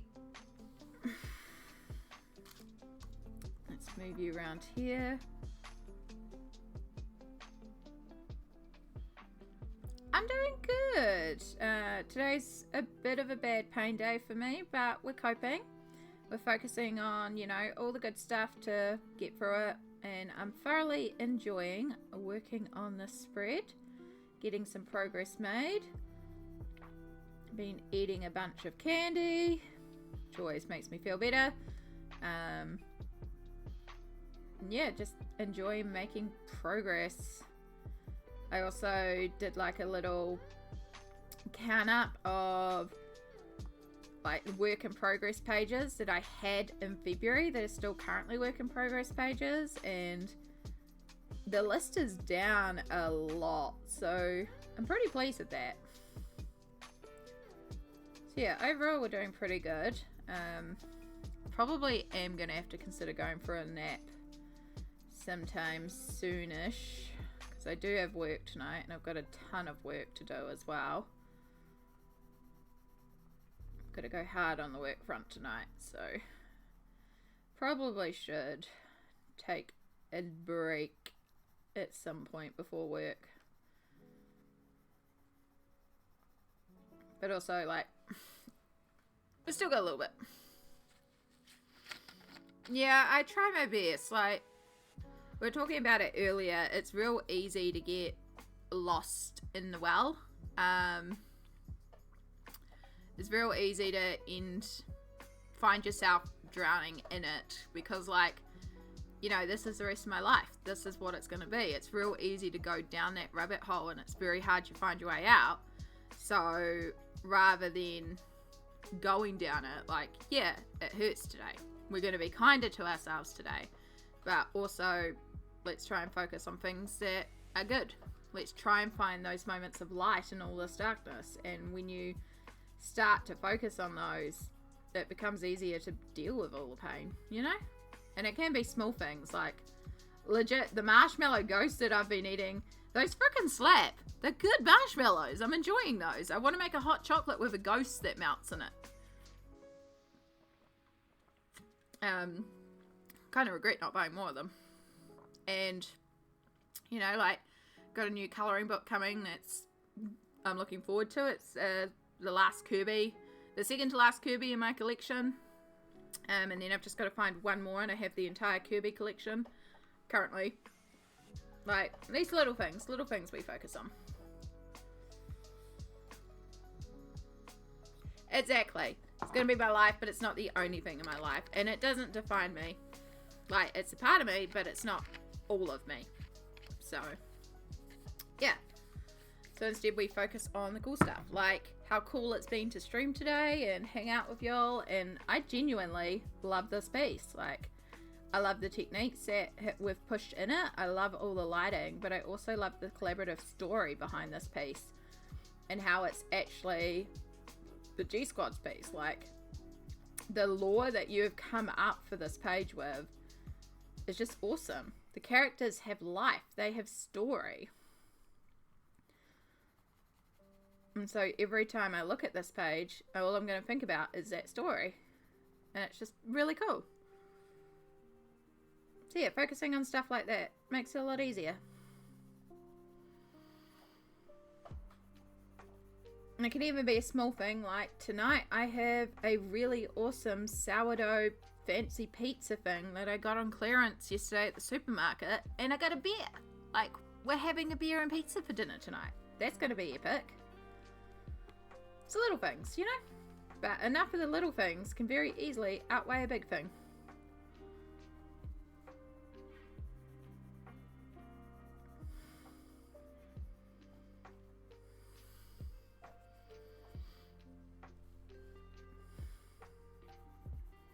Yeah, and if I decide I don't want to do pizza, I have a bunch of really beautiful battered fish in the freezer. I can do in my air fryer, and I can go and buy some hot chips. Or I could go and buy fish and chips, but honestly the fish is kind of manky sometimes from that place, but their chips are all good. So I just go and buy a scoop of chips. Just do my own fish and do a nice salad with it. It's quite tasty. Either way, we're doing something delicious for dinner tonight.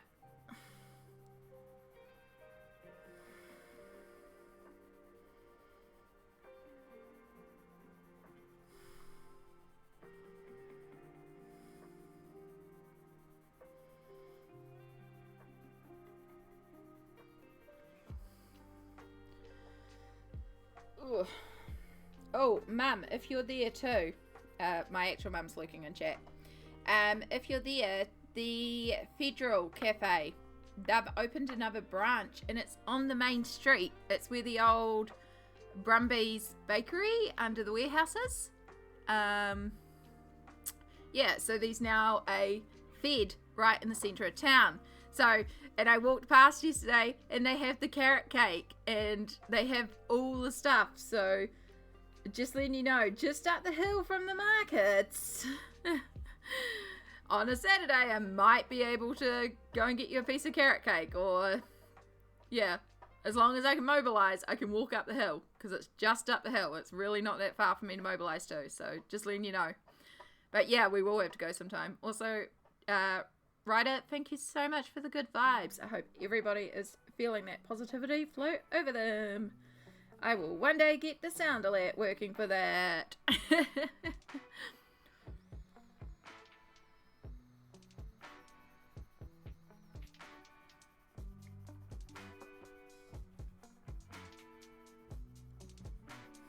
So yeah, it's a little storefront, so it's not really designed that you sit and eat there necessarily.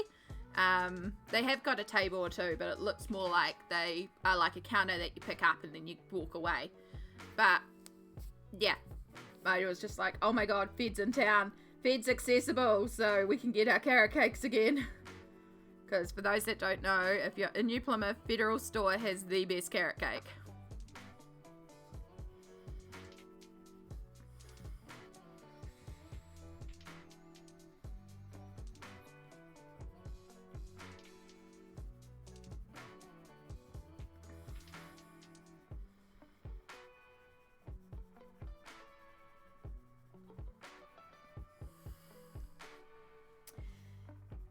I love a good carrot cake.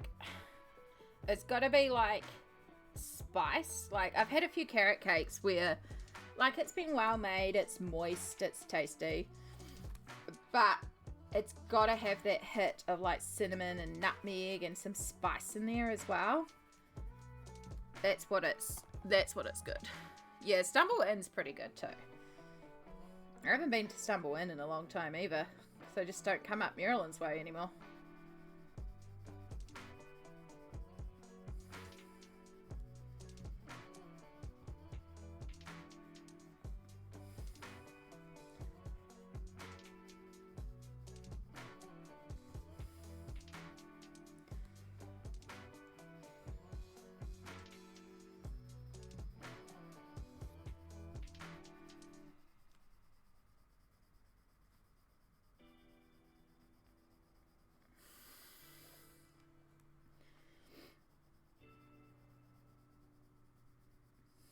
If I could be bothered baking, I would actually make one myself. But also, that means I have to remove all the baking tins from the oven, give the oven an actual clean, and then turn on my oven, because I never ever use my oven.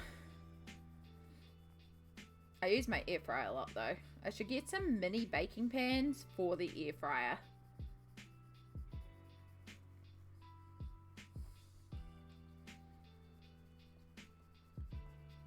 Like little mini loaf pans or something like that, so I can just cook like a couple of things at once. I thought about making some cookie dough and then like freezing it in individual cookies so that I can just pull them out, like wrap them carefully in tin foil, and then you pull it out of the freezer, open up the tin foil and lay it out flat, and that becomes the baking sheet to put the cookie in the air fryer.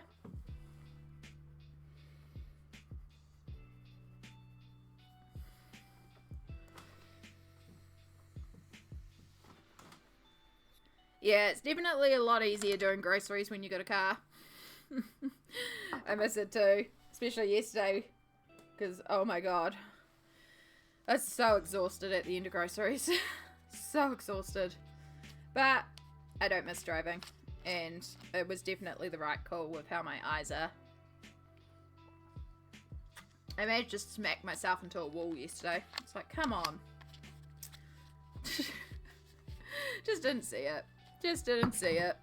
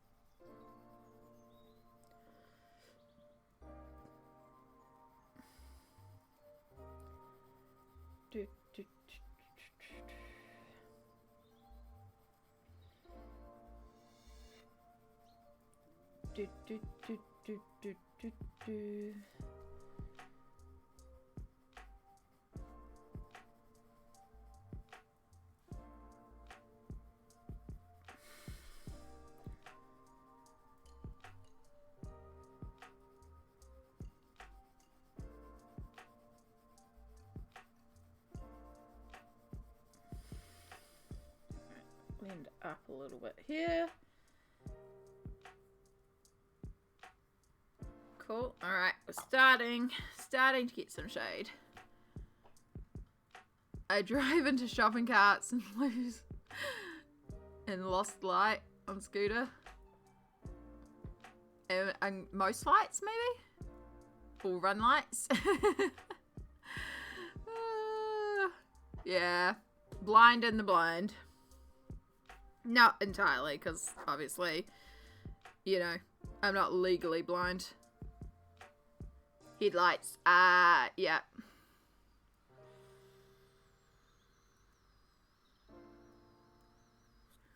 That makes sense.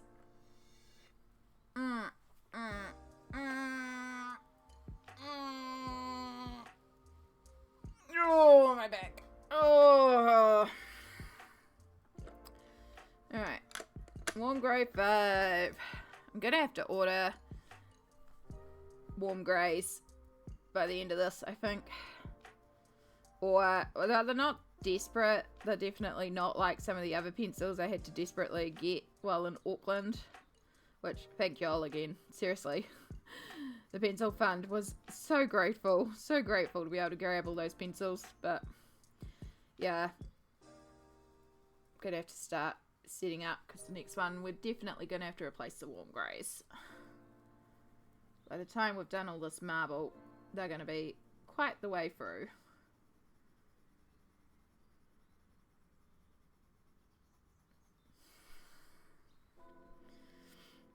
And then once that's done, the next big set that I really want to go for is the Carandash Pablos, because from everything I've read and talked to, they work as a good supplementary set to the Polychromos, which is what I mostly use, which means we can extend our colour range, which is something I've been struggling with a little bit. They still don't have a massive range of purples, but they do have some really beautiful pastels in there. Especially like the light blues, and there's a couple of mint greens. There's a couple of really beautiful lights in that set, and then they've got like blue greys and green greys and brown greys, which are different to the greys I have. So it's a really good extension set, which is why it will be a really good addition to the collection when we can save up for it.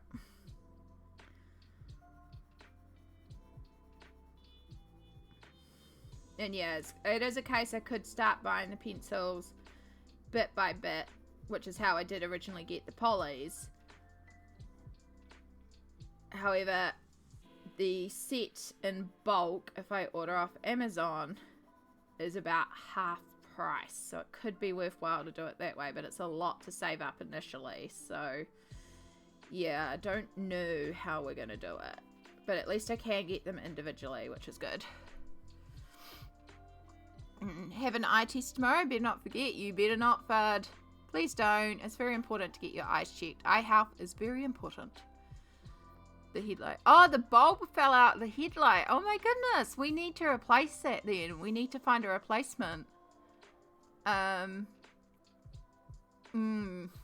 You don't have the exact model number, the model of the scooter, do you? Because I could probably look online to find your replacement head bulb and order you it online. Like, we could probably get it online. I just need to know what type of scooter it is to see if I can find the manual to see what specific type of light it needs.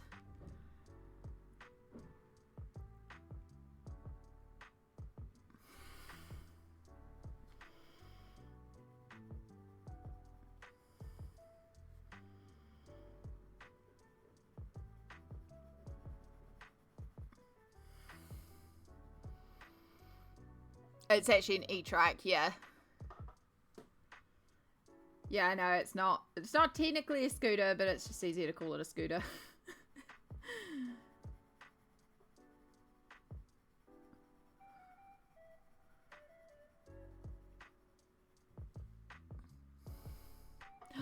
Marilyn, darling, hello. How are you? I'm doing okay. We're having a bit of a pain day today, but we're coping, you know? and we're keeping on. Doing well considering. But how are you going? It's lovely to see you. Yeah, it's just an old import. If we can, next time you're at the market, remind me, because you know what my brain's like, Mum. Remind me, and I'll see if I can find, like, it's got to have the information printed somewhere on it. And then if I can get what the actual model number is or what it is, we can find the manual to find the components, and then I can find the headlight online. Like, it won't be an issue to find the headlight, we just need to know what type of headlight bulb it is, because it'll be a specialty bulb. It won't just be something we can just pick up at the supermarket, you know? But we can get it on. I'm playing with my iPad and on its board. It's doing well. Went to the doctor today. Got a clean bill of health. How's? Yes, Marilyn, darling. That is wonderful. I love when that happens.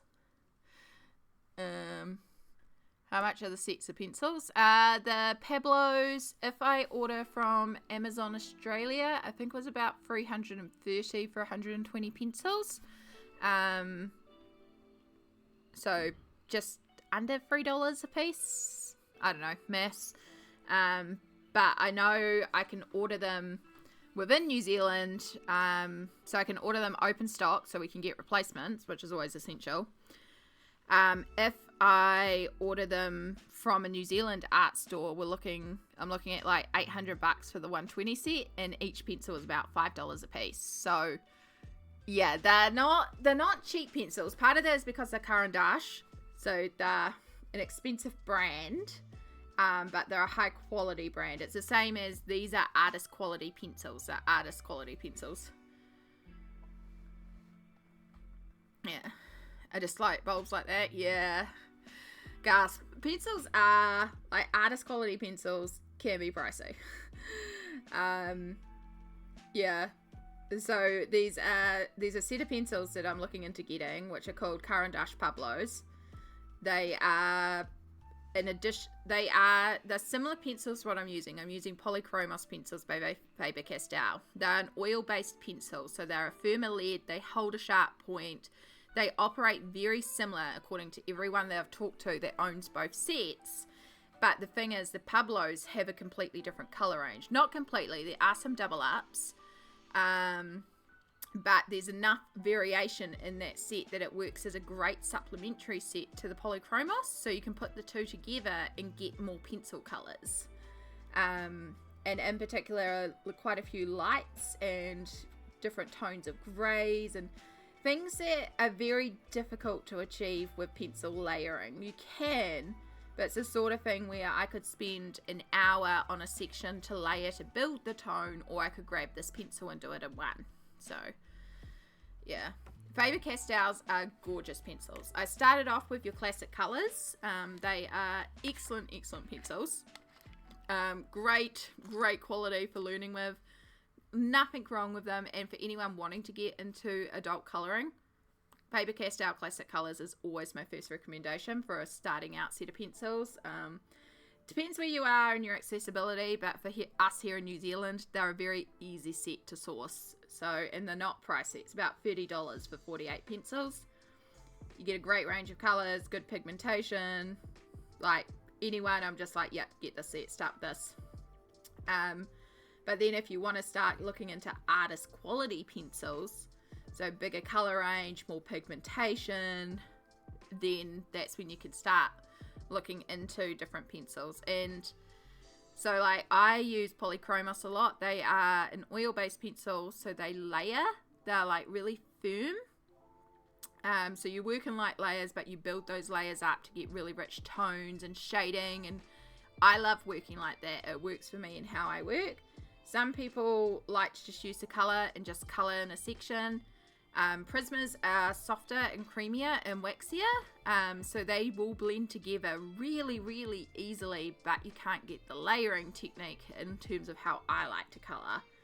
So it depends how you want to colour as to what pencils suit you. But for me, I love my Polys, I love my Faber-Castells, but I have issues with the colour range because there's not enough purples, there's not enough light tones, there's not enough greys. Like, The 120 is wonderful, but I wish they would expand on some of the colours.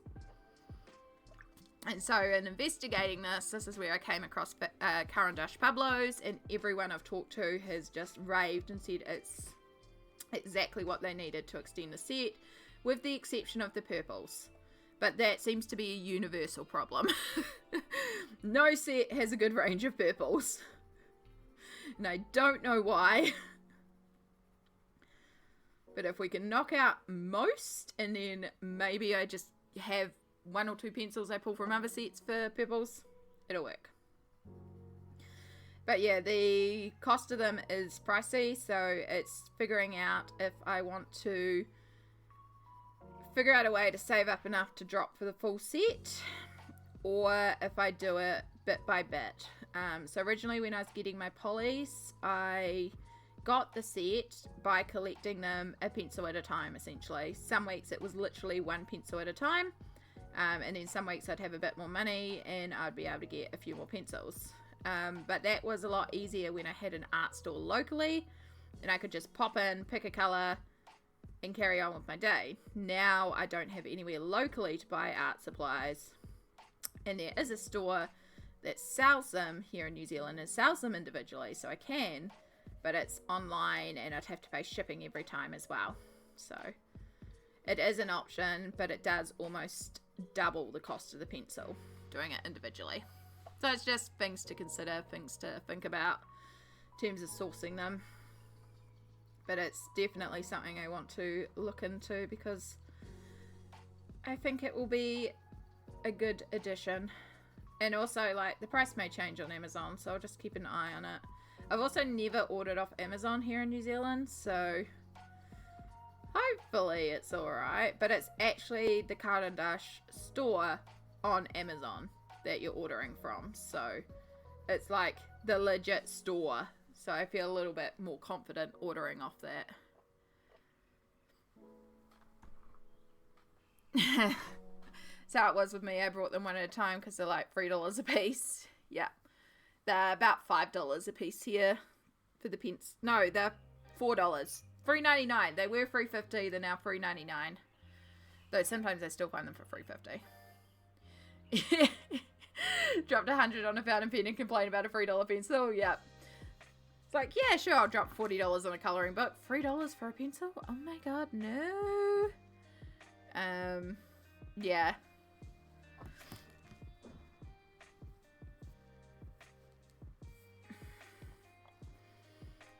It's that perception thing, eh? Like, $6 for your fancy coffee. Sure, 99 cents on this mobile game? No, thank you.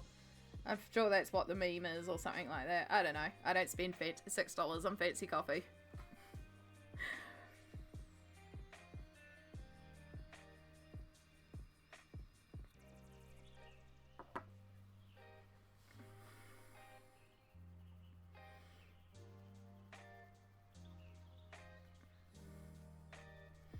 But yeah, the Pablos at least aren't the Caran d'Ache Luminance pencils, because those pencils, the cost of those pencils, but those are considered some of the best pencils in the world. So one day I want to try Luminance. One day. But for example, each pencil individually, keeping in mind polys are about $3.50, each pencil is $9.50. For a single pencil. Yeah. Caran d'Ache is very pricey though, but you're paying for quality. I have a couple of the Caran d'Ache Neo colors, the water soluble ones, which are crayons that you color with and then you can activate in terms of the background. So pigmented though, and that's why they're so expensive, is because there is minimal fillers in there. It is pigment. It is permanent. It is light fast.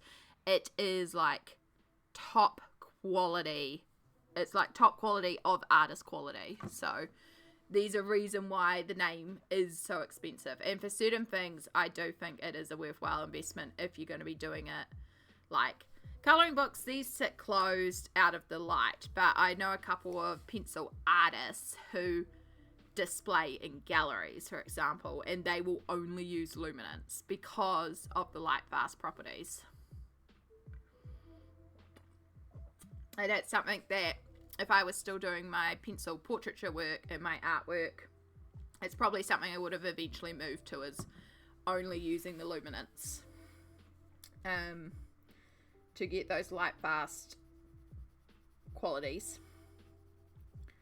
But with me working mostly in colouring books, it's not so much of an issue, as long as it's like acid free and preserver, like, will keep long term, which these closed, these will keep.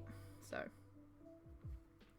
but yeah, it's the pigmentation of it is just fantastic. However, I wouldn't buy, like, you can get I see a lot of people using Neocolor on the internet. They have like a specialized Caran d'Ache palette that they will scribble onto and then pick it up like watercolor, which is a great technique, but I'm like, I'm not spending $45 for a Caran d'Ache branded palette when I can go to the $2 shop and buy a chopping board that does the exact same thing for $2. Like, priorities here.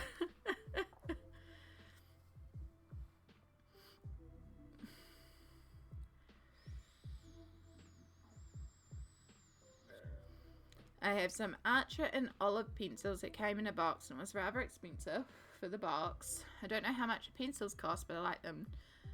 They're just normal pencils. I think they are worse than Caran pencils and better than crayon. Yep. In the scale of things. Yep. And at the end of the day, like, as long as the supplies work for you, that's the main thing. Like, again, polys work for me. I have the full range of polys. I can still keep working with the polys. It's just the colour range is starting to get a bit limiting for some of the things that I want to try and do. So I've just been looking at a way to extend the colour range. And, like, there's no point in me buying new sets. There's no point in me, like, a lot of people are like, oh, the Arctic, I don't know. I can't get them in New Zealand. And people are like, oh, these ones are really good. Or Brute Fruner, that's what I hear a lot, is the Brute Fruner. Apparently they come in like 520 colours. Like, colour range is amazing. Everyone's like, oh my god, these are just like my Prismas. They're creamy, they're soft. And I'm like, well, I don't, like, I use my Prismas.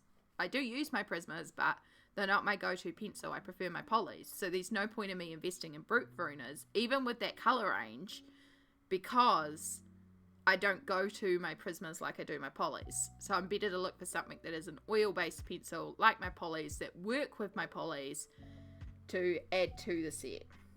I mean, that being said, I have been using, like, I have got one of the Prismas out because I've been using it on this page to help out with some of the blue glow reflex.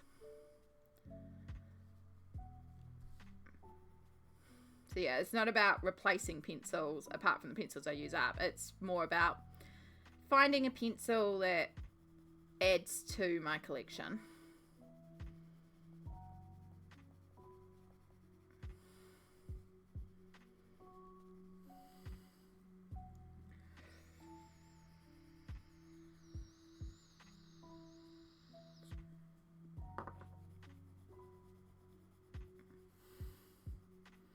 Misplaced the sharpener? No!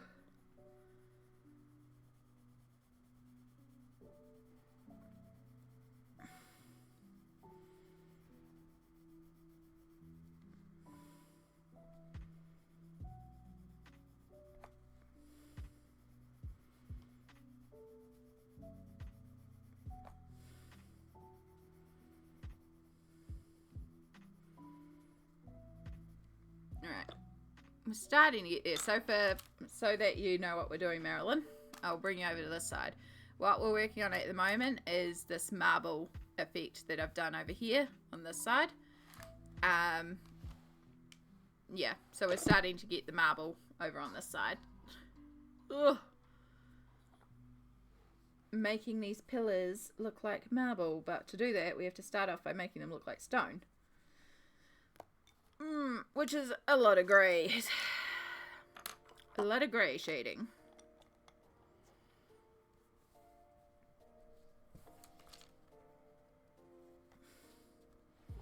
which we ain't going to finish today because probably coming up to the end of what I can physically stream today, just because we are going to do our self-care.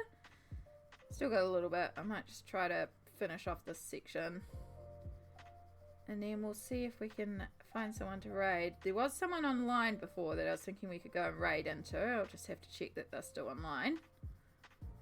They usually stream for quite a bit, especially if they're having a good time, so they could be live still. We'll find out.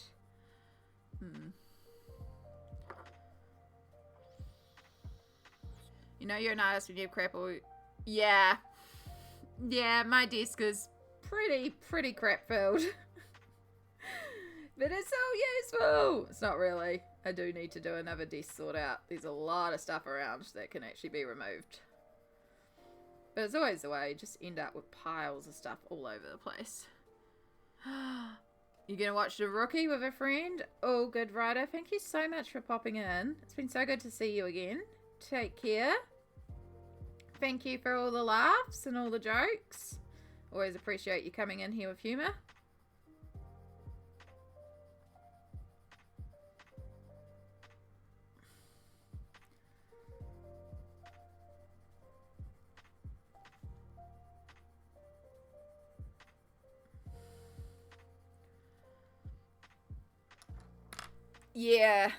Yeah, we decided to go for the marble. It's slowed it down again, but I think it's worth it. Like, it just adds to the opulence of this place, really. Like, this is Sir Bobbington III's manor in the annual Halloween party. Of course it's full of opulence.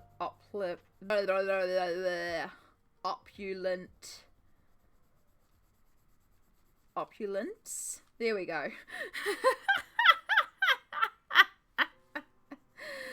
Oh god, we're definitely getting to that point.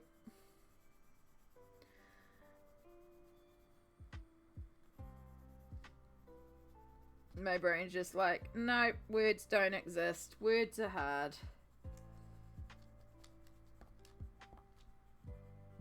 Oof.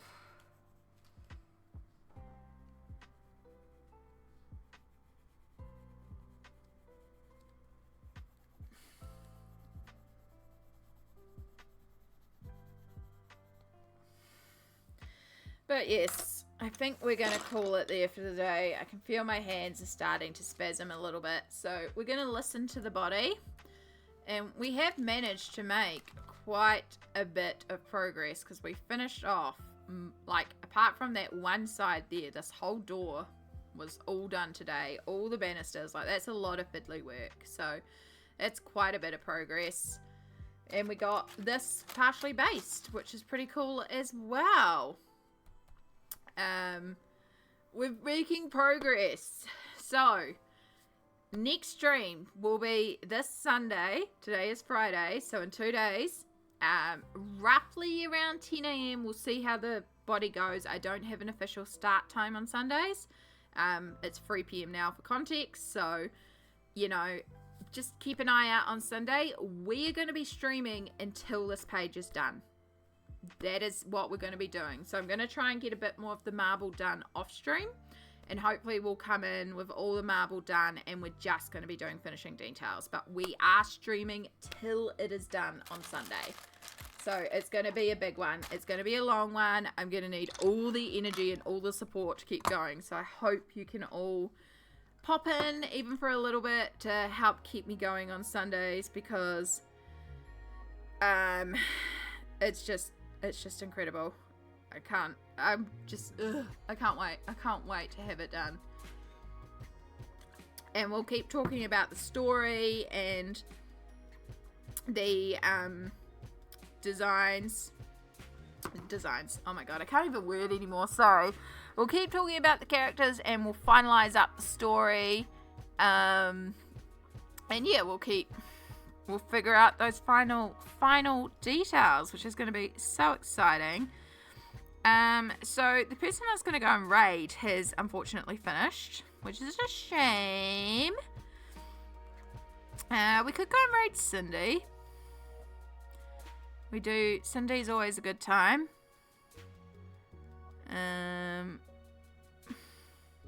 Let's just have a quick search and see if anyone else is colouring, because you never know. You never know. Bunch of videos. Ooh. Okay, I don't know who you are, but I need to go and follow you because it looks like you're a colorist. Okay, cool. I'll check that out afterwards. I must find all the colorists on Twitch.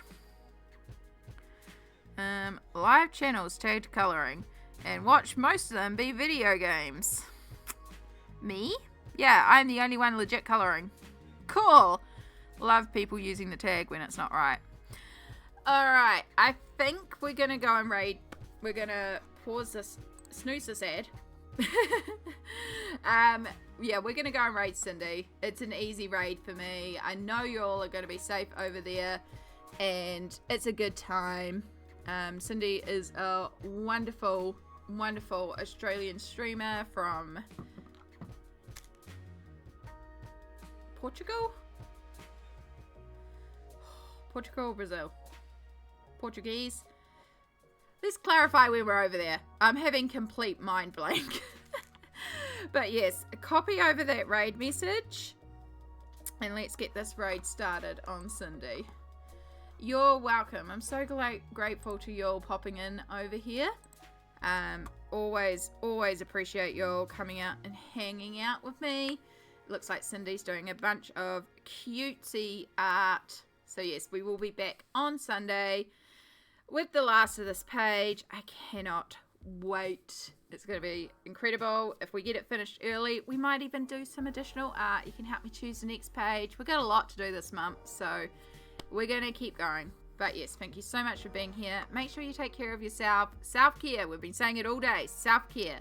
And I'll see you all on Sunday.